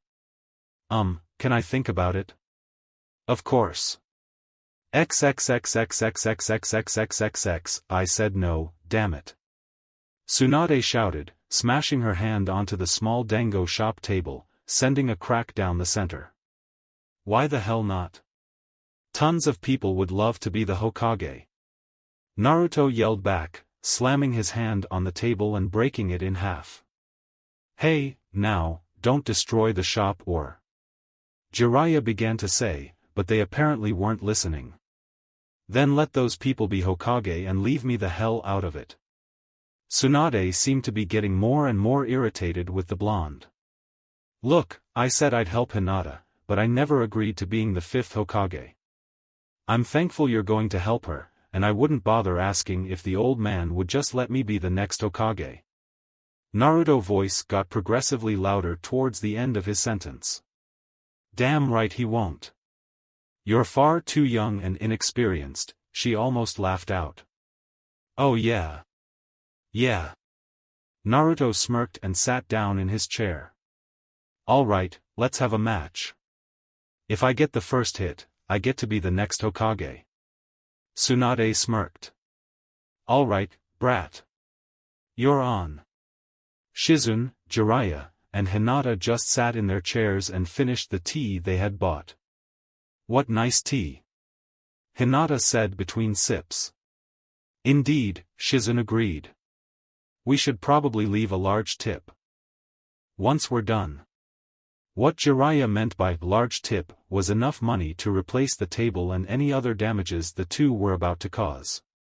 The trio took one last sip of tea simultaneously. The three had been listening to Naruto and Tsunade argue for about 30 minutes now. That arguing finally culminated in Naruto challenging Tsunade for the right to be the next Hokage. Jiraiya sighed and stood up, placing a large tip to cover all the damages and whatever other damages may ensue shortly. Well, we best go make sure those two don't kill one another. The two kunoichi nodded and followed suit to find where Naruto and Tsunade had run off to. Hinata activated her Byakugan, allowing for quick acquisition of the two blondes' location. They were behind the shop in a small clearing in the woods away from the road. They're behind the shop. Looks like they're getting ready to start, Hinata said, deactivating her eyes. All right.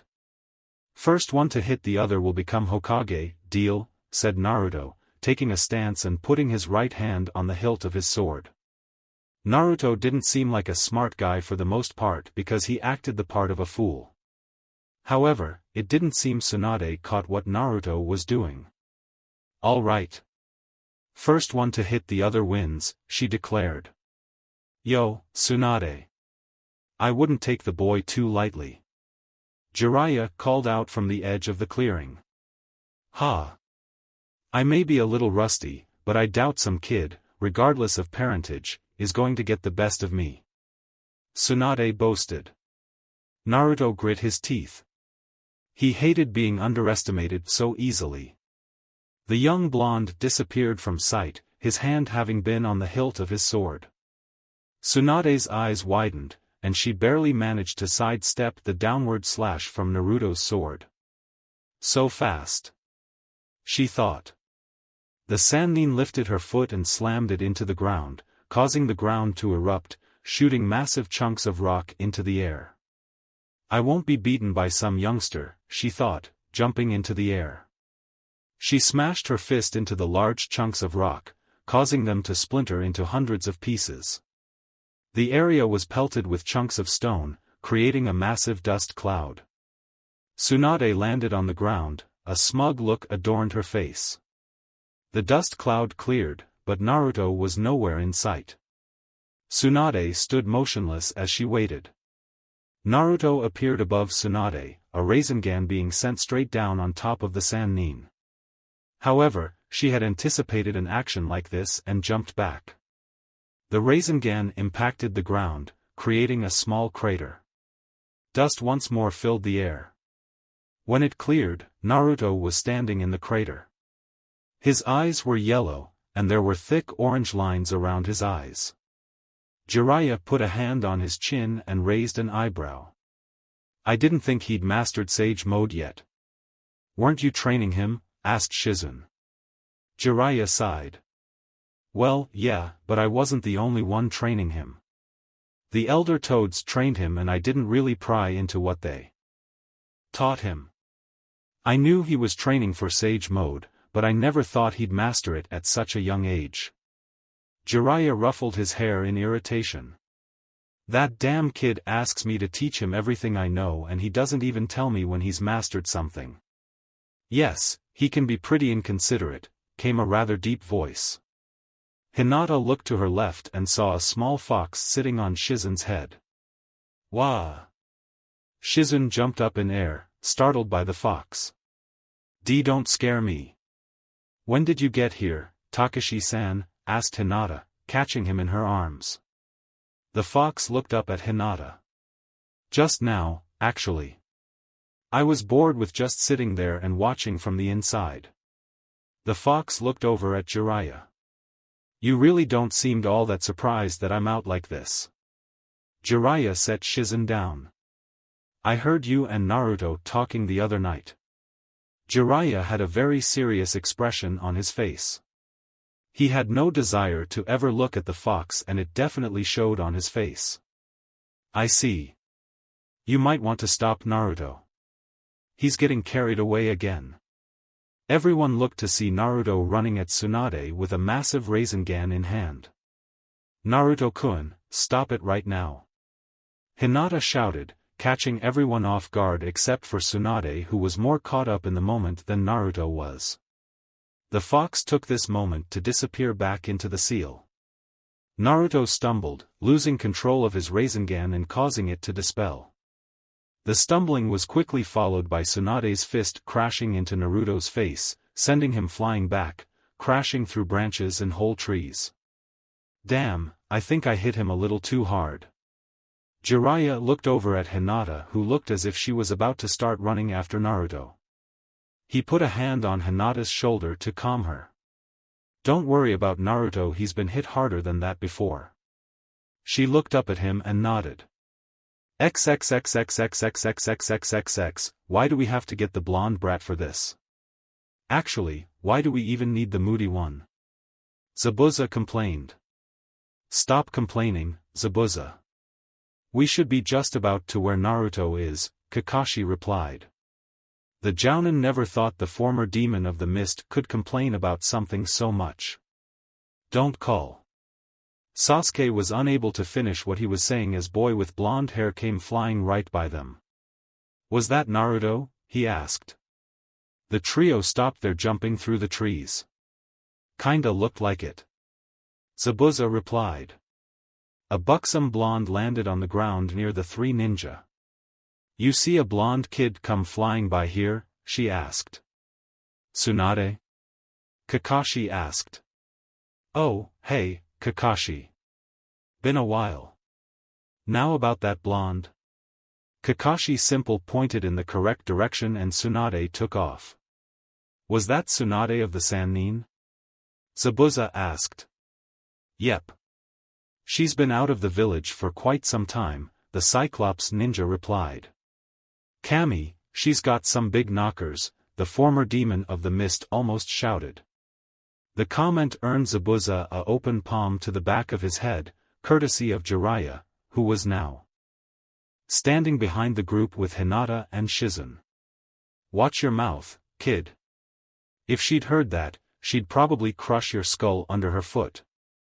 That, and I wouldn't let Tsunami catch you saying that either. Zabuza turned pale and grumbled at the same time. From past relationships he knew how crazy a woman could get. It took everything he had not to do or say something stupid. Shizen walked up to Kakashi, bowing slightly. It's been a while, Kakashi-san. Kakashi gave her a little wave. Yeah, been a few years. Still carrying that pig around for Tsunade, I see. So what did the idiot do to get sent flying? Sasuke questioned. Jiraiya chuckled and replied, oh, he challenged Tsunade for the right to be Hokage or something like that. He lost his footing and got a nice wallop. Jiraiya thought about what he just said and chuckled again. Yeah, that about sums it up. It amused him that Naruto listened to Hinata when she had told him to stop. XXXXXXXXXXXXX, geez, how far did I send him flying?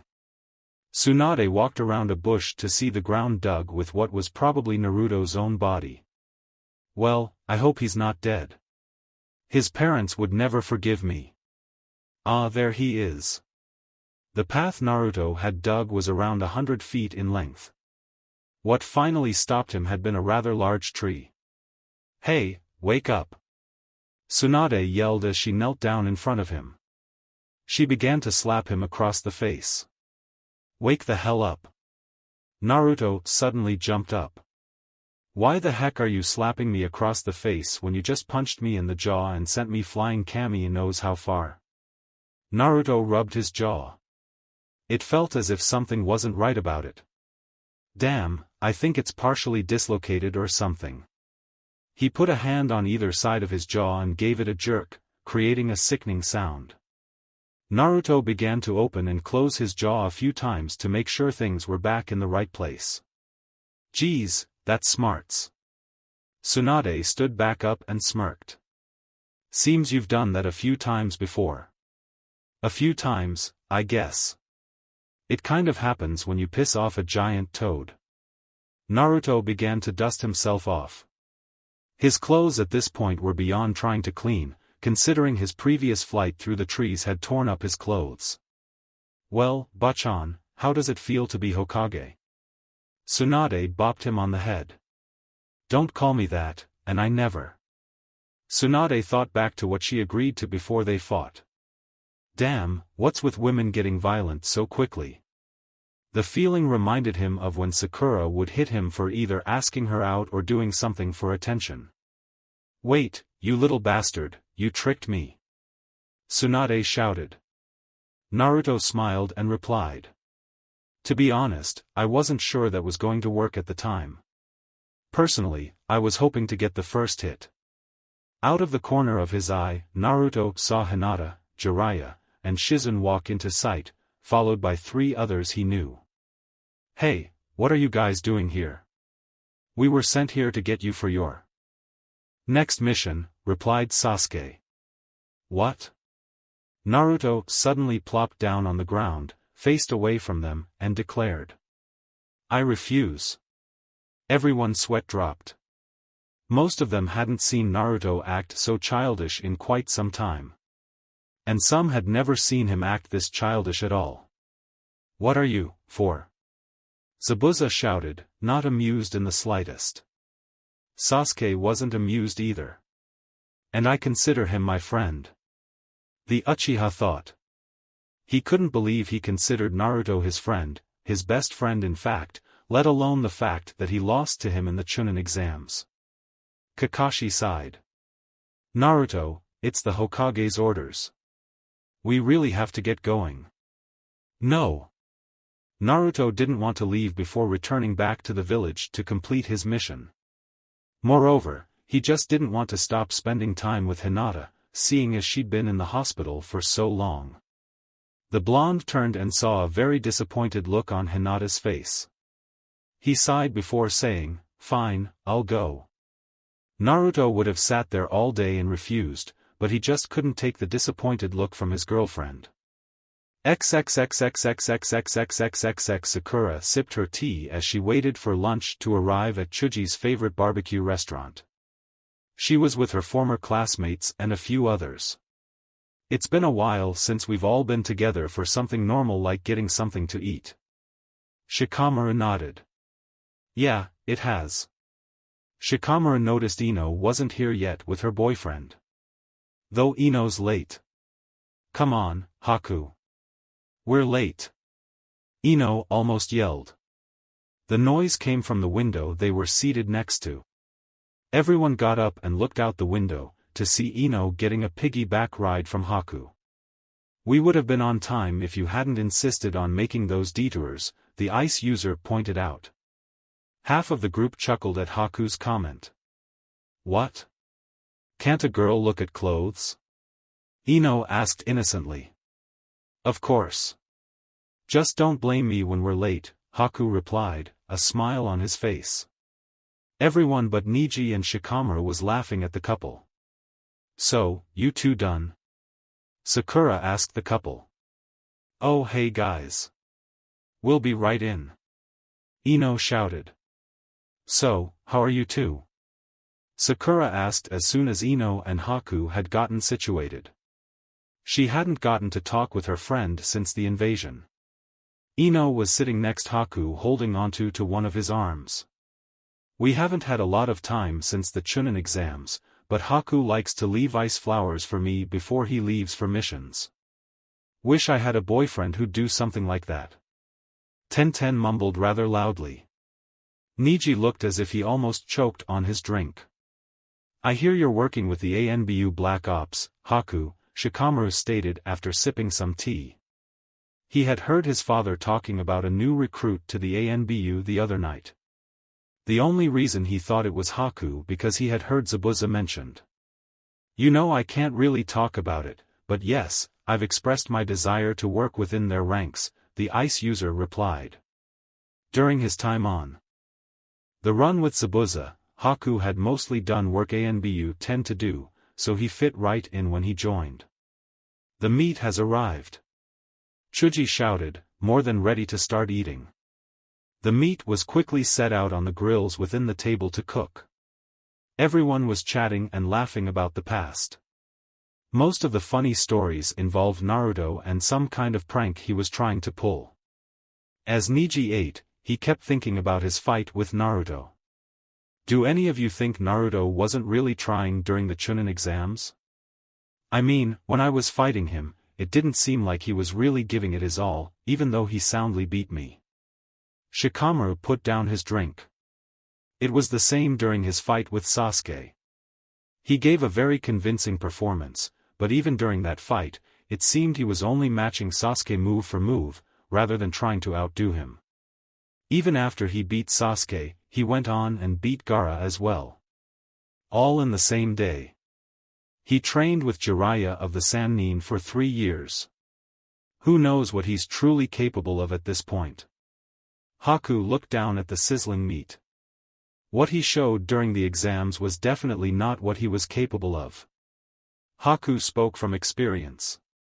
Come on, guys. This is Naruto we're talking about. I think you're overestimating him just a little bit, Kiba said while chewing on some of the finished meat. As much as I'd like to agree with you Kiba, Shino began, I really do think Naruto has left us behind in his abilities as a ninja. I've seen him train, and I get the feeling we haven't even seen half of what he can do. I think he's taking what Irika used to say in class to heart. What was that again? Chuji asked, food hanging from his mouth. Never show your opponent any more than you absolutely have to, replied Shikamaru. XXXXXXXXXXXX Naruto dropped out of the trees to find several men dead. He quickly surveyed the bodies and found they had been stabbed to death. Well, it doesn't look like Zabuza's sword made these. Sasuke dropped out of the trees a short distance behind Naruto. Seems there are more over here as well. I take it you saw a few back there? Naruto asked as he stood up. Yeah, all stabbed the same way. The same person probably killed them all, Sasuke replied looking at the corpses strewn out on the ground in various ways. Well, well. More sacrifices for Jashin-sama, a silver-haired man shouted, charging the duo. Naruto and Sasuke looked at one another and simply nodded before making hand seals. Fire release, dragon fire. Wind release, gale stream. The fire jutsu was amplified tenfold with the addition of the wind jutsu. The entire area in front of the newly minted Chunin was turned into a blast furnace. Did we get him? Sasuke asked. Good question, Naruto replied, his hand on the hilt of his sword. The somewhat charred lunatic came shooting out of the flames, swinging his scythe wildly. Apparently not, yelled Naruto as he drew his sword, blocking the scythe. I'm going to kill you, and sacrifice your body to Jashin-sama, the crazed man screamed, getting a little spit on Naruto's face. Chidori! Sasuke shouted, moving in to kill their enemy. The robe-wearing nut simply kicked Sasuke in the gut, sending him into the trees. Naruto lifted up his foot and kicked his unnamed opponent square in the stomach so hard it sent the guy flying into the woods. Don't spit when you're trying to make threats, yelled Naruto, wiping off the spit from his face. Well, at least what Itachi told me was true. You certainly are immortal, Hyuga. That jutsu would have definitely killed anyone else. Sasuke came shooting out of the woods. He grabbed Naruto by the collar of his shirt and began to shake him violently. What the hell do you mean what Itachi told you? Naruto grinned and looked to the side. Yeah, guess I shouldn't have said that. Naruto looked over at the no longer unnamed Hyuga who was coming out of the woods. Can we talk about this later? I mean, now isn't the time and all, said Naruto with a grin. You little shit. Hyuga yelled, leaping high into the air. Naruto and Sasuke evaded in opposite directions. Naruto leapt at Hyuga, sword drawn as soon as he hit the ground.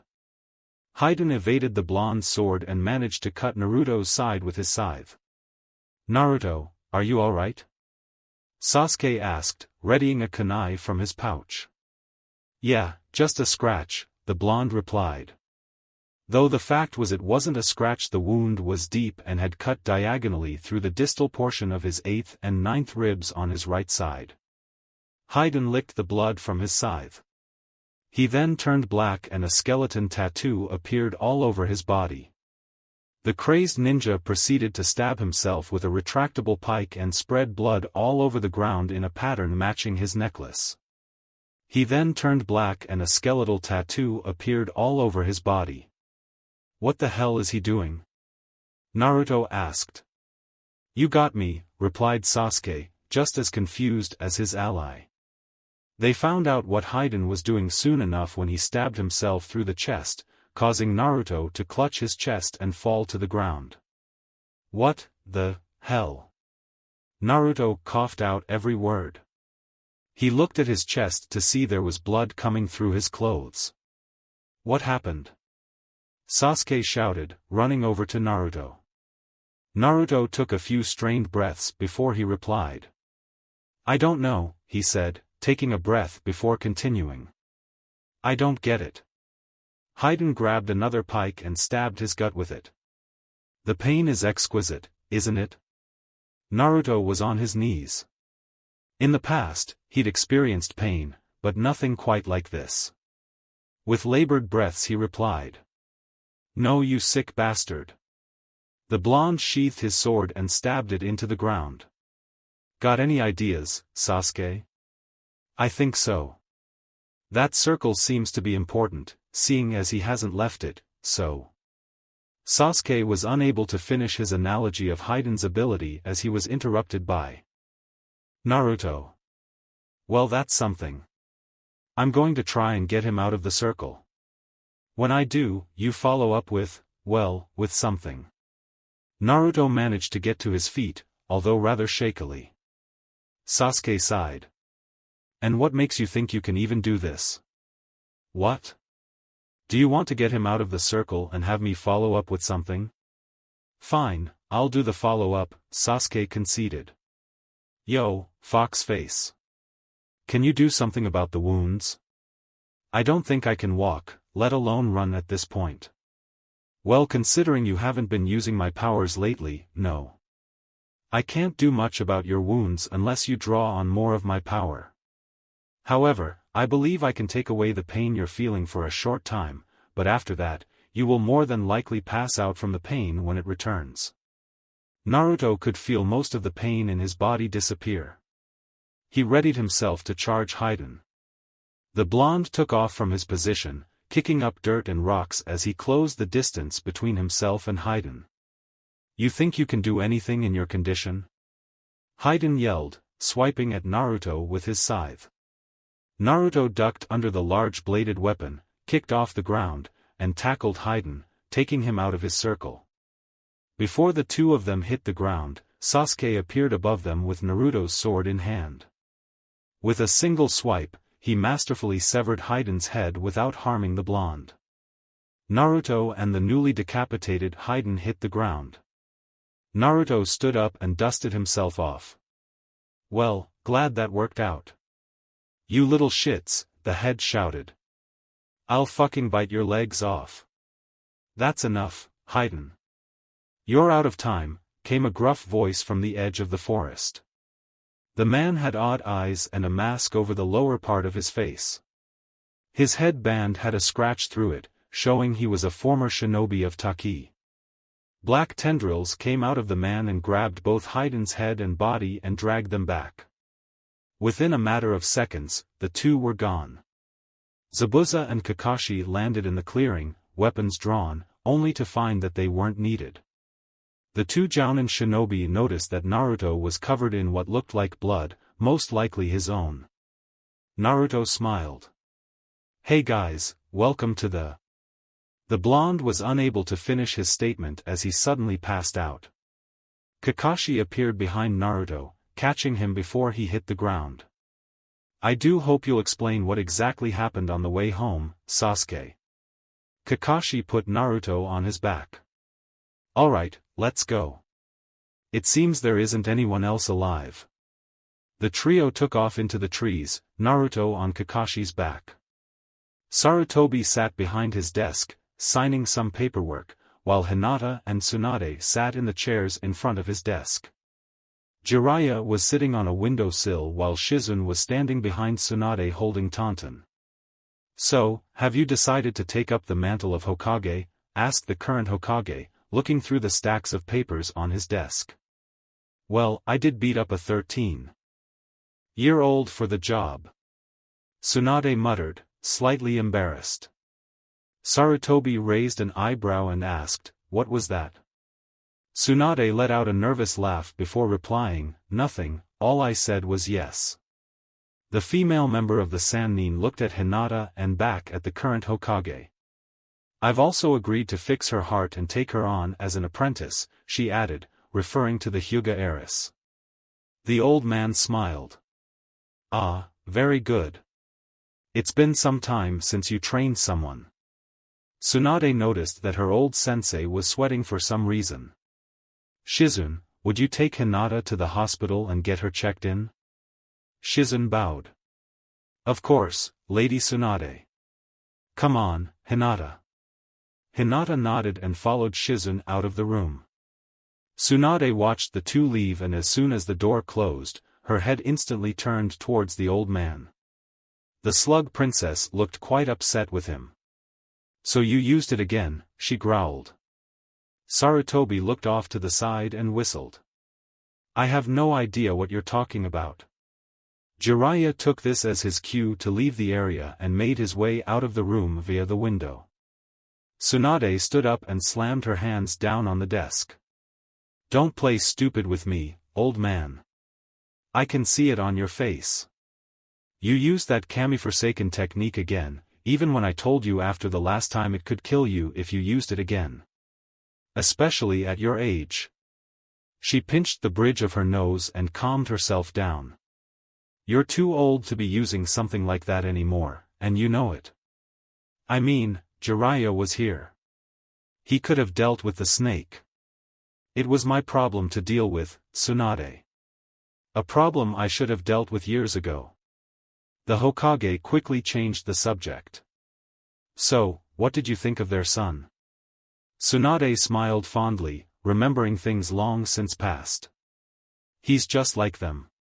He's definitely got both his parents' talent. He's pretty good at holding back, too. Jiraiya at least taught him that much." "Yes. During the Chunin exams, he used nowhere near his full potential. He trained night and day when he left with Jiraiya." "So he says." Tsunade raised an eyebrow. "Why hold back? If it were me, I'd show off or something around those lines." In her younger days, she would show off her power whenever possible. "He's not a normal young man, and you know this quite well. I think he's afraid of really hurting someone or losing control of himself." Hiruzen sounded very concerned about the possibility that Naruto was afraid of his own strength. "He hasn't had the easiest life, Tsunade. All of his young life he's been ignored, he's overheard people talking about him, and he's had other children picking on him. He has a lot of built-up anger and resentment. I'm sure you know it's not always easy to hold back. I should have come back." Tsunade looked at the pictures of the former and current Hokage on the wall. "Well, at least he seems to have a little girlfriend. She'll be prettier than her mother." The old man smiled.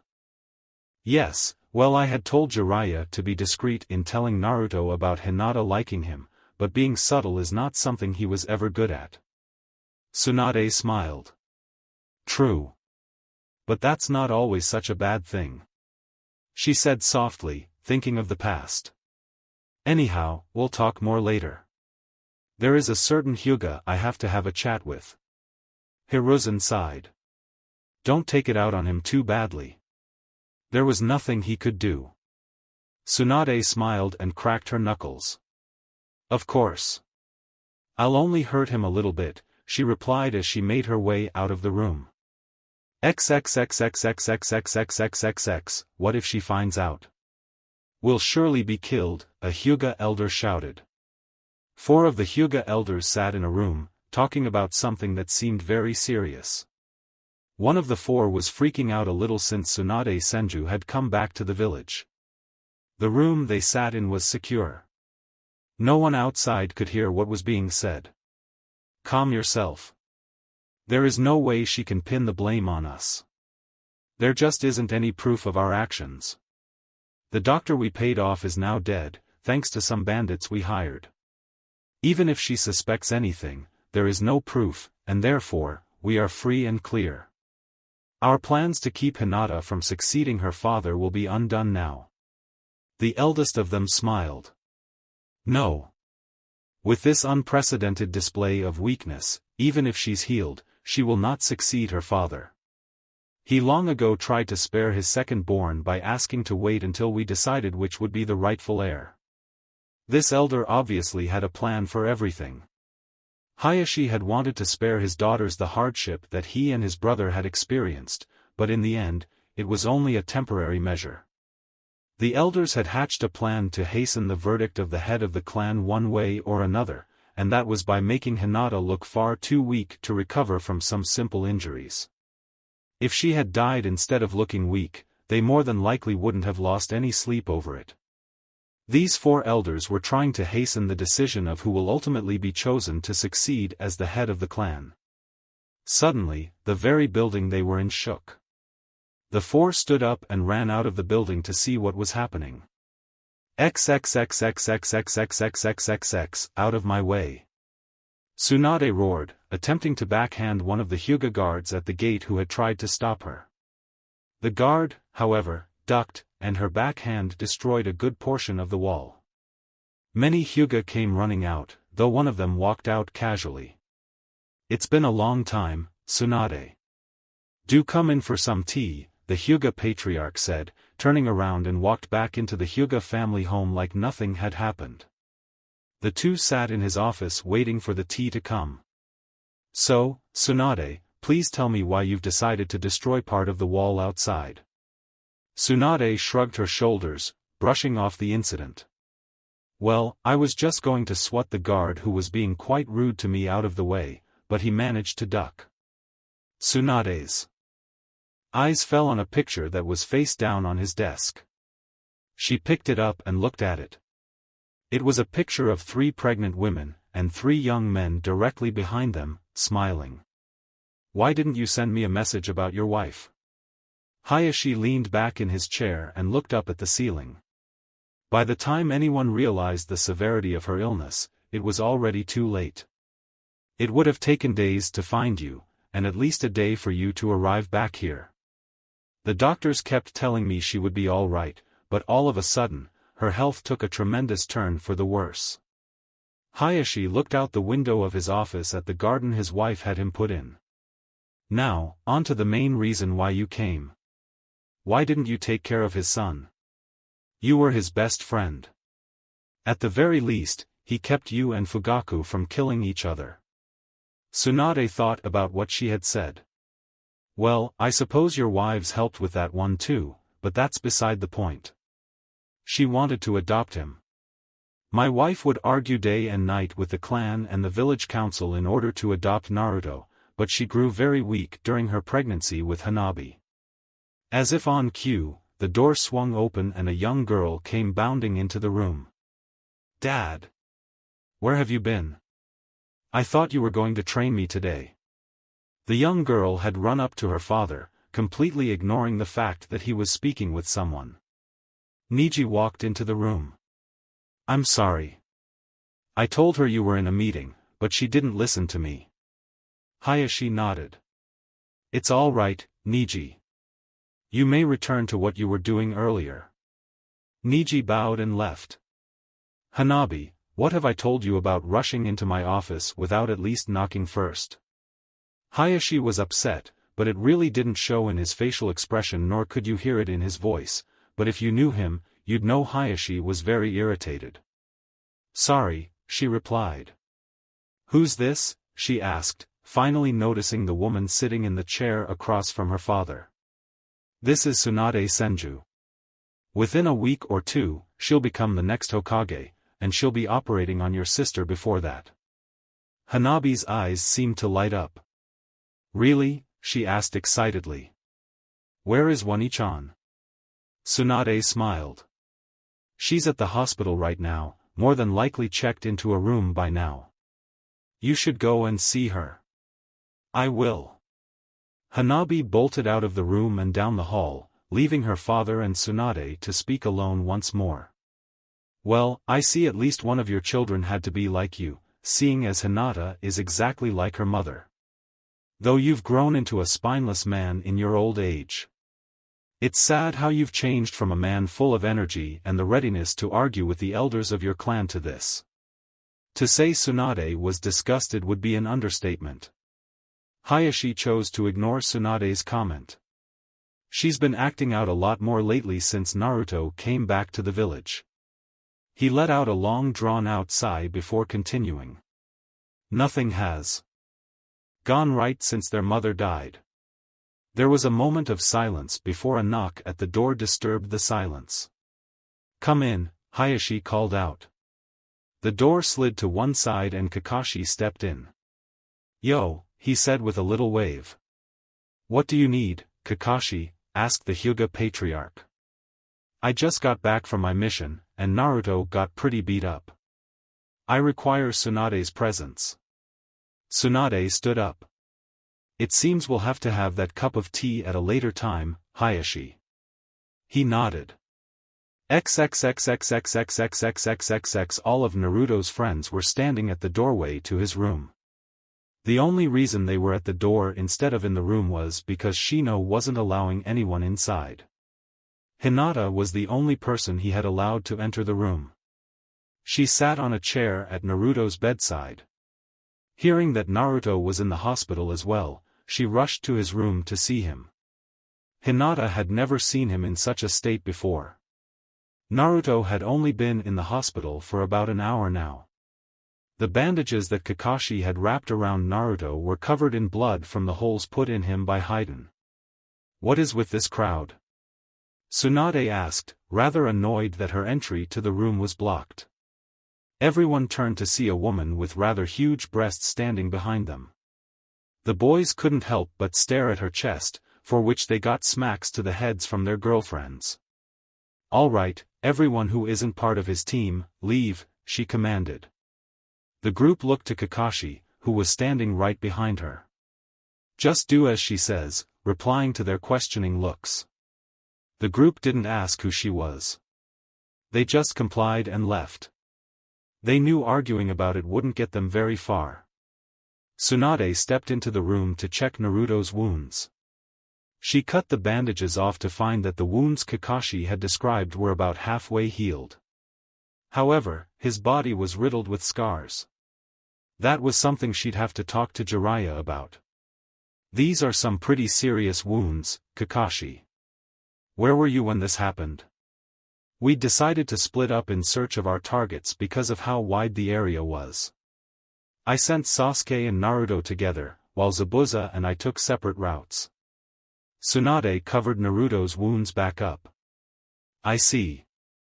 Do you know exactly how he got these wounds? Kakashi nodded. Sasuke said that the man stabbed himself, and the same wounds appeared on Naruto. Tsunade looked down and thought about what Kakashi had just said. I remember something from the war. There was a man who seemed to be immortal that could do the same type of thing. However, we were never able to get a name or find out how he was doing it. Did Sasuke tell you anything else? Kakashi put a hand to his chin. He said something about the man cutting Naruto's cheek and ingesting the blood, then making a circle of some sort out of blood on the ground around himself. Somehow, that man made a link with Naruto. Hinata had stood silently the entire time. Will Naruto-kun be all right? She spoke for the first time in the last 20 minutes. Tsunade turned and smiled. Of course he will. Even a normal person could survive these kinds of wounds. However, the fox will make him heal much faster than normal. He'll probably wake up soon. Tsunade's expression grew serious when she heard a sound come from the door to the room. Turning towards the door, she motioned for Kakashi to follow her. Let's go. I need to have a talk with Jiraiya. She opened the door to find Shikamaru standing there. You know, your father had a bad habit of eavesdropping on others' conversations when he was younger, too. Is it true? That's why most of the adults avoid Naruto, the genius Nara asked, never thinking that was even a possibility. Ask him yourself, she replied before walking off, Kakashi following closely behind. Shikamaru entered the room to see Shino standing between him and the bed. Hinata sat in a chair beside the bed. Shino, you can let him by, came Naruto's voice. Naruto-kun, you're awake, the Hyuga princess exclaimed, hugging him. Naruto smiled and hugged her back. You know, as much as I like hugging you, it kinda hurts right now. Hinata let go and sat back down in the chair. I'm sorry Naruto-kun. Naruto sat up. It's all right. The blonde glanced at his male teammate Shino nodded, taking the hint. Hinata, we should get you back to your room now. I'm sure Shikamaru would rather talk to Naruto alone. But she began to say, but was cut off.